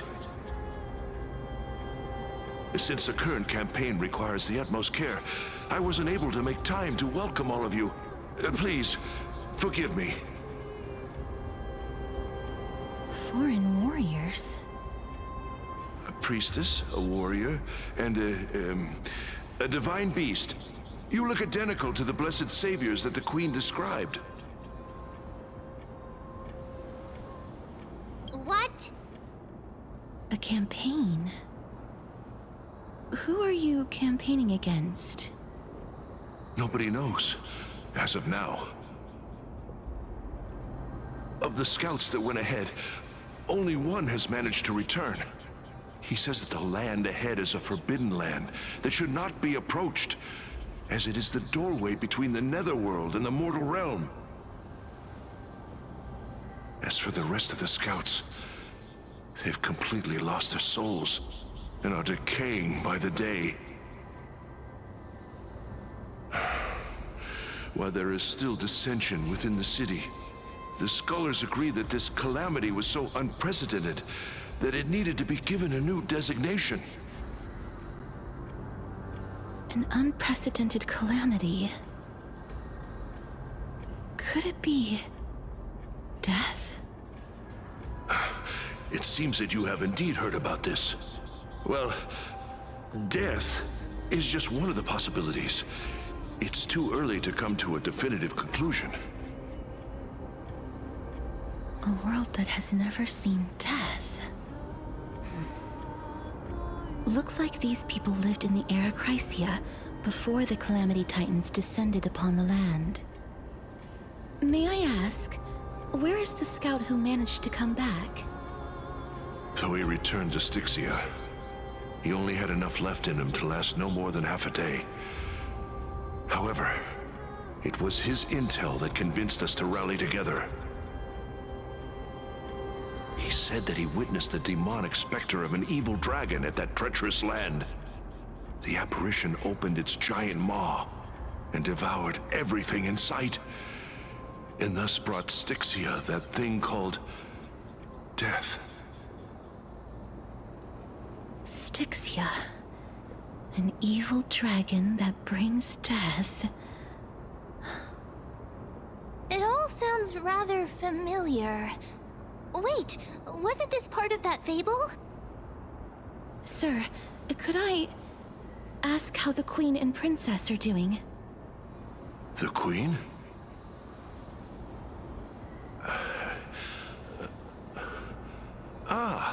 By the looks of it, you must be the foreign warriors that the Queen had mentioned, right? Oh, it's the same lines. Looks like he's still trapped in the moments before his death. Leave it to me. Sir, the war ended long ago. Styxia no longer exists. Styxia is no more? This cannot stand! Newcomers, hurry up and go take your positions! Oh, looks like it's difficult for this gentleman to accept reality.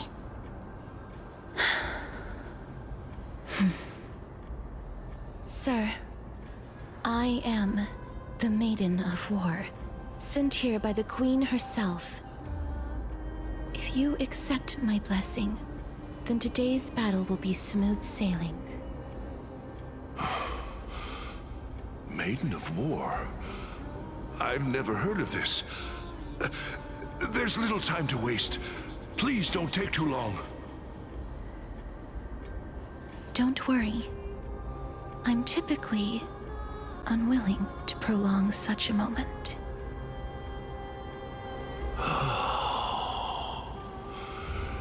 Is it over? Have we won?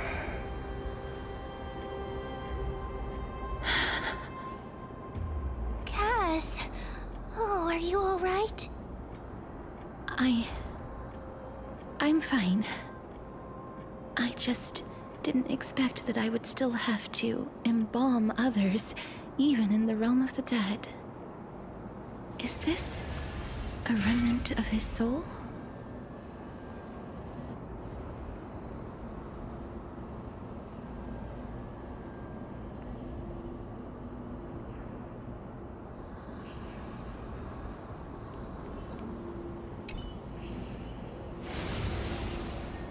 Well then, why should I place my trust in you?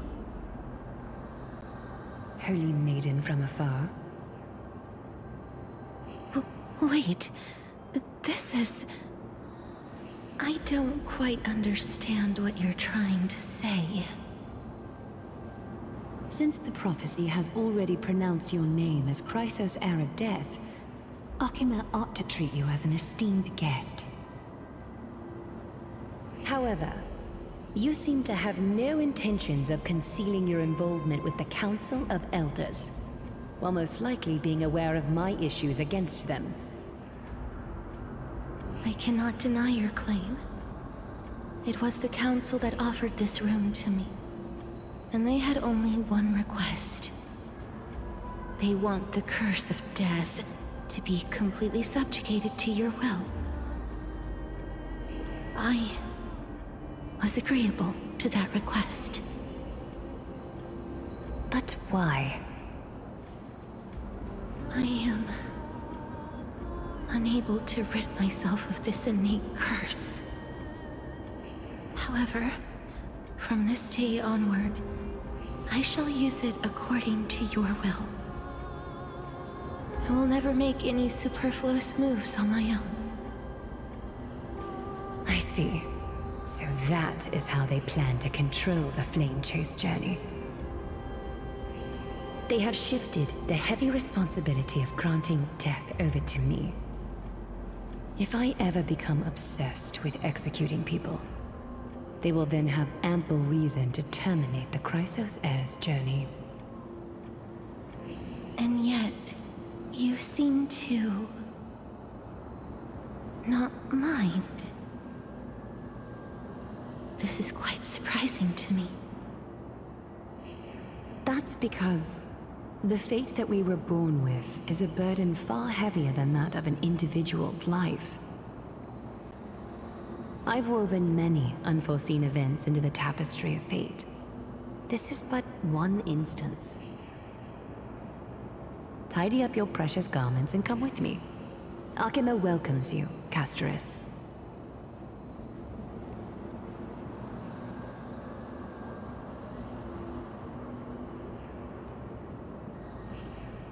I didn't think we'd find vestiges of memory here. Maybe they've got something to do with Orynyx's rune? Perhaps, but I do not need a reminder from them. This memory is one that I will never forget.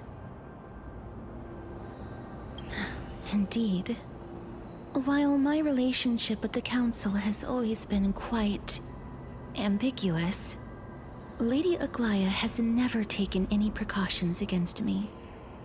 Instead, she's shown me nothing but complete trust.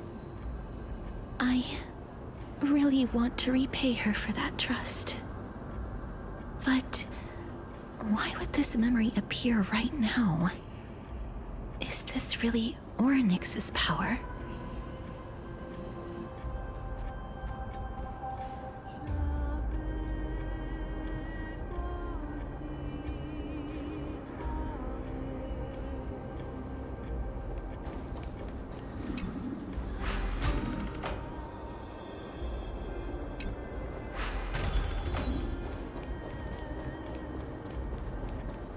Could these dead monsters actually be... Why are the Black Tide monsters here too? Can they swim in the River of Souls? Even Thanatos wouldn't be able to accept Black Tide monsters into their realm. These traces seem to suggest that anybody who trespasses upon death will pay a heavy price.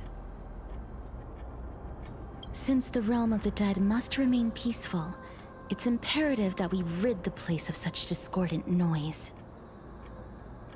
Please stay back. Let me deal with these enemies.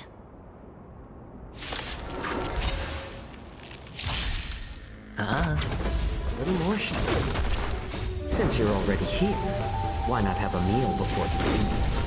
Endless riddles. Nothing but a void. Expand your thinking. Glimpse the unknown.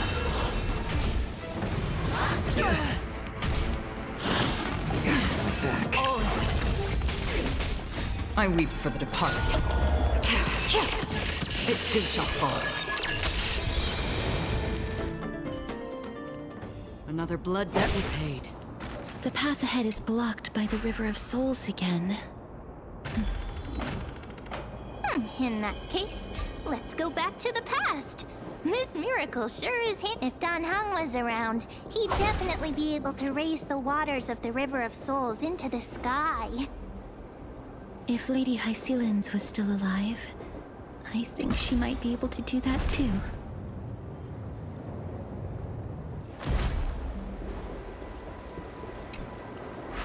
You seem to be able to discern both the past and the future.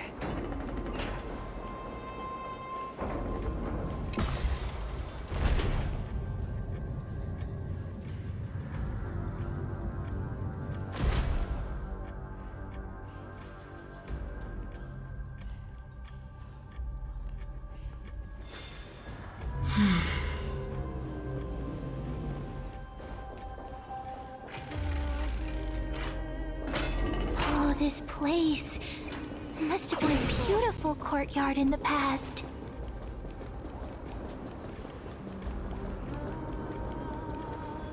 Please excuse me.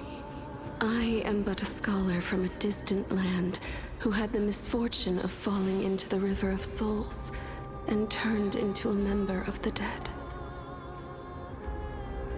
Huh? This one seems to know that she's already dead. Oh, I was merely speculating, but it seems I was right. And you... I recognize you. You're the Holy Maiden of Death from Idonia, right? I'm sorry. I cannot bring you back to life. However, should you desire it, I can end your prolonged limbo. I'm well aware of that.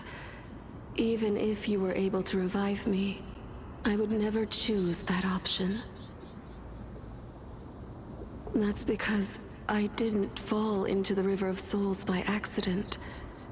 Instead, I leaped into it to seek my death. Why? If you could see the life I've led, then you would not reproach me so. My life was far too miserable. But I did not expect things to stay the same even in death. What a joke. In escaping my mortal life, I've entered a millennium of pain instead. Circes above. What cowards humans are. For we fear both life and death simultaneously. I'm sorry. I'm also powerless to answer that question. That's all right, Holy Maiden. At least you are able to respond to me. Please, grant me death. Circes above. Does this count as thinking till the moment I die? I have seen too many farewells. Her distress is quite commonplace. There are those who will end their lives over what seems to be the smallest of worries. For some people, this power that I possess is a blessing rather than a curse. But I never managed to convince myself of that. Cass, are you still trying to create a world without death? Yes, because when placed under time's vast scales, there is no worry in this world that cannot be solved. This is a wish that I've held for almost a millennium. My mind might have changed once upon a time if people managed to strike up a friendship with me. But I've never been more firm in my conviction. Now that I've learned about your near-death state, it is my duty to wipe death from the face of this world.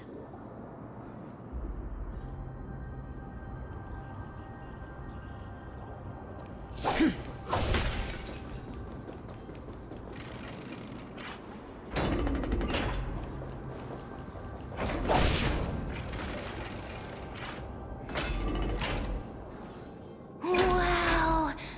This place is so spacious. Is this the kingdom's vault? That's fine and all, but we need to lay down some rules. We're not gonna return to the past to steal things. Do we need to enter that doorway to climb even higher? There seems to be a person. Oh, more like a soul guarding it. But how should we get up there?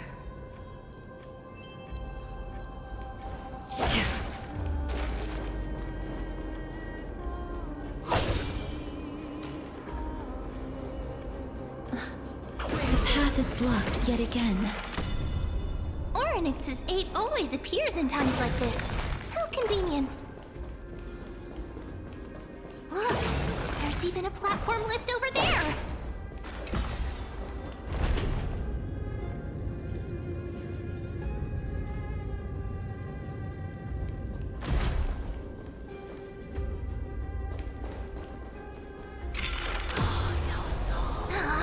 A chest of the past has been left behind, but none of its treasures remain inside.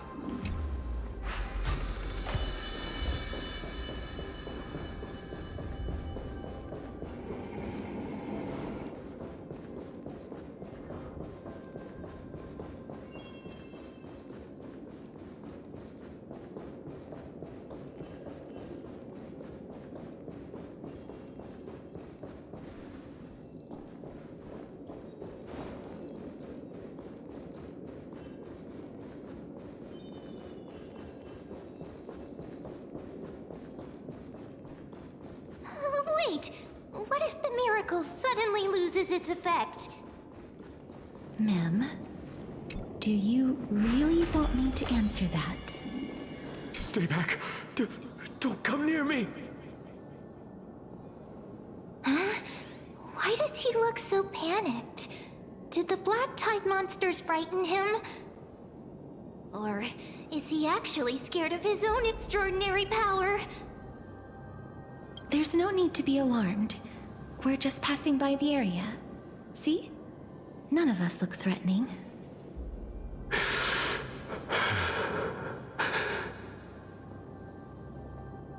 You have a point. Although, while this might once have been the royal vault, it's since been plundered empty. So please go away right this instant. You've misunderstood us. We simply heard your shouts as we were passing by, then decided to come over to find out what happened. My goodness. Did I really yell out loud? How rude of me. I'm sorry to have bothered you. I merely saw a warrior. While that spirit didn't harm me, his blows really packed a hefty punch. A warrior? Could it be? Wait a minute. You seem to be quite different from him. Are you actually alive? How can you walk around here while alive? It's a long story. We're here to seek an audience with Thanatos. Thanatos? Who's that? Is it possible that he's also living in the era before death descended? Death? Could it be that you are here to defeat the evil dragon Pollux? Pollux? Is that the embodiment of No. Death? According to the warriors under the Centurion's command, that evil dragon has been dead for quite a while. The curse that condemns people to death didn't originate from it. But they saw a girl within the dragon's embrace, and she is the true Reaper.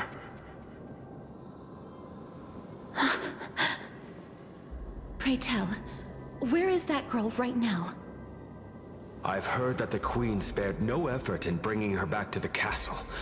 Her Majesty intends to control all of Amphorius with this unprecedented power. As for whether this rumor is true, well, no one knows. You have my thanks for the invaluable insight that you've given us.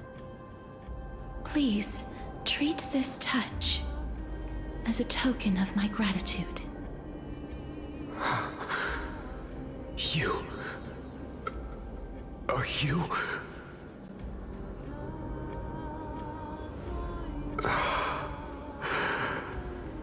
Thank you.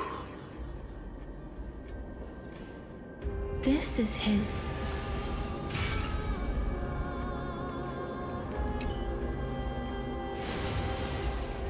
Then you granted him death?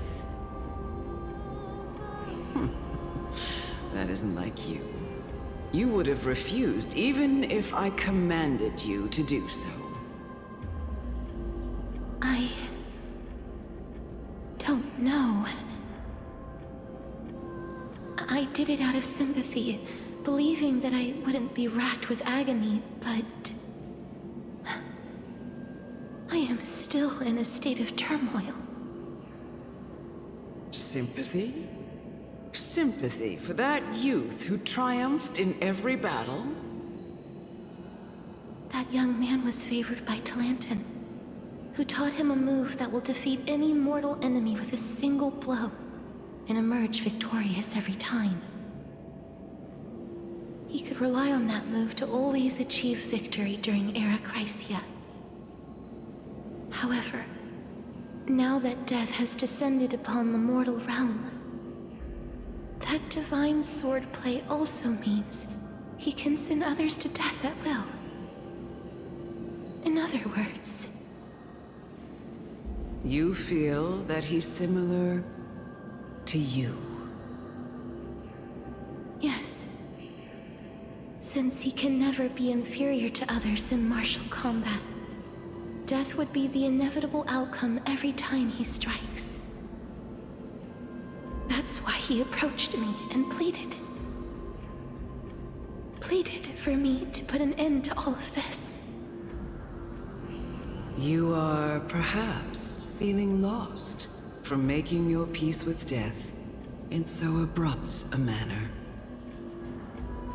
I have not made peace with death. I've seen the people of Idonia stand tall and proud in the face of death. Even before the fated finale arrived, they were already content with the lives that they'd lived. They had such proud expressions. Expressions that made me believe death would be an insult to these mortals if the concept is truly a power that a god had carelessly cast down upon the world. Perhaps death's authority was never meant to exist in this world. Just like how I shouldn't exist. I won't refute your beliefs for now, but would you be interested in listening to a story of mine? It's a fairy tale from foreign lands, told by the person who brought you to me in that ice field long ago. A tale told by the Queen of Styxia. What? Wait a minute. That means the girl born in the dragon's embrace, the personification of death these souls talked about. That's you, Cass? I've already had an inkling for a while now. But I honestly have no memories of Styxia. My memories only begin after Amunet brought me to Idonia.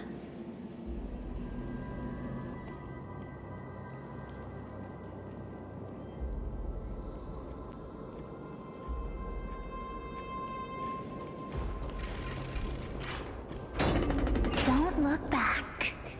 Keep moving forward. Always. Oh, this is...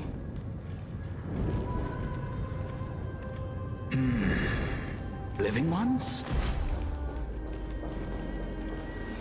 Oh, could you be the scions of Styxia? Did you hear about the great work that I'm doing here, and have thus arrived to give me the last material that I need for transmutation?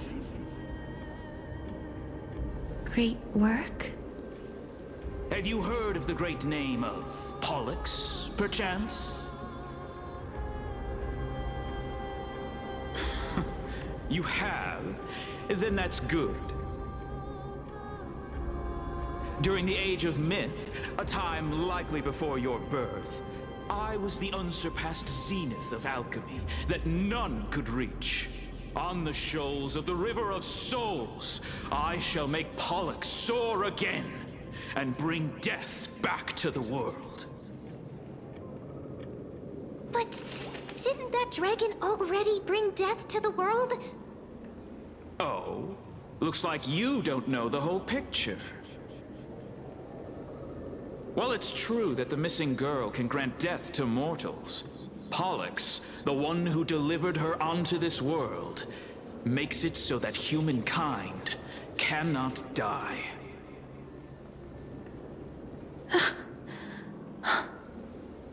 So, it's just as I feared.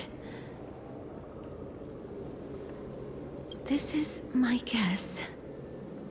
The deceased are supposed to drift down the River of Souls until they reach the end of the West Winds. But this River of Souls was blocked by Pollux's fall. That's right. That's why it's imperative that I bring the dragon back to the mortal realm and make it soar the skies again. I have long since prepared my alchemical matrix in the tower. Although, I am still missing the most crucial material of all. That final ingredient, the final sacrifice, is none other than the girl who lives out her days with death. Huh? What's going on? You didn't touch him, did you? I know that I am no longer capable of carrying out that task. Take this, all of you, and please fulfill that great undertaking on my behalf. This... We had been inebriated in Fagusa's feast for too long before we began to seek divine bestowed death, so that we could be freed from the whims of fate. However, that brought doom upon us. Instead of summoning a supreme god, we encountered a monster that cut off the River of Souls. That detestable dragon Pollux denied all the dead from the gates of the Nether Realm. Unable to rest in peace, these departed spirits engulfed Styxia like a roaring tide. As a result, my city and its people no longer exist. That child is the only person whom I managed to save.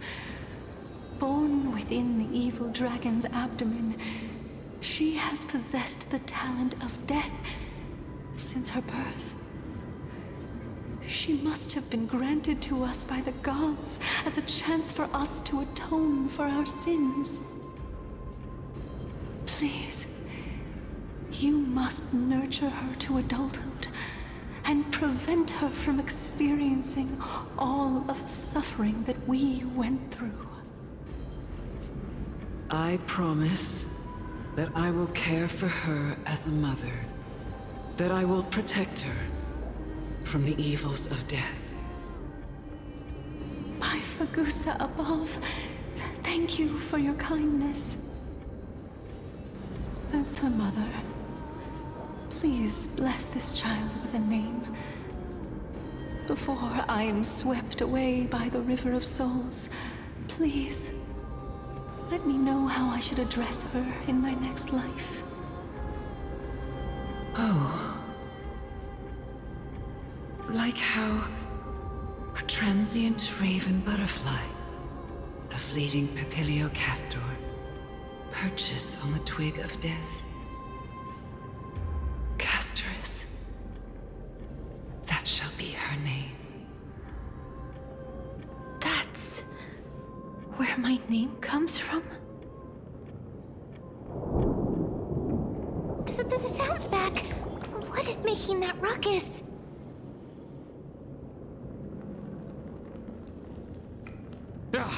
Living ones, don't waste your time bickering. The Netherrealm's wrath is falling upon you. Black Tide Creations. When did they... Miss, please fight them with caution.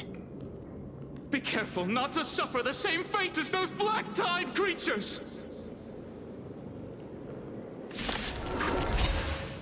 Everyone, hide behind me! Expand your thinking.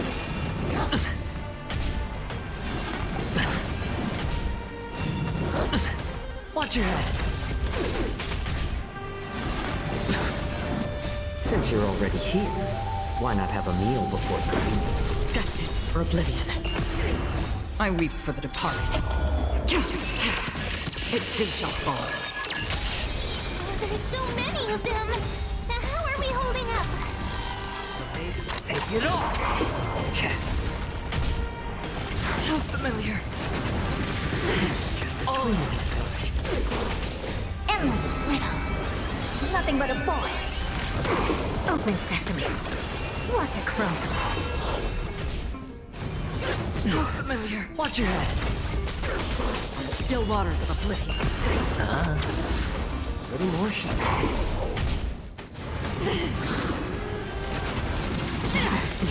Since you're already here, why not have a meal before you leave? I weep for the departed. It too shall fall. Here. For the feast of strife. On their triumphant return.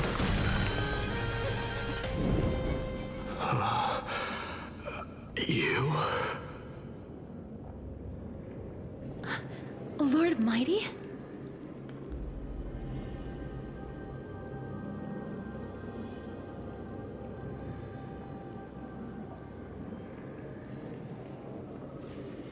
Lord Mighty, you've been through some tough battles once again.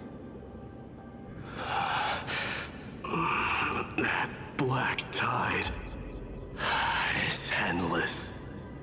My death is only temporary.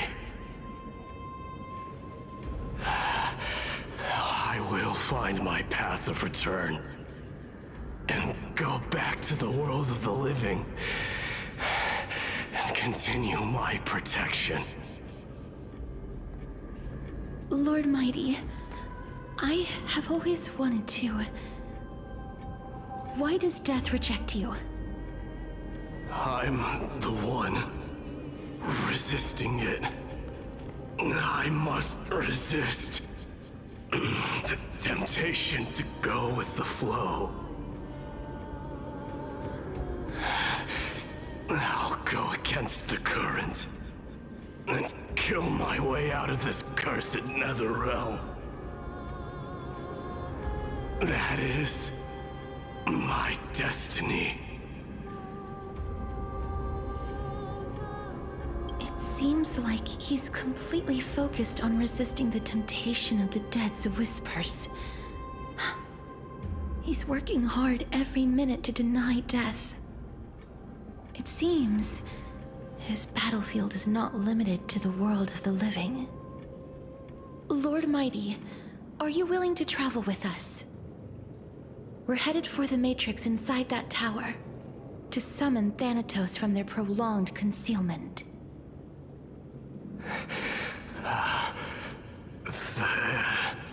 Thanatos.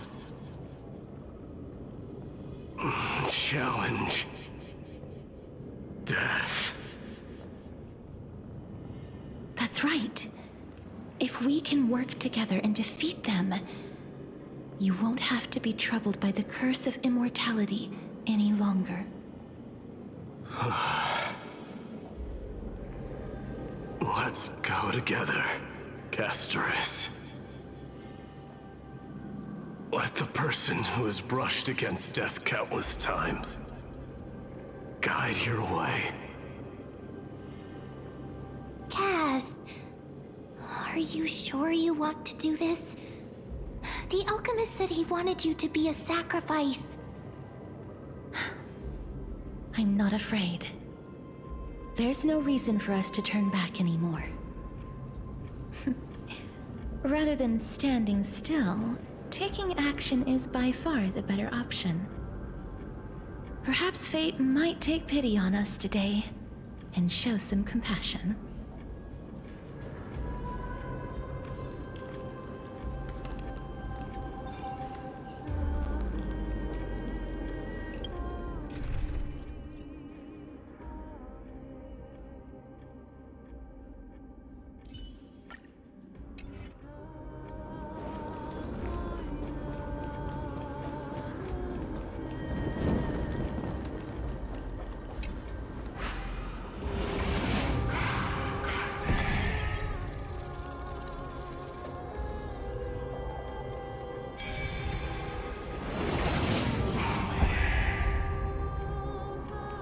Life is a puzzle in and of itself.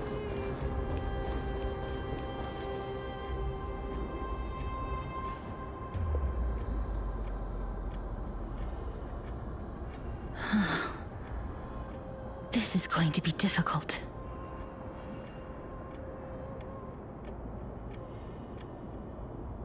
I'm familiar with this kind of mechanism.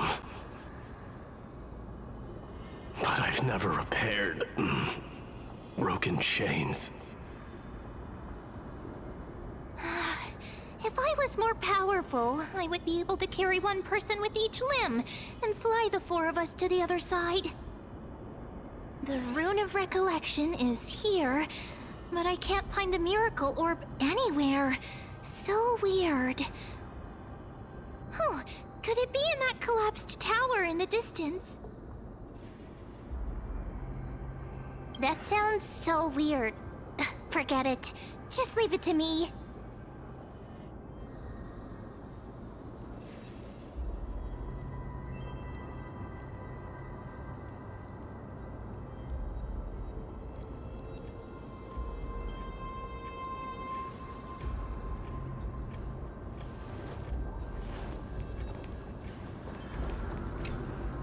Just shout for me when you need my help!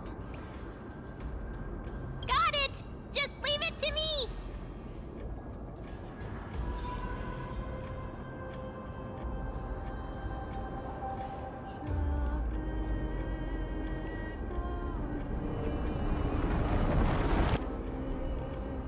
Mem did it. The pink squirrel. The miracle's range is limited. Please come a little closer. Aren't I a good fit for Orynyx's priest? Of course. You're the most competent priest ever. The alchemical matrix should be behind this. Wow, there are so many of you! It's little Cass and little Gray. Oh, there's also little D and the pink puppy! Trian? Aren't you...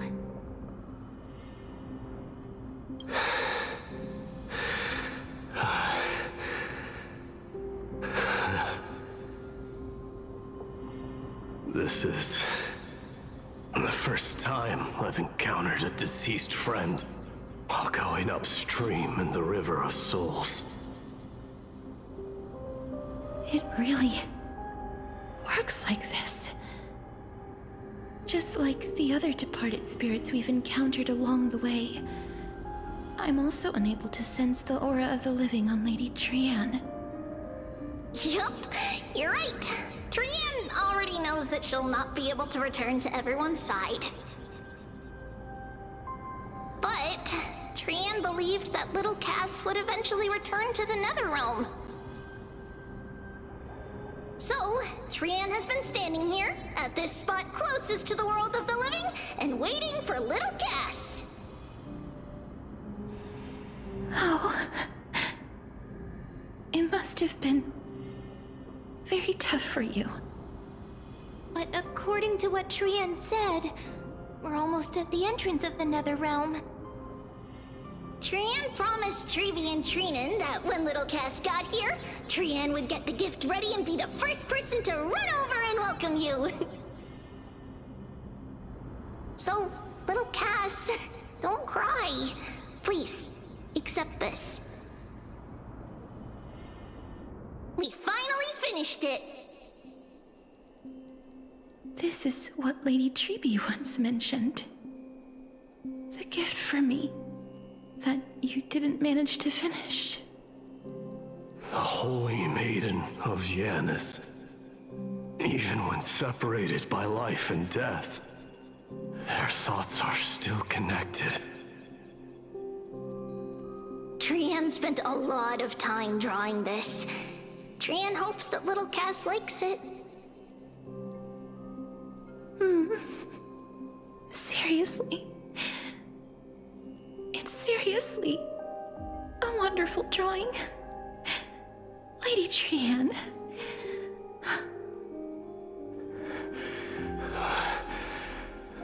This is Our flame chase journey. Little Cass, we don't know what your journey was like before. Trevi has always said that it must have been a very harsh and frightening journey. But little Cass no longer has anything to fear now, because everyone is here with you in this flame chase journey! That's right. Only now, when I see Lady Trian's gift, do I realize that I've already obtained so many things I would never have dared to dream of since I embarked on the flame chase journey. It's the first time I've gained so many companions. The first time I picked up the hobbies of crafting and photography. The first time I had dinner with someone else. The first time I went to the market to buy the Chimera doll I'd liked for a very long time and hugged it to sleep. The first time I wore a dress personally made by Lady Aglaya. The first time I went for a walk with Lady Trebi, Lady Trian, and Lady Trinan. The first time I enjoyed the night breeze and looked up at the stars with Miss Hyacinth. The first time I took care of Dromesis with the Trailblazer. Looking back at all these experiences I never thought were possible, it feels as though the scales of my life had shrunk from centuries and decades down to minutes and seconds. And all of them are so precious. I took countless photos in the past, but they're all black and white landscapes. I don't have a single one with friends. If I had known, I would have taken more pictures.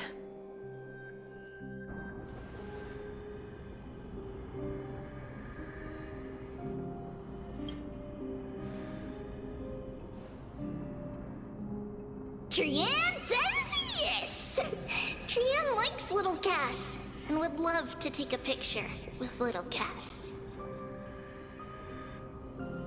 Sadly, being departed souls, our images cannot be captured in the world of the living.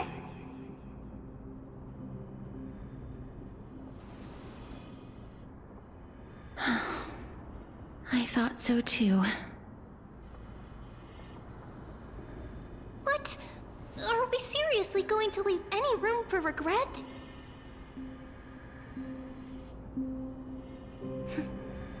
There won't be any regrets. This vivid drawing surpasses any photograph from the world of the living. Little Cass smiled.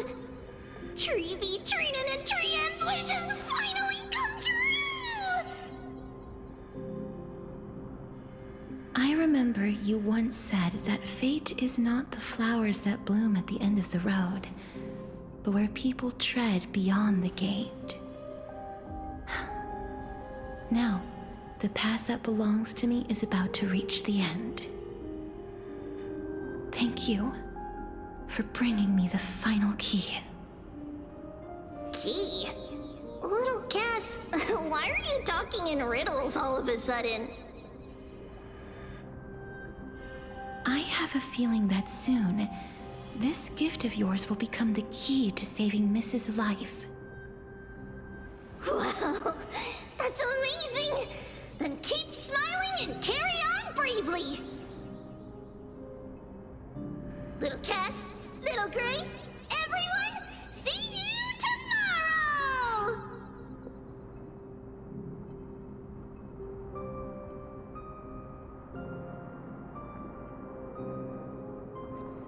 Lady Trian.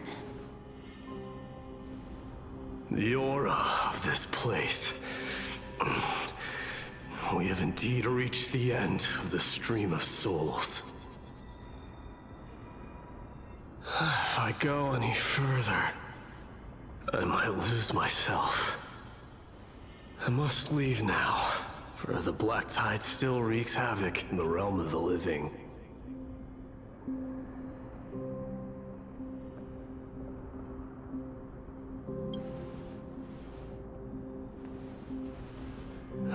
broken free from the chains of death countless times. This time will be no different. Castorus, will you fulfill your duty for the flame chase?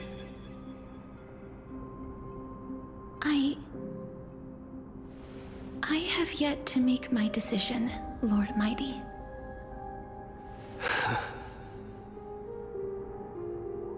No matter. Make the choice your heart desires. Even if it takes 1,000 years of waiting. I will continue to fight till I die. Then rise from death. Till the miracle descends.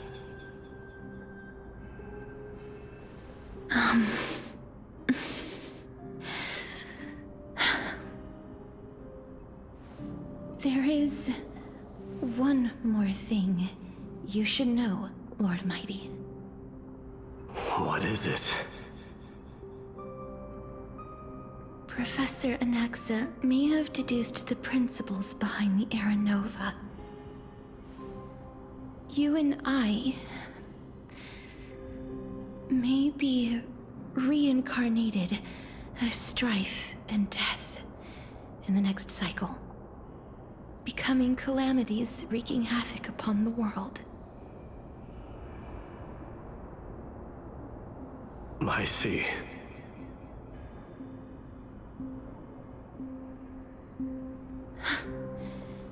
Is that all? Are you going to accept such a fate without complaints? Do you have a strategy to shatter the shackles of our fate? I haven't found it yet. Perhaps I never will. Then, cease wasting your thoughts on futile matters. Control what little you can. And when fate's inescapable grasp comes, resist it with the strength of your mighty will.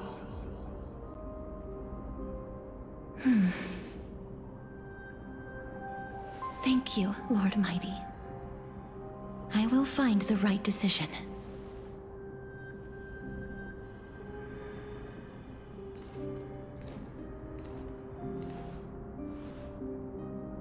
In the name of strife, may you meet a fitting end. This must be the alchemical matrix the spirit mentioned. Let's see. We need to insert Aquila's sky, Georios' earth, Kephali's fire, Fagusa's ocean, and Nestia's love. It seems our sweet Princess Homebody has made up her mind. In that case, seamstress, I suppose I no longer need to deliver your message. My time is rather precious after all. Whether you wish to break free from death or not, please, follow your heart. By the promise you once made, I ask that you fulfill your duty one final time. Castorus, please, live as a human, and die as one. According to that alchemist, the final piece is supposed to be me. However, he is not privy to the past, and therefore cannot see the full picture. The past? I saw the twins of death in Kephali's memory, and now I am certain that I was one of them. The trial of the Hand of Shadow demanded taking the life of your family. I died during that trial, falling before the gate to the new world. And my sister, whom I never met, became the Titan Thanatos of this cycle. She was consumed with regret over my death, So she used the Titan's authority to reforge my soul. Yet, it also means she has never revealed herself to anyone, hidden away from the entire world. That's because the Titan she became already fell at the start of everything. They died for me, and now lie in slumber in the River of Souls. You mean... Pollux? That's right. The River of Souls is no material river. It cannot be blocked by ordinary means. Only a divine corpse can prevent the dead from reaching the next world. And that's why... we have to awaken Pollux from death before we can retrieve the core flame of death. We have to reforge its body with the power of alchemy. But Cass, if that alchemist speaks the truth, does that mean you're also part of the dragon body? According to those departed spirits, I was indeed born as the dragon's twin. But before we talk about that, have you heard the sighs?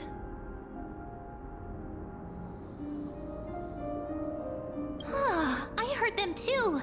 So what are those? I think it's probably the sign of Pollux's wish being fulfilled. They must have realized how heavy a price they'd need to pay when they used their divine authority to resurrect a dead woman. That's why they exerted every ounce of their strength to send me to Styxia, a city that called for death, a land where none is hostile to death. They never saw their wish fulfilled and fell so prematurely, all because they wanted to give me a new life. Pollux must really want to know how their sister has been after giving their all to save her. That wish is the reason Pollux's soul still lingers in the mortal realm even after their fall, quietly watching and documenting every detail of their sister's life. So instead of picking up objects on the way here... We were instead showing things to a strand of yearning that lingers here. Now, we must weave these yearnings together and restore them into Pollux's complete soul.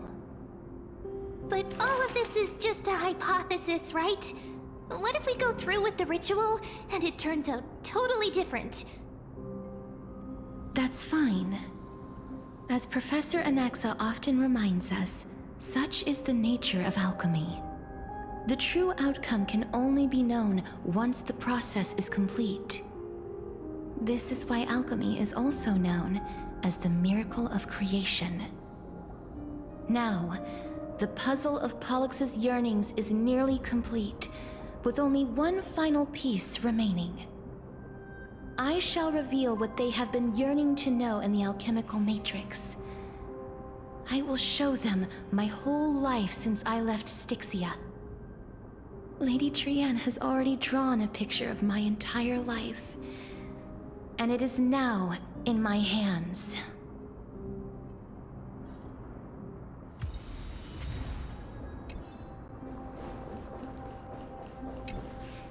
Then, let the ritual begin.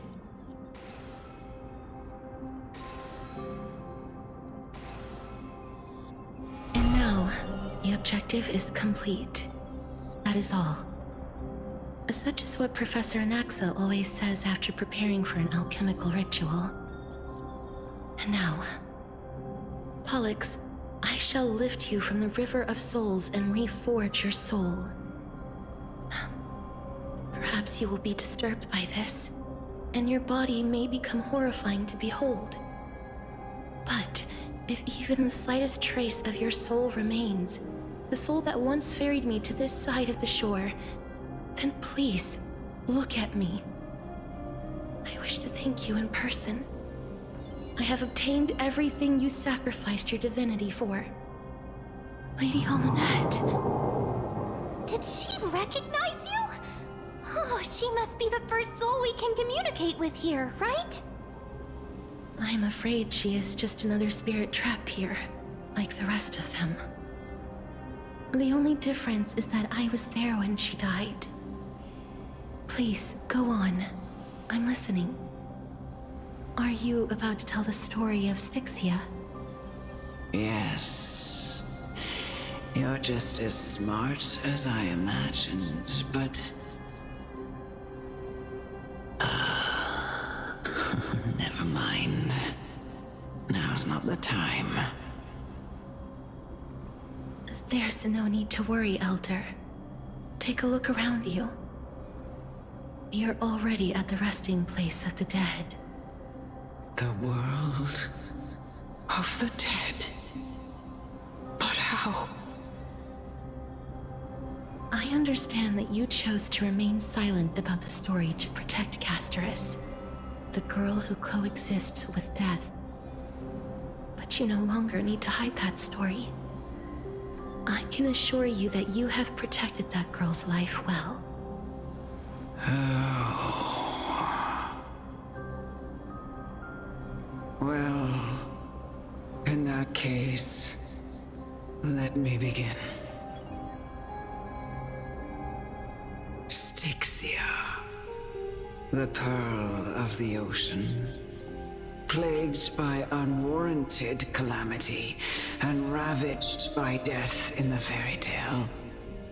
It was the first city-state to shift their faith towards death, even before Idonia did.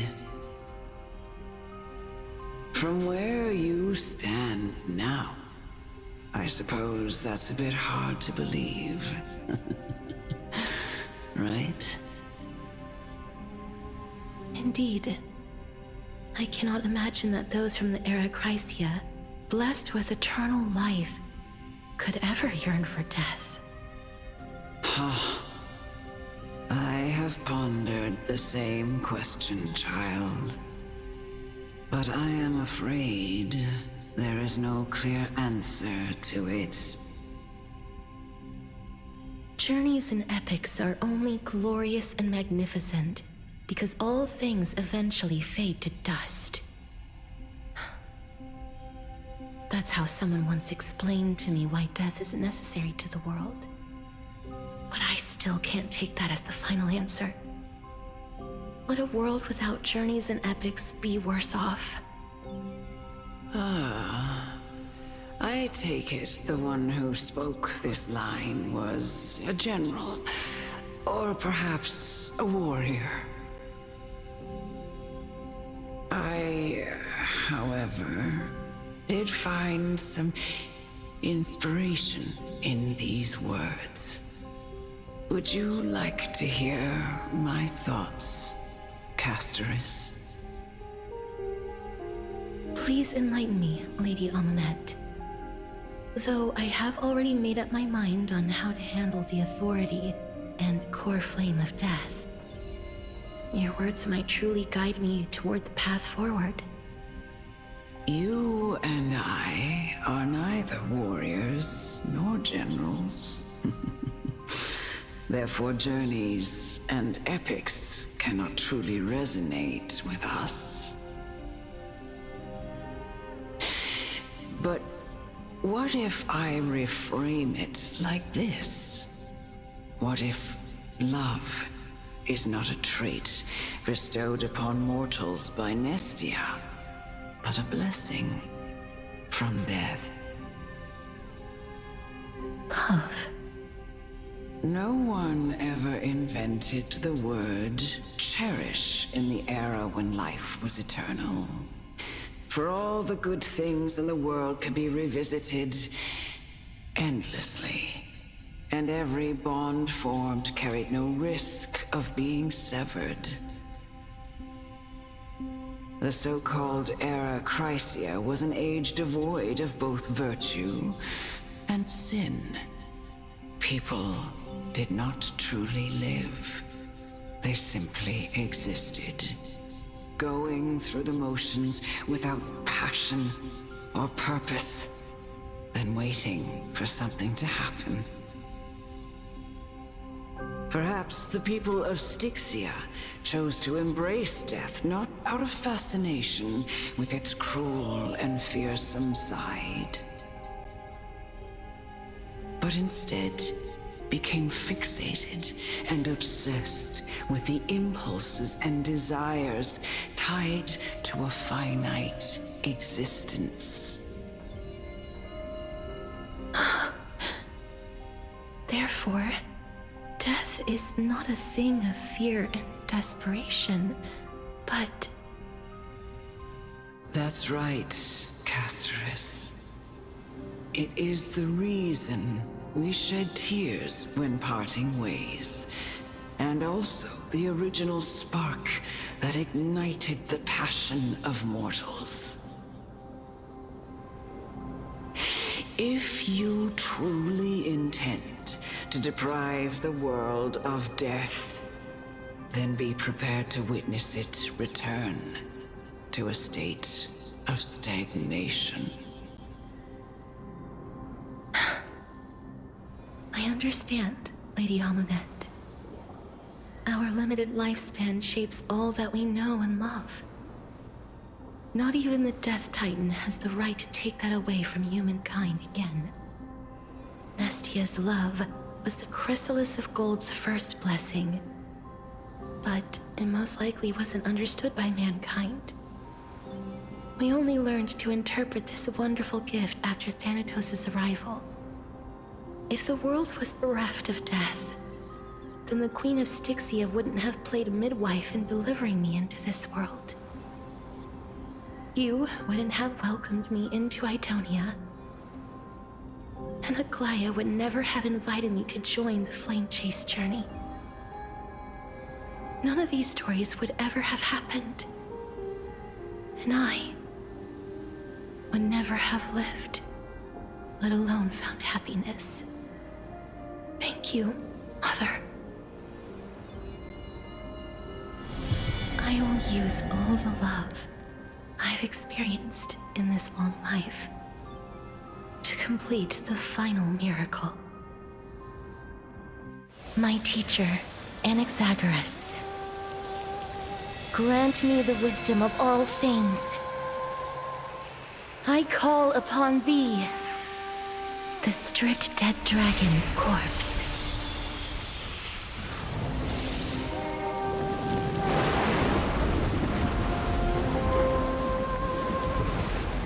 Rises from the earth, falls from the sky. As above, so below. This is the greatest power of all powers. Unstoppable in this world.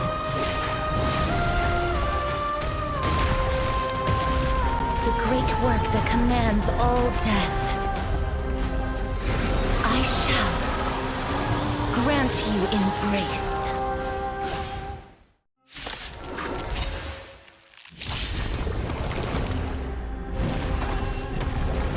No dirty tricks, all right?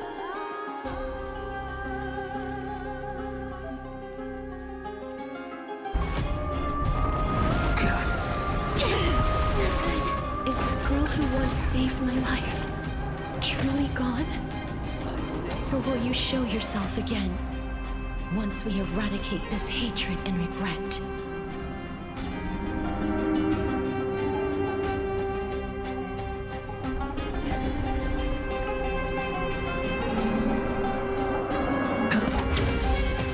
The dice I bust. Or maybe I'll take it all.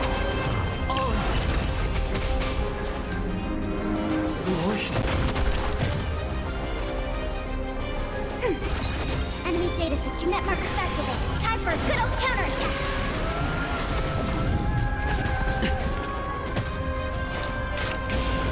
Still waters of oblivion. I weep for the departed. It too shall fall. Familiar. Watch your head.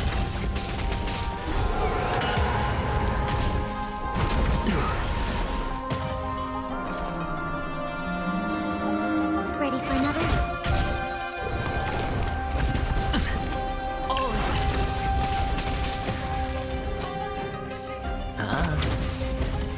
about letting the end more seasoned? I'm honored. Since you're already here, why not have a meal before you leave?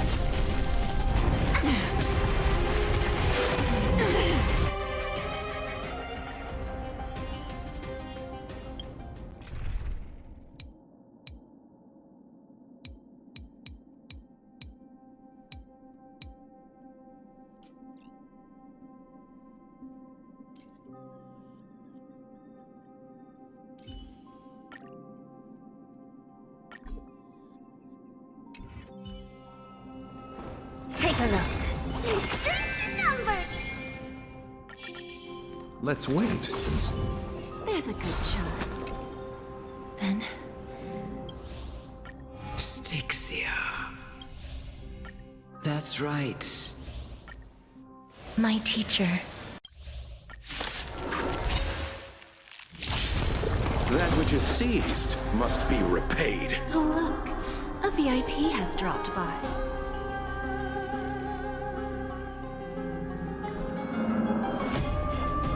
Don't let me down now.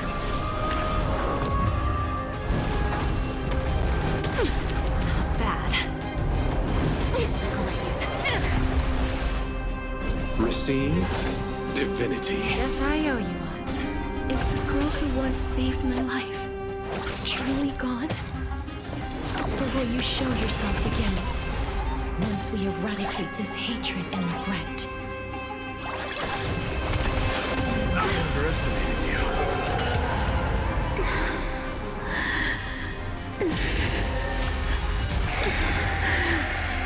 And I know you're anxious. Shh. Don't be afraid. Eternal state and return! Yes, I owe you one. It's coming.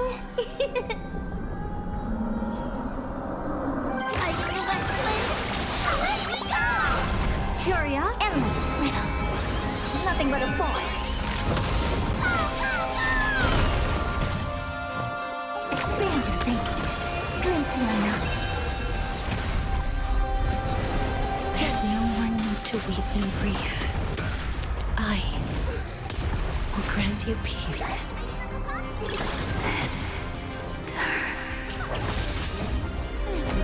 Yes, it's me. I'm back. I'll see you off. Bloom.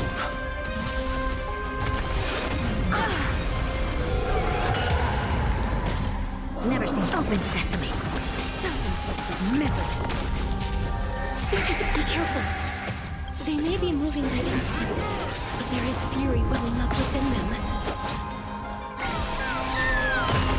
Watch closely. Delivering warmth. It's Lightning Explain. Away we go!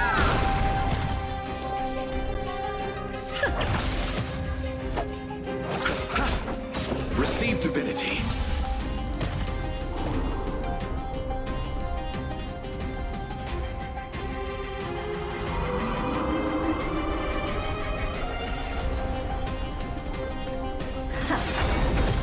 Curious, endless freedom. Nothing but a void. Who's the little backstabber?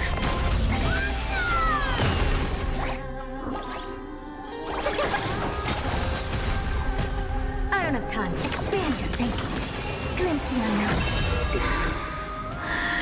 Please, don't turn back to the nether realm.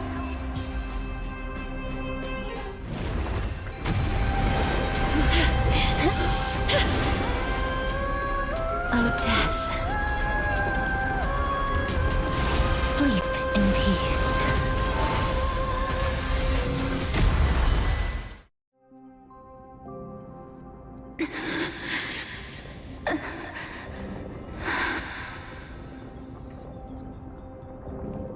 I'm sorry I have to wake you up from ancient death. And I know you're anxious. Shh. Don't be afraid.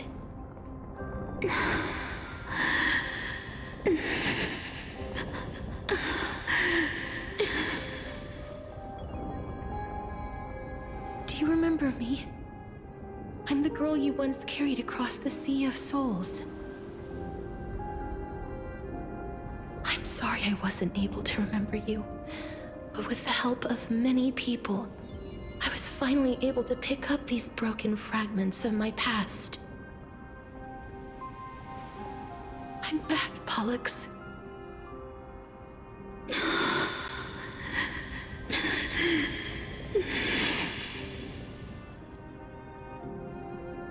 I know this might not be what you wanted, but I have to do this.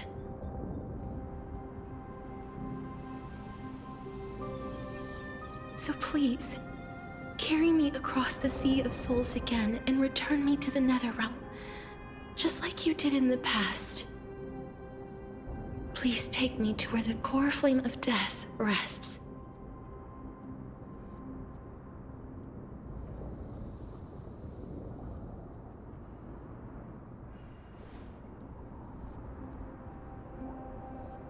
I'll be going now.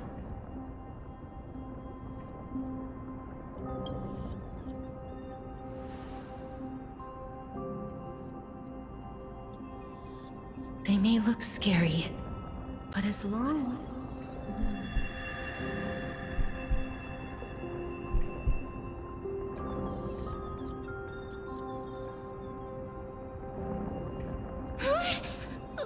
What's wrong?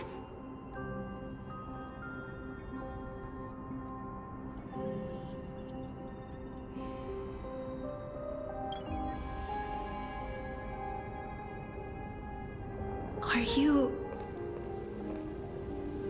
What's wrong with her? Her time is almost up. If I don't go now, I'm afraid her soul will return to Thanatos' embrace before me. What? Oh no! Is there anything we can do? Don't worry. I promised I would ask Thanatos for the Trailblazers' right to roam the Earth again. Mem, stay here and keep a close watch until I return, all right? Alright. I'm the best at taking care of others. Go on, Cass. Make sure not to leave yourself with any regrets.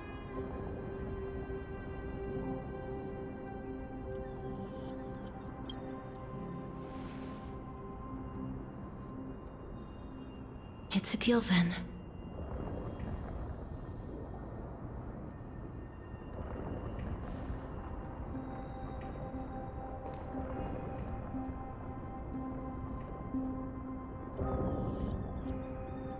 Please.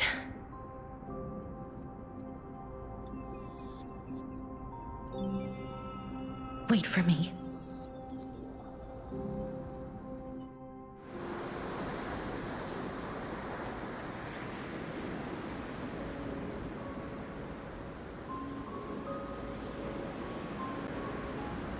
After all that, you still ended up back here.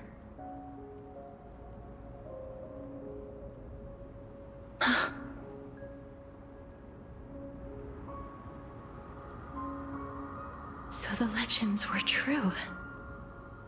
The Netherrealm really is a sea of flowers. Yes. Just like the flower fields we tended to back then. Is that you, Plixia? Do you remember me? I don't have the memories from that time, but I've seen you before during an experiment. I see. Call me Thanatos, then. It'll be easier. However, since you recognize the name, you must already know everything about Thanatos, right? Yes. I'm here to reforge the order of life and death in Amphorius.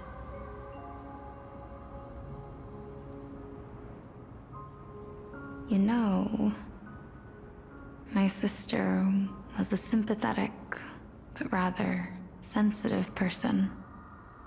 Whenever she didn't want to say what was on her mind, she would avoid eye contact and look off into the distance. Just like what you are doing now. Can you tell me about the last Era Nova? What did you do, Polixia?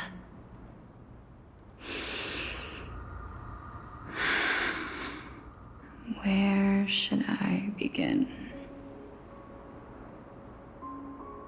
I suppose we can start from the beginning. A long, long time ago, there were a pair of like-minded twins. As foretold in the prophecy, they were chosen to be successors to the god of death. But fate was cruel.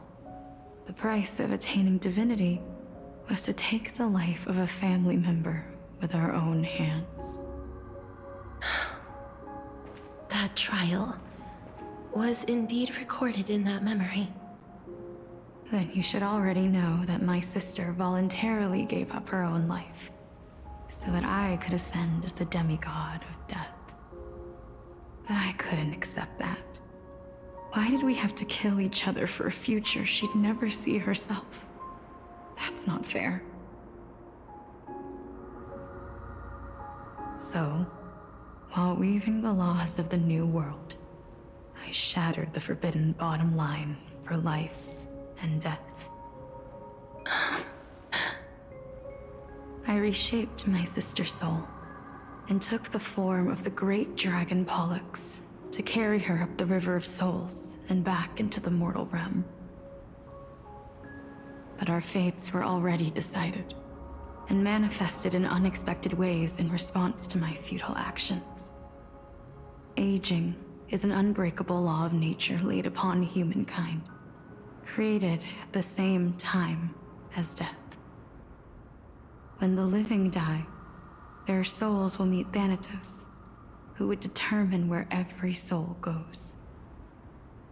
If the Reaper raises their left hand, the soul is granted death and allowed to enter the Netherrealm to await reincarnation. If they raise their right hand, the soul is rejected by the Netherrealm and returned to the mortal realm to continue walking the earth.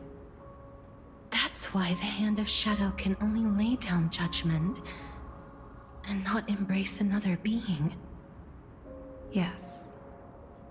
Death was originally a pair of hands, but they were split in twain when we reached the mortal realm, never to touch each other ever again. The half of Thanatos that represents life, the undying human who grants death, that was the curse I forced upon you. Then, what about you? As the half of Thanatos representing death, I shoulder the fate of defying death. I died the moment I entered the world of the living.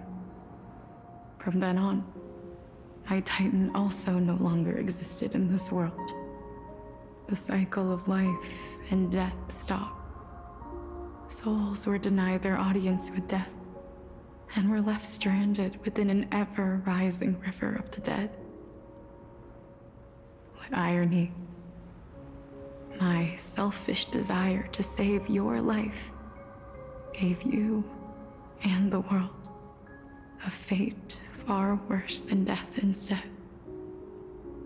Then, what was left of my reason was left behind in the Netherrealm, where I've been taking care of these flowers day after day, until there is now a sea of them, all while mulling over the subject of life, death, parting and enduring in endless loneliness.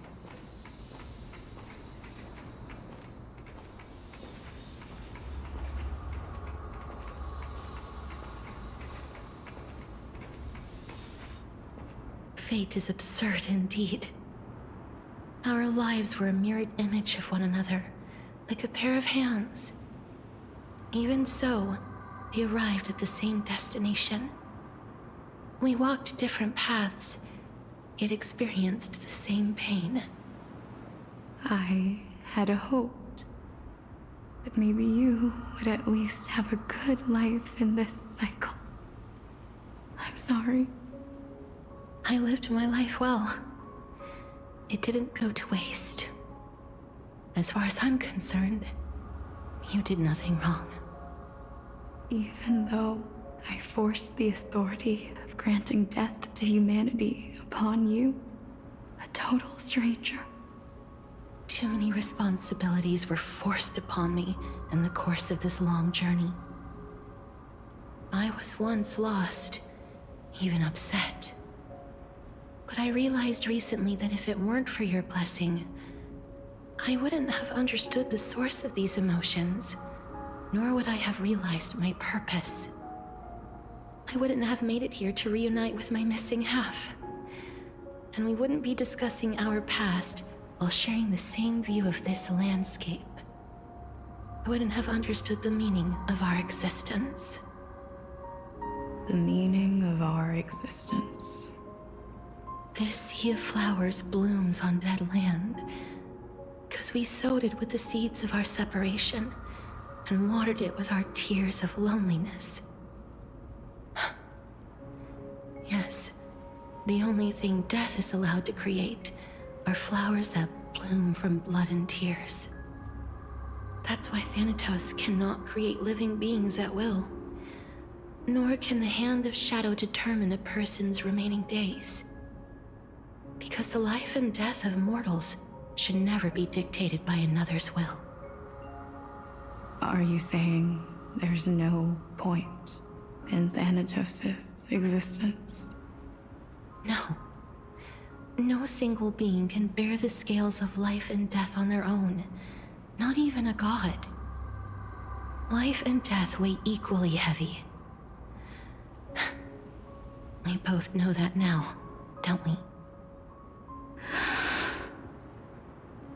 You, too, must have had a difficult life. We've taken quite the ridiculous journey together, haven't we? I had a feeling, even back then, that we would meet again one day. Not to embrace one another after a long separation, but to come in search of retribution. Tell me the answer that's already been written, and let us draw this seemingly endless fate to a close. It's been far too long. I've waited here for centuries, watching day after day as desperate spirits are denied by this lonely wasteland. I always hoped I would see you among them. But I was also afraid of seeing you. I didn't know how I could possibly face you again. But more than anything, I was afraid that you might have forgotten all about me. I know. But don't you see, Polixia? I made it back anyway. You don't have to shoulder death's authority on your own anymore. It was always meant to be held in two hands anyway. So, let's give our core flame to her, and have her take it back to the mortal realm. Give humanity back their cycle of life and death. Our responsibility as Thanatos was never about picking out favorite souls. We were only meant to watch over life. Let's tend the field together. and create a warm sea of flowers for all the souls to come.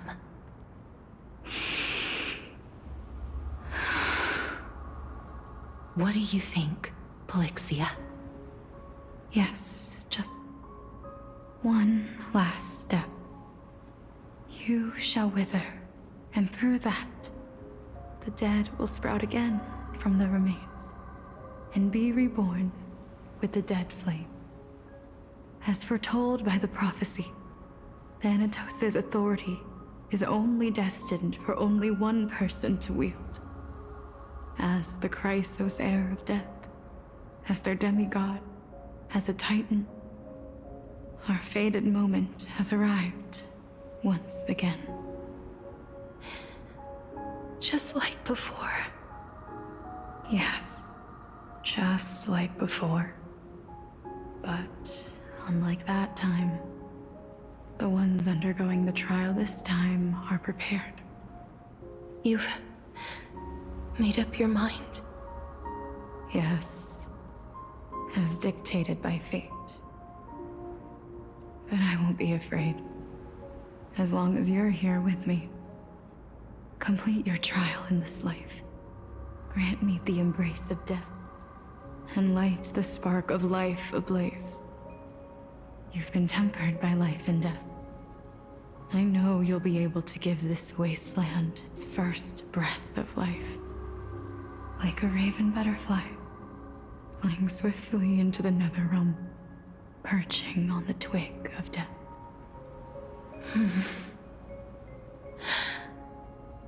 I will. After this, I will remain permanently in the Netherrealm. The River of Souls shall return here and rain down from the sky, scattering souls across the earth. The cycle of life and death will flow once again.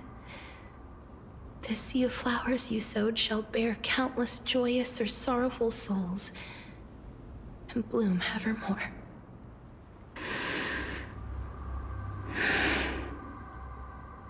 Thank you. Just one last thing. Can you grant me one wish? Of course. What is it? Please, don't forget me.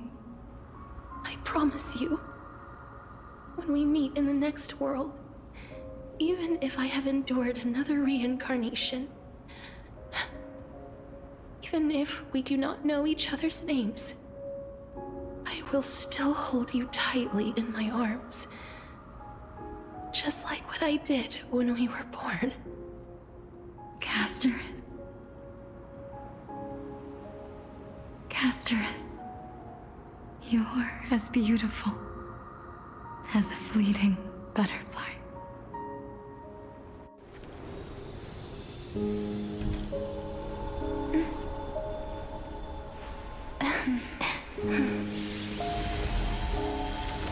I will bring rest to death. And from now on, stagnant life will once again flow.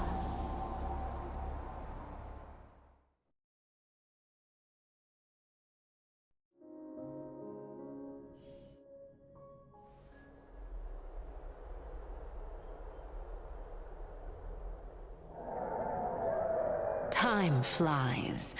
In the blink of an eye, the 15th entry hour is already at hand. When this farce is over, your soul will be placed on the scales of life and death. Are you ready? No need to ask so many times. Of course I am. Then why do you drag your feet? Is your fear of crowds holding you back again?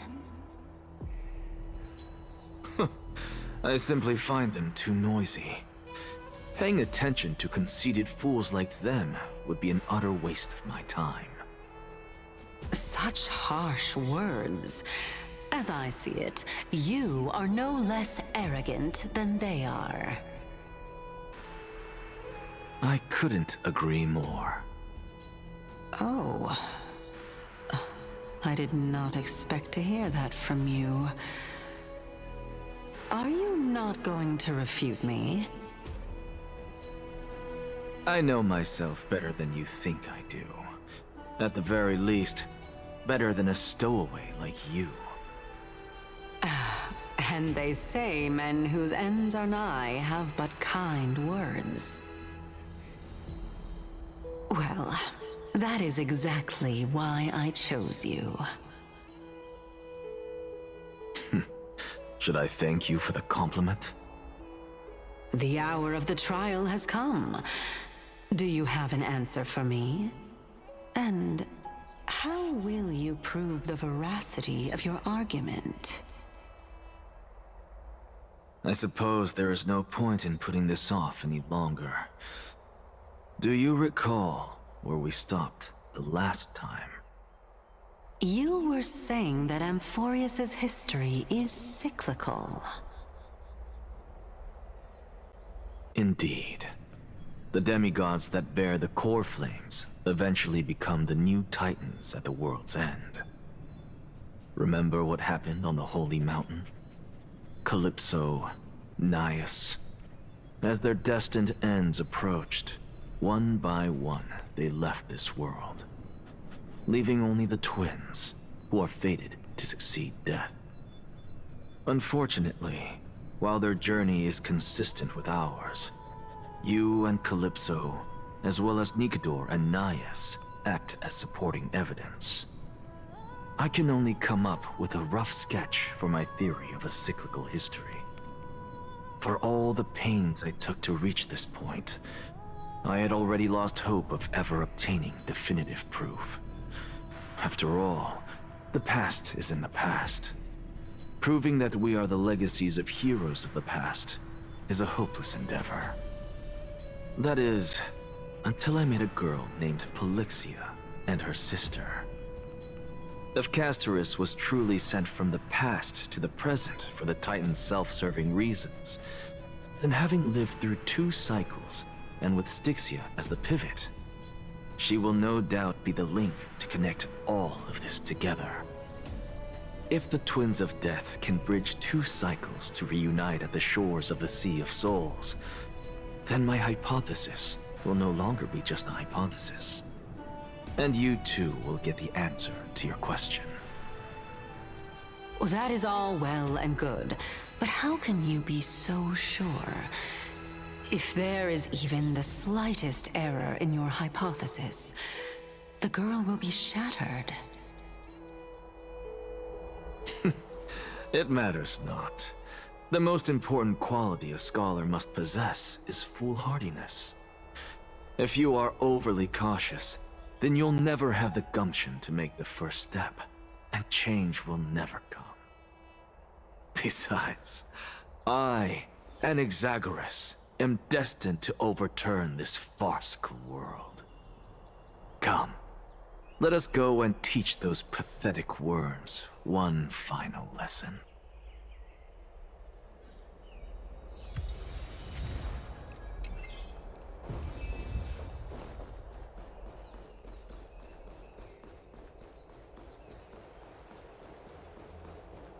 Fine.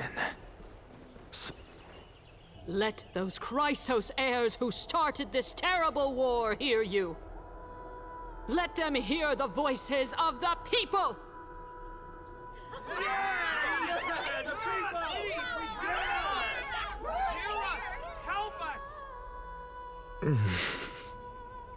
As always, that woman knows how to stir up a crowd. Professor Anaxa, I thought you'd pass on this. Everyone must cast their vote, or this assembly would serve no purpose. Prof, do you truly think it's wise to entrust the fate of the world to an assembly like this? Akama has stood strong under this system for 1,000 years. It stands to reason that there is purpose in its existence. But that is not what you're asking, is it? What you really want to know is Aglaia making the right decision in entrusting the fate of the world to you. Nothing ever escapes you. I didn't spend all those years teaching you for nothing. Most people only take 4 years to graduate, if I recall.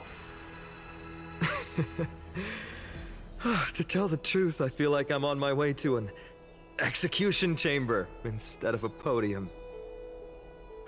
So, do you have an answer to that question?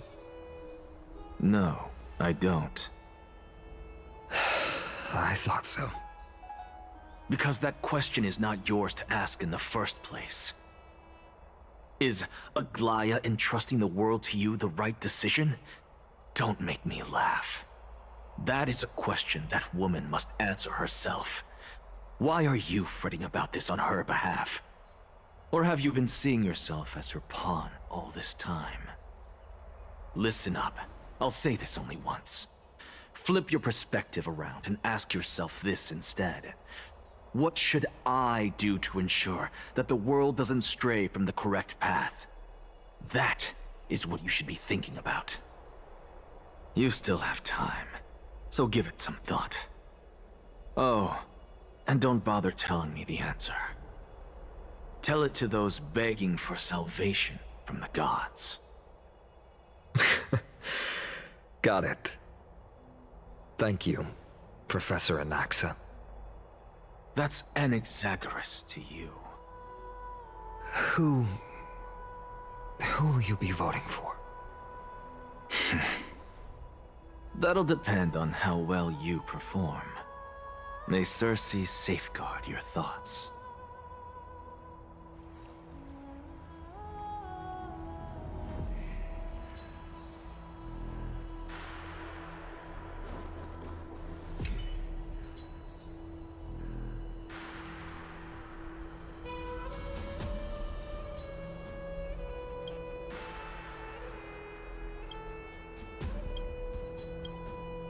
I actually don't necessarily mind things remaining the way they are. The way you say it. I'm a little nervous. Thank you. Elders and citizens, silence, if you please. As the Theoros, I present to you Finan of Ides Elysiae, virtuous citizen of Akima, and the last speaker of the Assembly. Much obliged, Lord Lycus. I remember him. He's the penniless lad working for Aglaya. Where's Lady Goldweaver? Why is she sending this guy to give the last speech? Is this really the end of the Flame Chase journey? Can this dude really face down kindness? I actually don't necessarily mind things remaining the way they are. The way you say it. By Kefali above, dear citizens of Akima, as you look upon me, so too do I see you. I see your fear and misgivings, your apprehension about the discord between the Chrysos heirs and the Council of Elders, and your uneasiness about the future of the Holy City. Yet, before you contemplate something as grand as the fate of the world, I ask that you look closer. Look beyond the horizon illuminated by Kefali, at the crisis threatening to overwhelm us. What? Ides Elysiae, my beloved hometown, is a village forgotten by time. It is a place with the most invigorating breeze and wheat fields that spread all the way to the sea. I once thought that there I would enjoy a lifetime of peace and quiet with my friends and family. How I wish I could invite all of you to that paradise, far from the noise and chatter of the world. Alas, I can't. Because she, and all that she nurtured, all that I loved. They have long been devoured by the black tide. My beloved home is no more.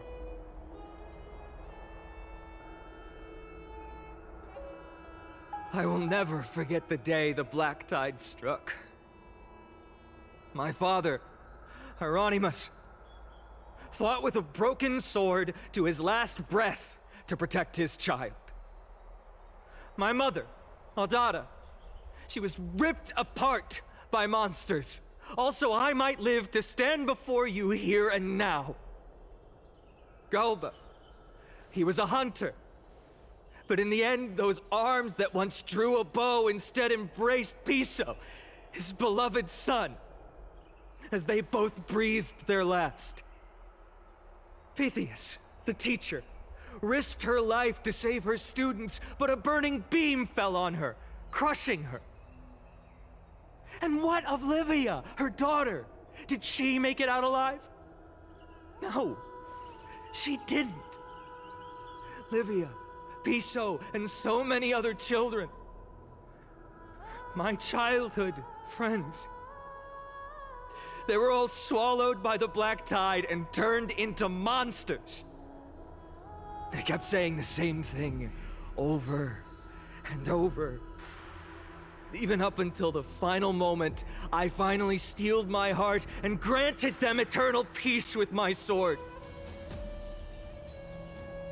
Why, Vina? Aren't we the best of friends?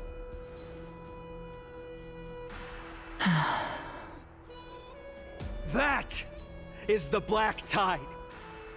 A looming threat that can bring Akuma to its knees any time.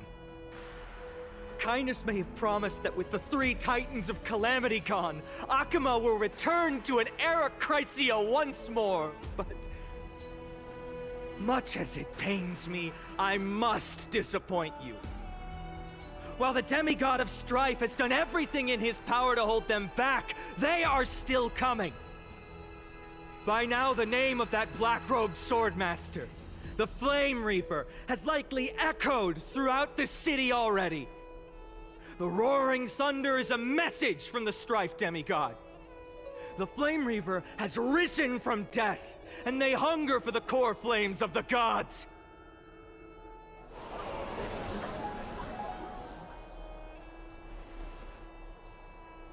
Lies! If such a powerful enemy is indeed approaching, why is Akuma still a picture of peace? Exactly! The city of Akuma shows no signs of pandemonium or chaos. And why is that? I beg you, spare a moment to think about this. Are we able to stand here and hold this assembly in peace today because the danger has passed? No! This peace we enjoy is no gift of fate.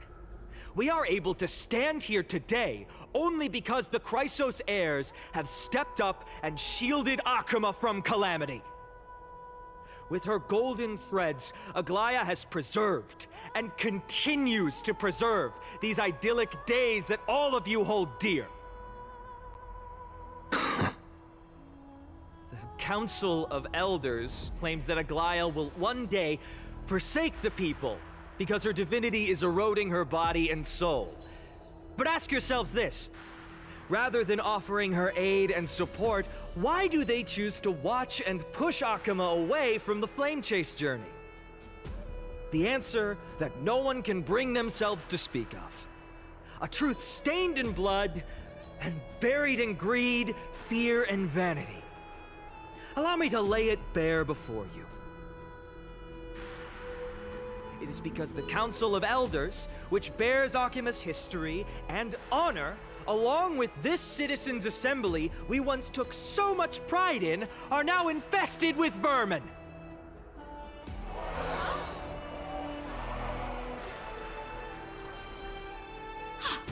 You insolent whelp! How dare you! It is true that Aglaya has reached her limit. Why? Because she has been working tirelessly to weave the defenses of our holy city against the encroaching evil. Oh well, these vermin are making up baseless accusations about her and scheming in the shadows. Not once has she ever failed Akuma.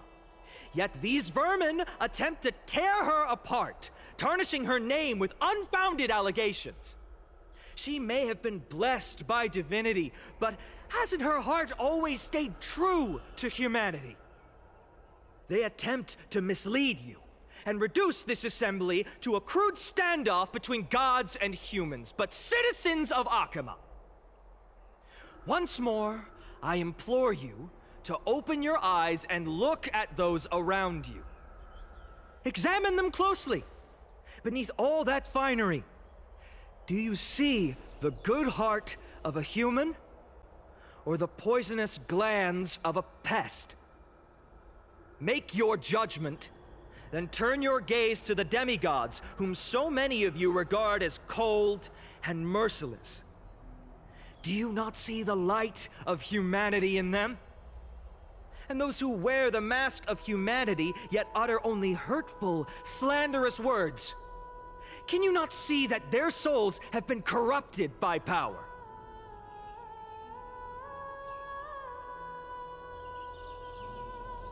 Yet, no matter what your answer is, and no matter who your vote goes to, rest assured that you have nothing to fear.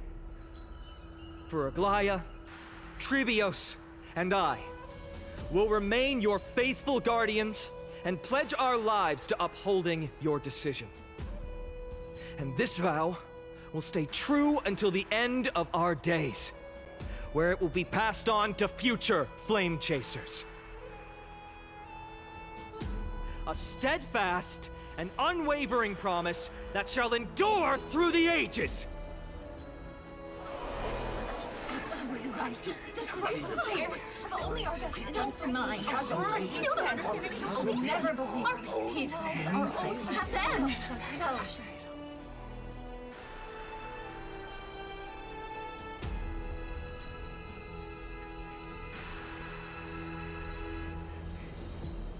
At the present time, on the scales of Talentum, those who call for the continuation of the Flame Chase journey, and those who demand its suspension.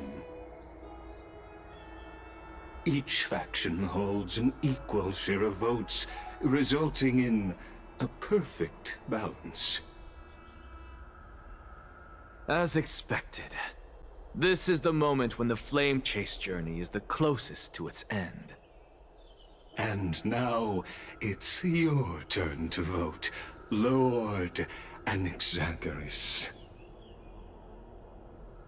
Is there anyone else who hasn't voted? No, you're the last. Cast your vote with care, for your decision will break this impasse. I have long since made a decision. Very well. May you bring much needed change to this farcical world.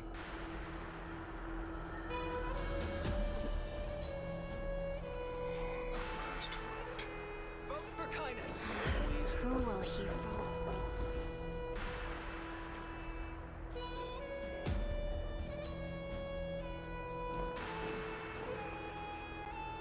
You've done well, Finan.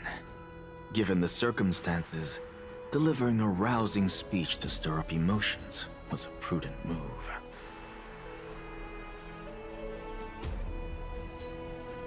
Thank you all for your patience. On behalf of the 7 sages of the Grove of Epiphany and the scholars of Amphorius, I, Anaxagoras, am ready to cast my vote. But before that, in the interest of fairness, Lady Goldweaver, I pose a question to you before all who are gathered here. Will you, as Finan has promised, stand by the decision made in the Assembly, regardless of outcome? In the interest of fairness, I make no promises, lest it should influence your decision. Very well. I thank you for your honesty.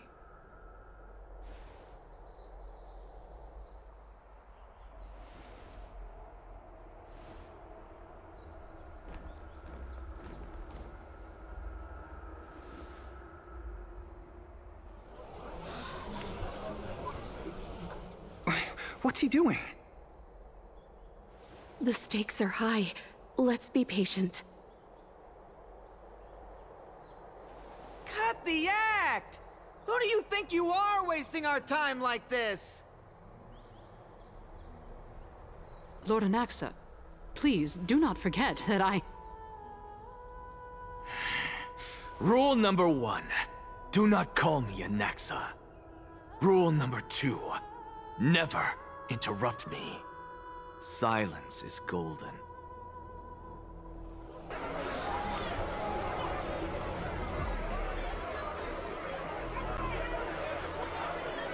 Just vote already. What are you waiting for? Your vote. Cast your vote. Cast your vote.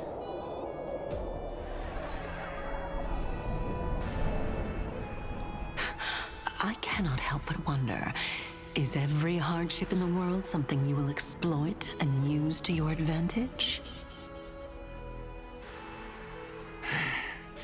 How else am I supposed to make use of this situation where my body and soul are separated? Oh, Circes. Or should I say Calypso? Accompany me on this final journey. Let us journey to the Netherrealm and see how she will substantiate the answer to your question and validate my decision. We need only to follow the sound of the tides.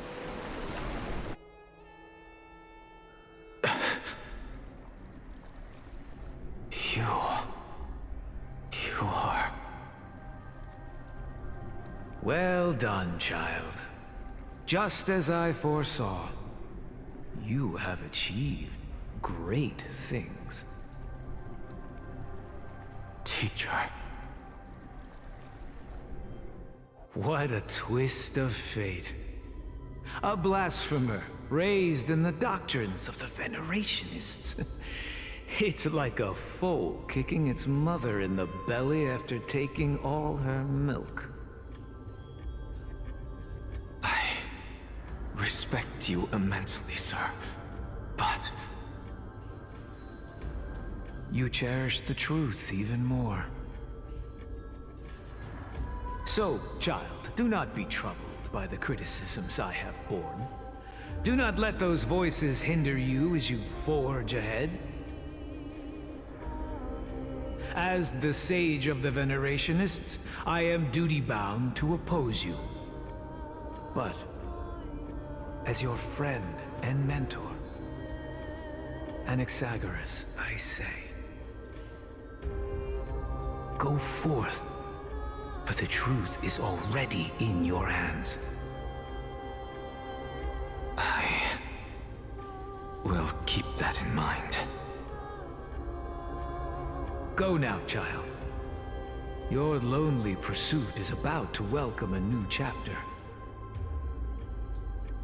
And when you reach the end of this journey, may we meet again with the truth before us. You have my word, sir. May Circes safeguard your thoughts. May Circe safeguard your thoughts.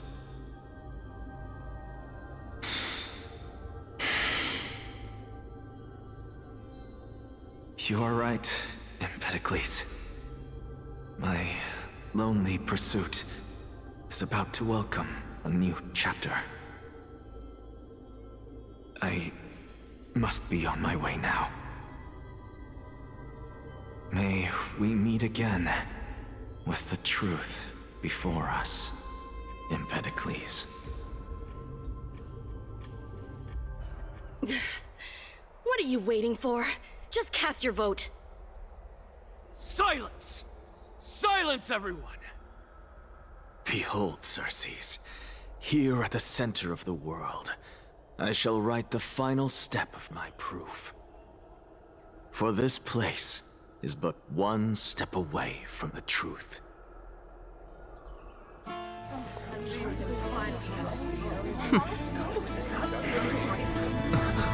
Professor, I completed the proof you wanted.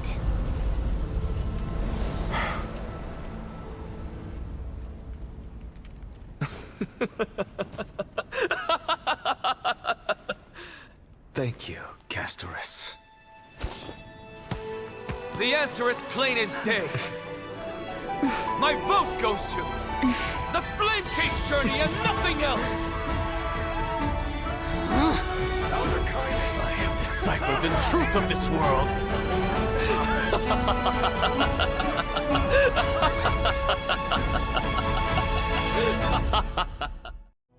With the balance shattered, the result is clear.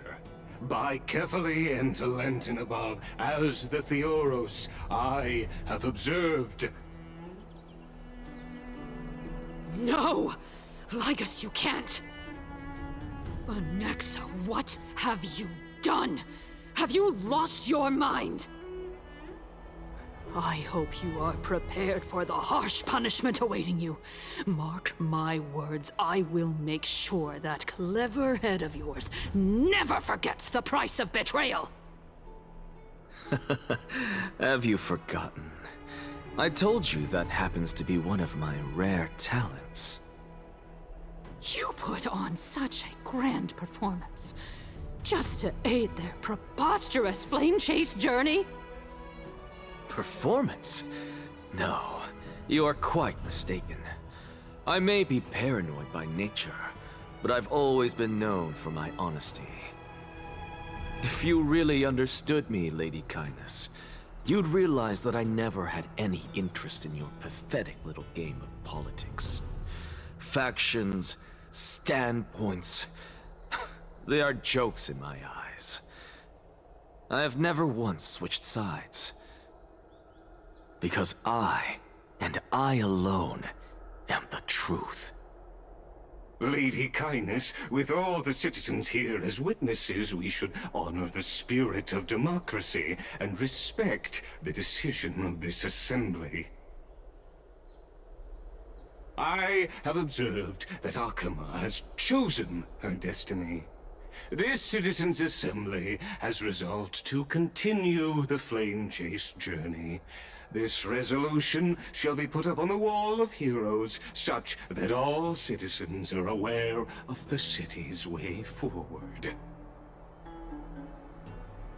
You! It seems not everyone is ready for the assembly to end. Very well. Let me entertain you for a little longer. By your leave, Lord Lygus. Interesting. Elders and citizens, your attention, please. Stay for a moment more, if you will. Anaxagoras of the Grove of Epiphany has an announcement for the assembly. What is this performer up to now? Absolute flame chase journey. What do you think he'll continue? I don't know. So apropos. Frankly, still. Just moments ago, all of you made a decision on the fate of Amphorius. As a supporter of the Flame Chase journey, it pleases me to see the choice you have made. But I regret to say that I still harbor doubts about this outcome. Thus, I hereby challenge this resolution. Tell me, who among you dare swear to Kephales's name that Era Nova will truly welcome the fairy tale ending that the Chrysos heirs have promised? A beautiful new world free of calamity and madness? Nonsense! That's impossible! What is he getting at? Of course he... Not even for a second. No one? Must I pick somebody to answer? Very well. You, the one acting so wise and profound, in front of all present here, do you dare swear that it will happen for sure? No? Fine. Next. You, the one with ignorance written all over your face. Yes, you. Do you dare swear by it in front of the Titan? What are you trying to do? Useless. Your turn, then. With that smug look of yours, you must be confident that the Flame Chase journey is the best course to take, right? Hey! Mind your tongue! So, no one? I see. In that case, Finan, answer me this. Your speech was filled with such passion just now. How confident, then, are you in making this promise? Professor, what are you doing? Let him continue with his performance.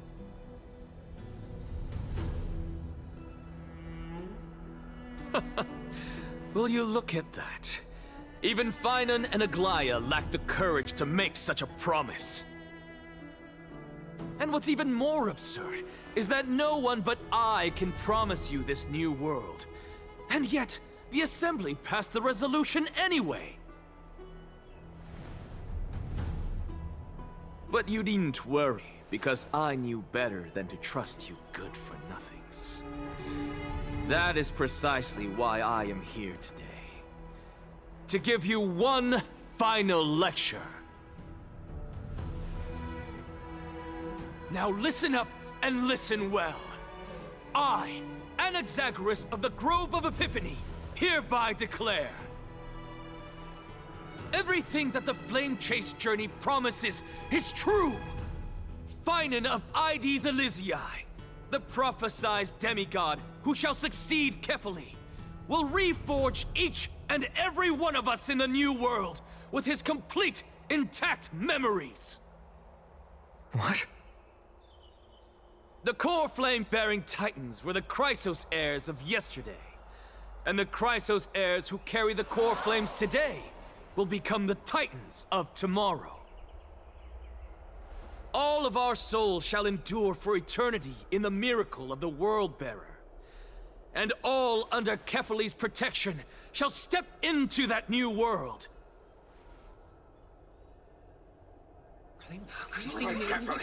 This is pure blasphemy! It's impossible! What? Are you saying that we must bow down to you and worship you, even in our next lives? Enough, you blasphemous imbecile! How dare you try to deceive us with all these lies and falsehoods? How can you prove? I told you, don't interrupt me. But since you've asked, I shall be kind and indulge you. My statements are based on my experiments on the divine body of Kefali themselves. You heard me correctly, everyone.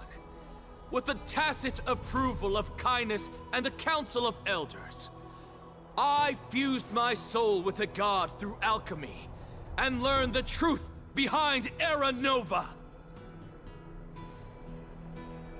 What is he talking about? Isn't that pure blasphemy? I, the vile, wretched blasphemer, deserve nothing less than death for my sins. And the Council of Elders, which granted me consent and aided in committing this atrocity, should face punishment alongside me! By the gods! Even Kindness has betrayed Akuma! The catalyst. We're carefully involved.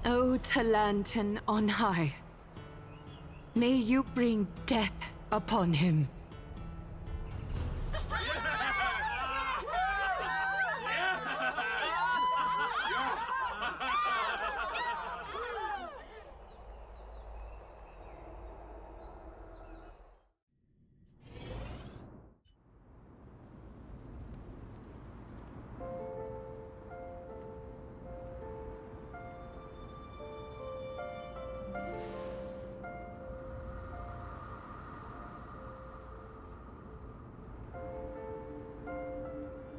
Allow me to reintroduce myself.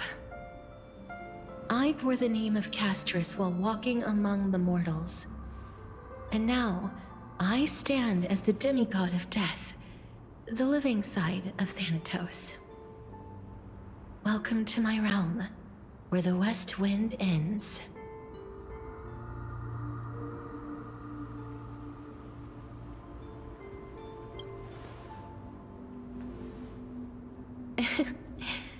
Every departed soul who has arrived here has expressed the same. Did you know? Every flower here was planted by Thanatos themselves. These flowers were originally both lifeless and immortal, but in the first rain brought by the River of Souls, they were given new life, flourishing as the bearers of countless souls. And it is my duty as the Master of Death to tend to their well-being and foster their growth in this serene haven. Similar to the structured cycle of life and death in the mortal world, these flowers too shall wither and fade, returning to the earth and then ascending to the sky with mist and tides.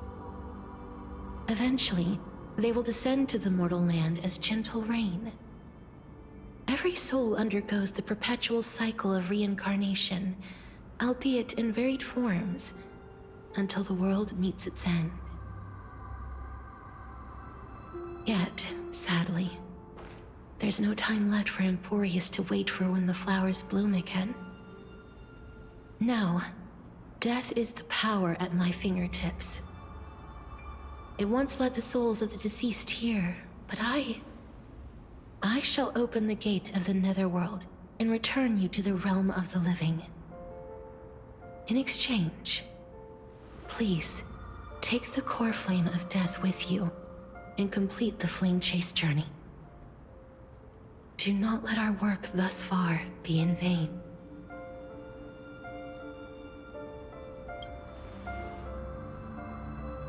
Thank you.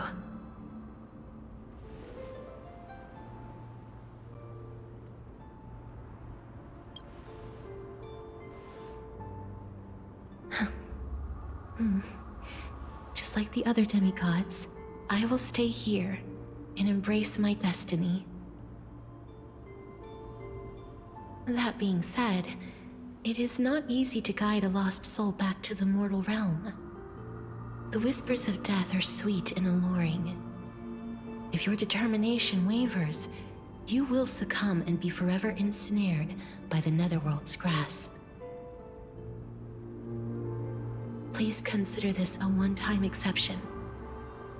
I will do everything in my power for the flame chase journey. And for your life, the only life I can save.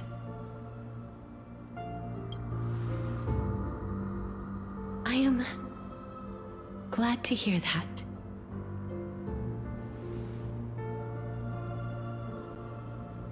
Over here!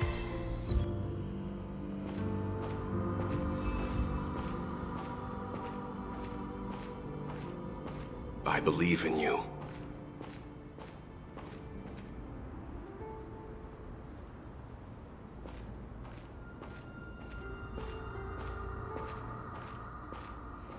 Death is such a sweet joy.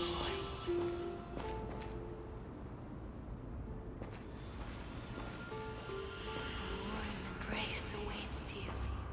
Lift your chin up high and step forward with us toward tomorrow! That's right. Keep your eyes on the dawn. Onward. Show me your courage. Partner, we shall become heroes together.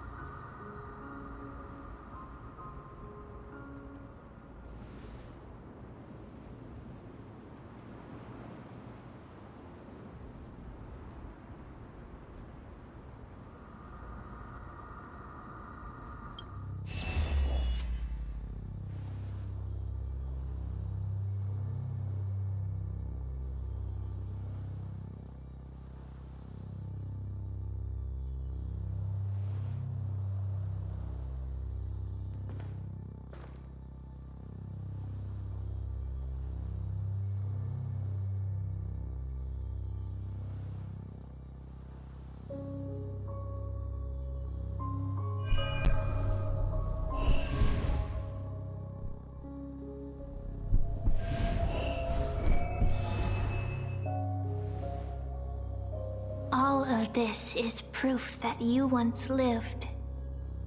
Your soul, your memories, the years you've journeyed through, and the path they revealed, leading you back home. So, continue onward. Do not stop moving forward, and do not let her sacrifice and the support of all who have stood by you be in vain. Over here, friend! Take my hand. Let's go home.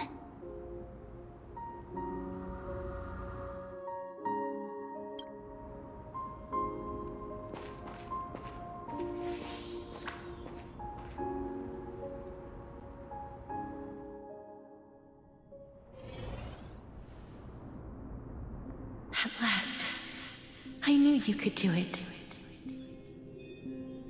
Your soul is still perfectly whole, as if some kind of force is trying its best to keep it together. Is it Ornyx's final blessing? Or is it a miracle of your own? It's truly incredible. Such a strange surge of familiarity. So hard to describe.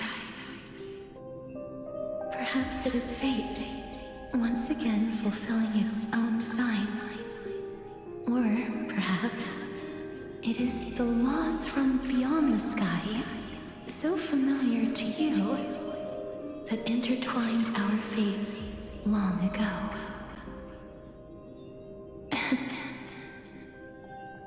It seems that this is the riddle which cannot be solved anytime soon. The sensation of becoming a demigod is truly wondrous. It's as if the river of souls is winding its way through the depths of my spirit, transforming with each breath into a fine rain that nourishes the world. Do you recall that prophecy? At the end of the Sea of Flowers, the souls of the living shall warm thy fingertips, and after an embrace, there shall be eternal separation. I promised you that I would do everything in my power to give it another meaning. Now, as I stand as a demigod, and destiny draws to a close, I can finally end it in a way that is as beautiful as it deserves. The wish I once sought, but could never grasp, is now within reach. In this brand new world, every blooming life will lift its arms in celebration and recount the profound meaning of this very instant. Every touch, every embrace we share will never again be an ice-cold loss, They will radiate with an intense warmth, sowing love far and wide throughout the land.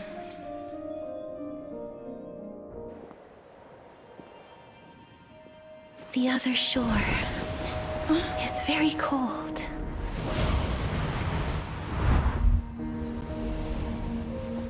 May I borrow your warmth one last time? Thank you for fulfilling this wish of mine. The place I'll be going to is what humans call the Land of Sorrows. But with this heartbeat and the residual heat of this embrace, I shall turn the nether realm into a gentle place of rest.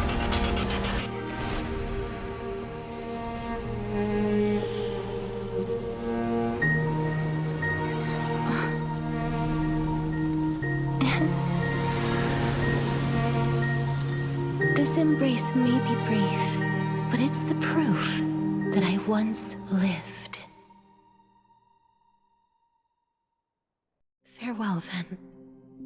May we reunite in the new world.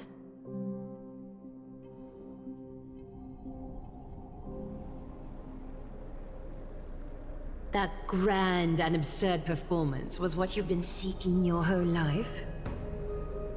I gave up everything in search of truth, and it culminated in this very moment.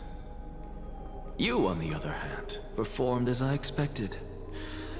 You did not hesitate when you saw the chance to attain power. It's as if you... Crave power, like a fly craves rot. Those are your words, not mine. But what you said at the end, did you already know what I had planned for Thainan? I may have lost an eye, but my vision is clearer than anyone else. You've nearly exhausted your humanity. You're no different from my current state as a walking corpse. That's true. I've long since burned to ash over the past 1,000 years. Only he is capable of unleashing a raging fire that rivals our final great enemy, Aquila. So, this is our last chance. How about we let go of the bad blood between us? May I resonate with your core flame, Aglaya?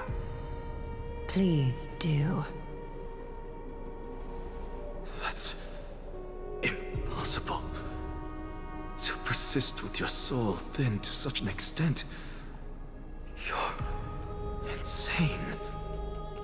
Just as you fight to lug your corpse onward to complete your unfinished goals, I have my own reasons for doing this. Until Thainan grows into his position as the prophesied leader, I must continue to lead everyone on the flame chase journey. I must keep inching forward, even if only as an empty shell. I've long predicted this was the case, but I didn't think you'd already lost so much. How ironic. We would have avoided so many misunderstandings if you and I had just spoken this candidly before. But casting aside our ideological differences, there is one thing you and I agree on. Thainan. Yes. He was born to be a hero. He understands the hearts of the people, and I can confidently say he is a far better leader than you. Only he is capable of fulfilling your mission. Sadly, he is a man cursed by Nestia. But by my estimates, his horribly elaborate sense of style should not impede Era Nova. Congratulations are in order. We found common ground at the very end of our destined paths. When you put it that way, it makes me want to take back what I said. Aglaya, we're back! Come welcome our great hero reborn from the ashes. I hope he didn't hear your earlier assessment. It wouldn't be the first time I criticized him. A man should be aware of his own shortcomings.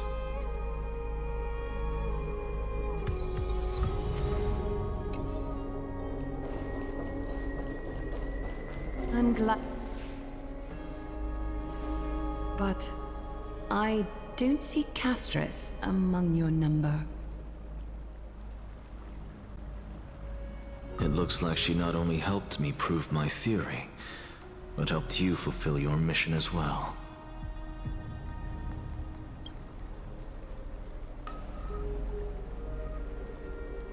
She might not have been able to change her fate, but she still wrote the final verse of her epic herself. Trinan, please recite the prophecy for us. Trailblazer, please surrender that scalding cool flame for us as well.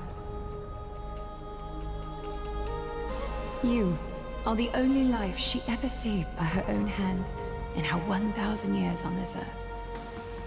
I believe no one is more qualified for this noble task.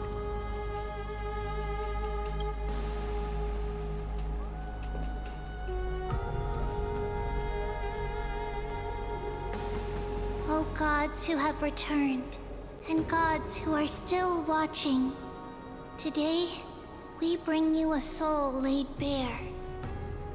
The Hand of Shadow, Thanatos, remembered their name from the past. From daylight they came, and to their fragrant dwelling they return, to walk now among your ranks. And there was one who joined hands with the Titan, a traveler risen from the dead, and reborn among mortal kind. She is the everlasting night, and shall now proclaim in her good name, O Majesty of the 12 Titans, pillars of the world. We seek your divinity to mend the rifts of the world. Fill our bodies with blood of gold, till we wither in willing service to the prophecy. Step forward, trailblazer from beyond the sky, and together with us, surrender the core flame and carve their star into the sky.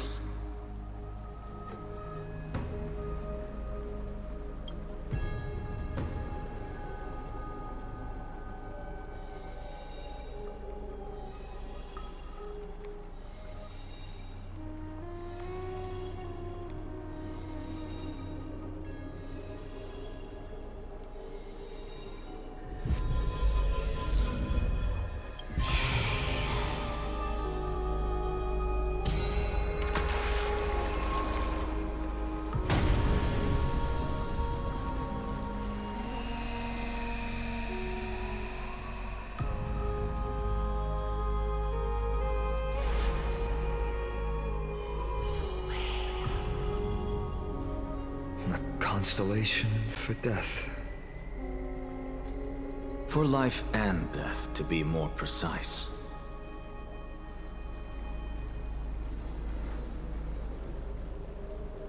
Look! It's...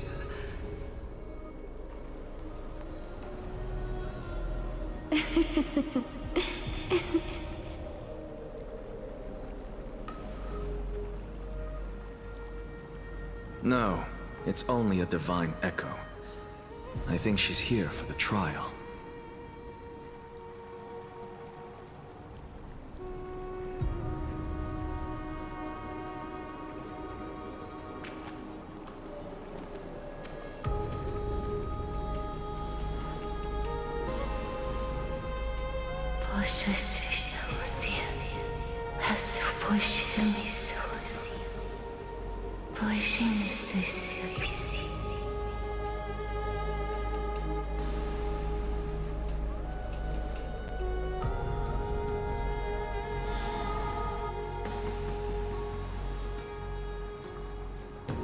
What did she say?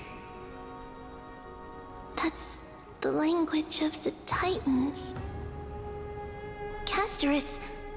No. The Titan...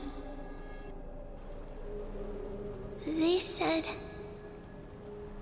I have illuminated the cold shadow of death. Onwards. For your path to the future is bright and its flame eternal.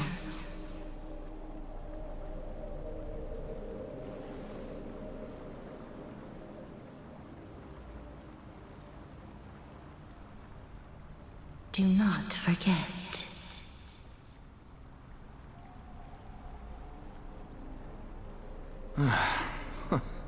She made quite a scene. I suppose it's my turn now. I won't stop you. Professor, you...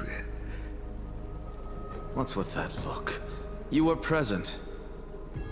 So, let's get this execution over with. We wouldn't want to bring shame to Akima's divine laws or keep me from creating a new world. You never change, do you, Professor?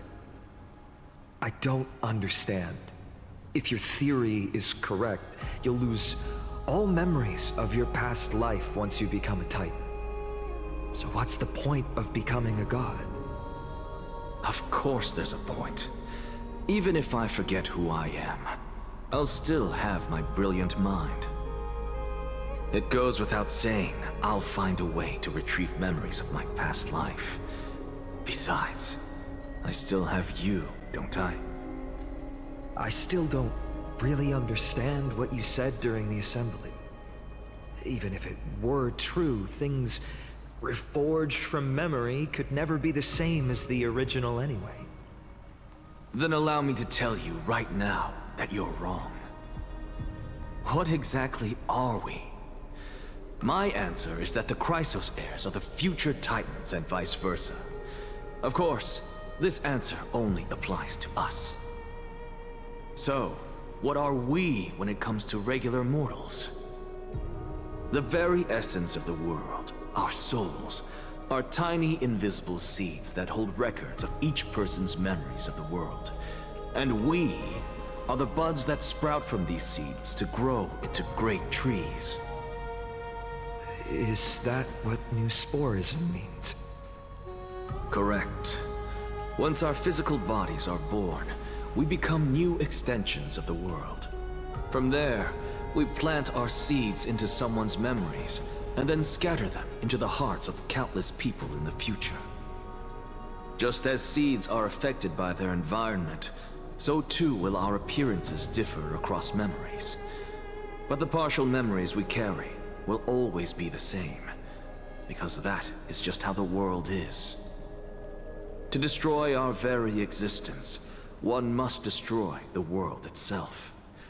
But we have someone who will still live on with his perfect memory. That person is you, child of Kefali.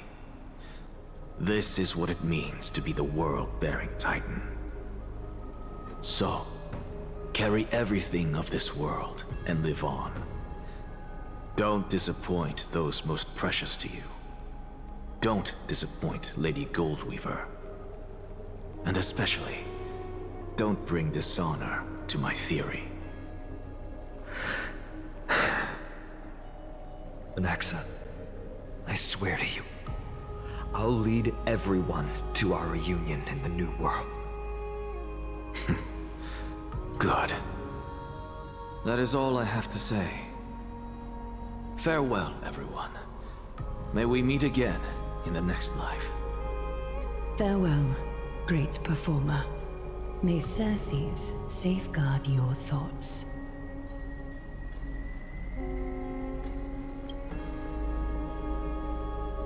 Are you satisfied, Honorable Titan? Very. I hereby swear I have borne witness. Anaxagoras of the New Sporists and the Grove of Epiphany has successfully overcome the trial of reason. Thus, I shall confer upon you these words.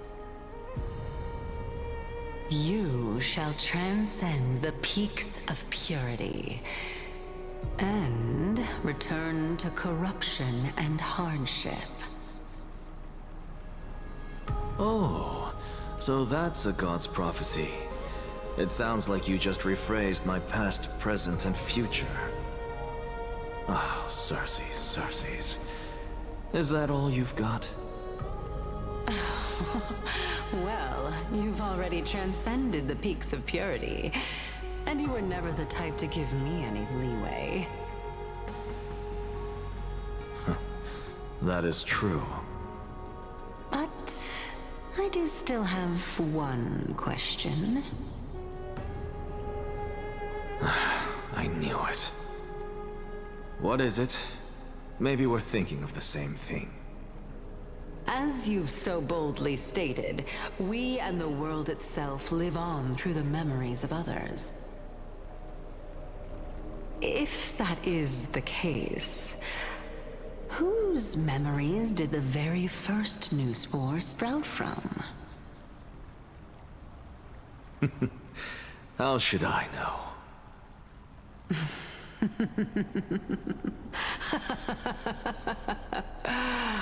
Oh my.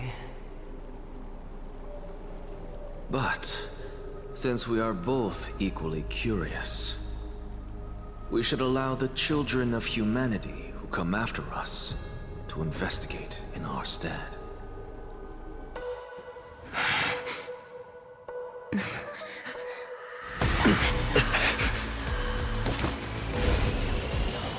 Rejoice, Circes. I sow the seeds of suspicion in the new world with your soul! And now, the objective is complete. That is all.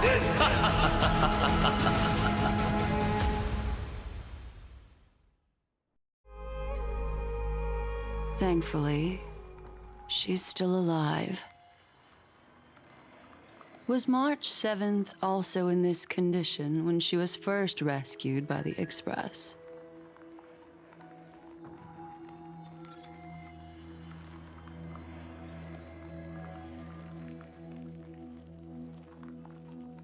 But she still woke up naturally.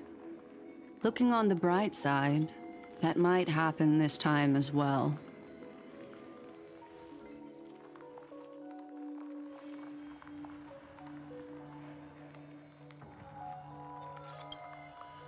I do not have conclusive evidence, but judging by her current condition, perhaps March 7th's memories have been hijacked. Think about it, Miss Himiko. What will happen when someone loses their ability to remember?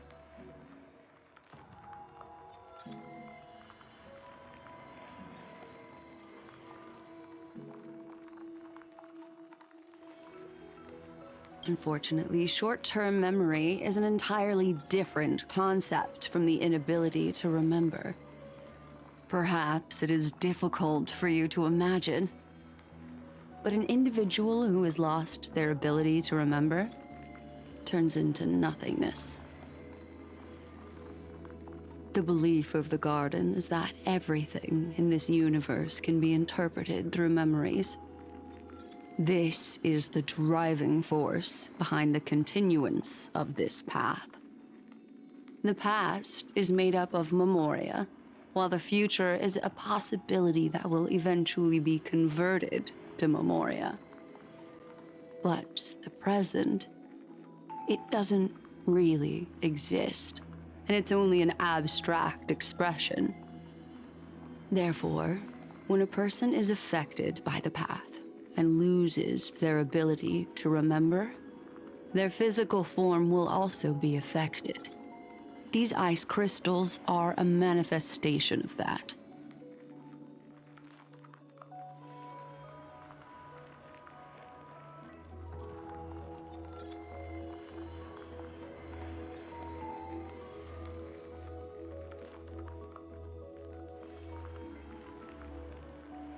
Is Miss Himiko suspicious of me?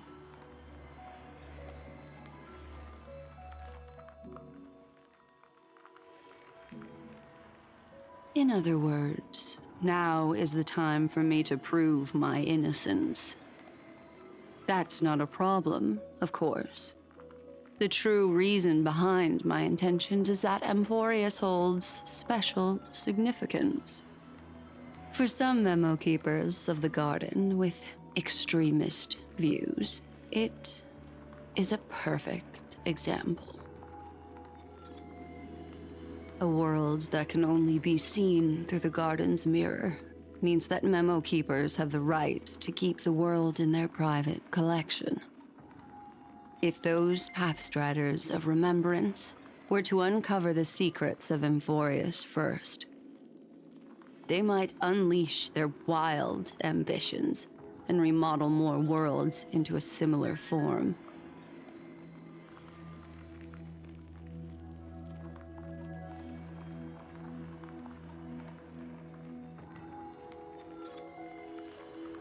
I chose to remain quiet before, because I did not want to involve you in the Garden's internal conflicts.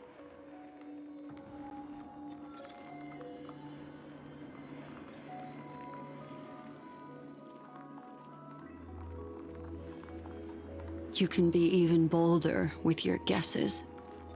The people that I'm talking about, they aren't just individuals. They are an organization that has already attached itself to the pinky finger of Fu Li.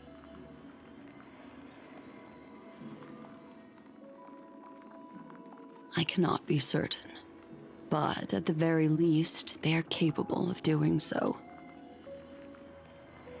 I am deeply sorry about what has happened to March 7th, but the deal that I propose still remains a fair one. Amphorius is still an excellent destination, and investigating further might allow us to uncover the truth behind the accident. Miss Himiko, the wisest choice right now is for us to continue cooperating.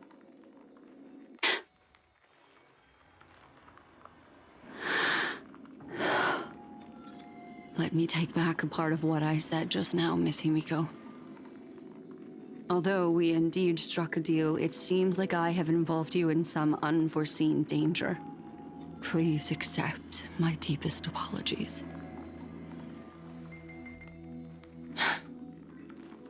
It's Fu Li. Their gaze has just swept across Amphorius. Oh, how interesting. I never expected a mere memo snatcher to be actually hiding so much inside her head. What's even more interesting is that the word Amphorius has appeared in her subconscious. This lady seems to be having fun. Is she usually like this? It's, hard to explain. What are you two whispering about? Has it not occurred to you that I can hear everything clearly? Please pardon me, Madam Herta. Would you mind sharing with us what you've discovered? The ones who need help are the Astral Express. You will have to put up with my methods, even if they are rather unconventional. Let's get back to the topic. By using the fourth mirror, I rummaged through the brain of this memo snatcher and learned a good deal.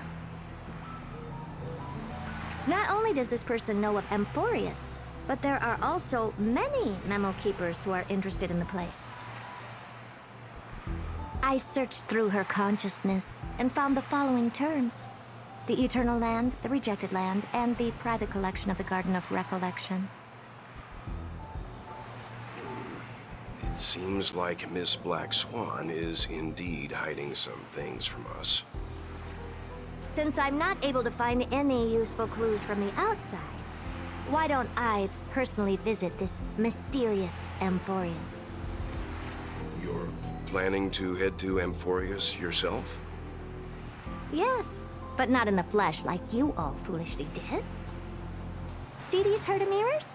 With them, I can project my data spirit entity to any corner of the cosmos through spatial warps, without even needing to leave my room. But of course, these corners of the cosmos must be within the coverage zone of inter-astral peace communications. After all, This is collaborative technology. I see. You do seem like the more indoor type. Although that star zone is not within the network of the IPC, the Express itself can serve as a signal station. Come, give me the astral chart coordinates. Then, sit back and enjoy the show.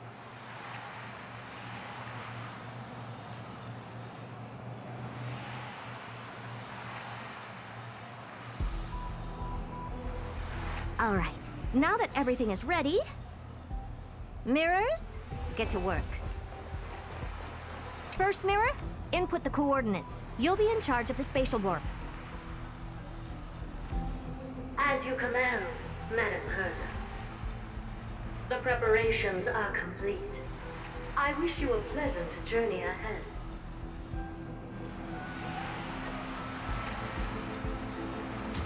Second mirror, prepare for the thought refraction.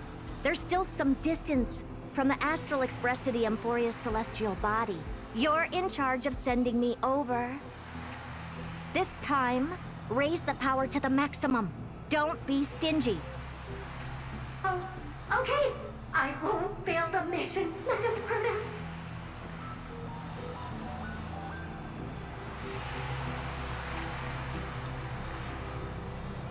Third mirror, you're in charge of generating the data spirit entity. I'm happy to help, Madam Herda. What kind of appearance are you planning to use this time? Good question. Let me think. Forget it. Just use my own appearance. There's no one there that'll recognize me anyway. As you wish.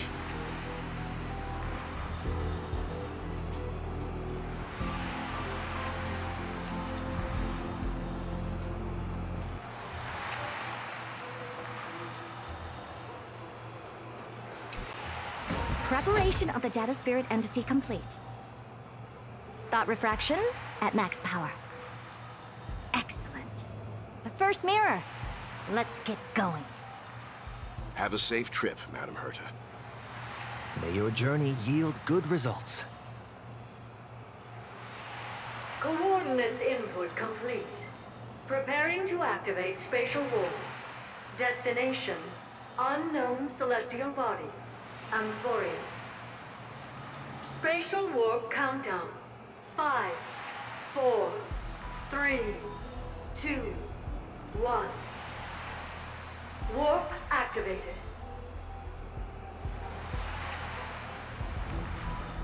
Oh! So that's Amphorius? Its appearance is, well, sure is unique. Second mirror. Prepare for thought refraction. It's time to send me in. All right. Please read the safety protocols carefully. Can't you hurry up? Yes, ma'am. I didn't expect it to be so turbulent. I should have asked the second mirror to use slightly less power. Oh, what a magnificent sight! Is this the entrance to Amphorius? Let's see. Perhaps I'll be able to find a way in.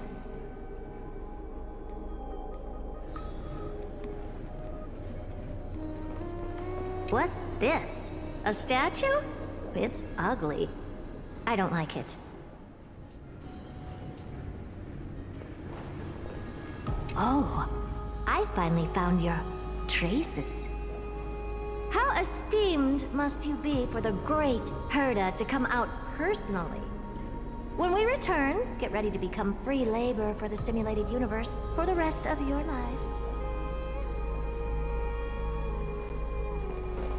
What's this? How creepy. Oh, it moves? Who are you trying to scare? It's either a projection or a fake. There doesn't seem to be... My deepest apologies, esteemed lady. I'm afraid that you cannot proceed further. Who's there? Your visit, although not part of my calculations, is a pleasant surprise. It's a pity that the preparations are not yet in place to receive you with the hospitality that someone of your status deserves. Are you not going to answer my question? Who are you? I have many identities, and I'm going to have even more in the future. But if you just need a form of address, you can use my common alias. Lycurgus. Lygus. All right, Lygus. But you can't possibly think that I'm just asking for a name, can you? Regrettably, I do not have the authority to share more information. However, standards are always flexible. While not violating the ultimate agreement, I'm able to disclose this piece of information. As you thought, this is the entrance to Amphorius. Now, please, kindly turn back. Amphorius is not a world that you should be involved with, regardless of what kind of magnificent achievements you have accomplished. This place will not open its doors so easily. You seem to understand me very well. Then you should know that I have no reason to listen to you. Your reaction is completely within my calculations. Despite my long years as a Watcher, it seems like my assessment of human nature still remains accurate. From you, I'm able to sense a beautiful desire for knowledge. But my answer remains unchanged. Madam, it is with the utmost goodwill that I suggest you return to where you came from. Let's assume for a second that I'm not so well-mannered, and that I insist on uncovering the secrets hidden behind you, Mr. Lygus. How do you plan to dispel this notion of mine?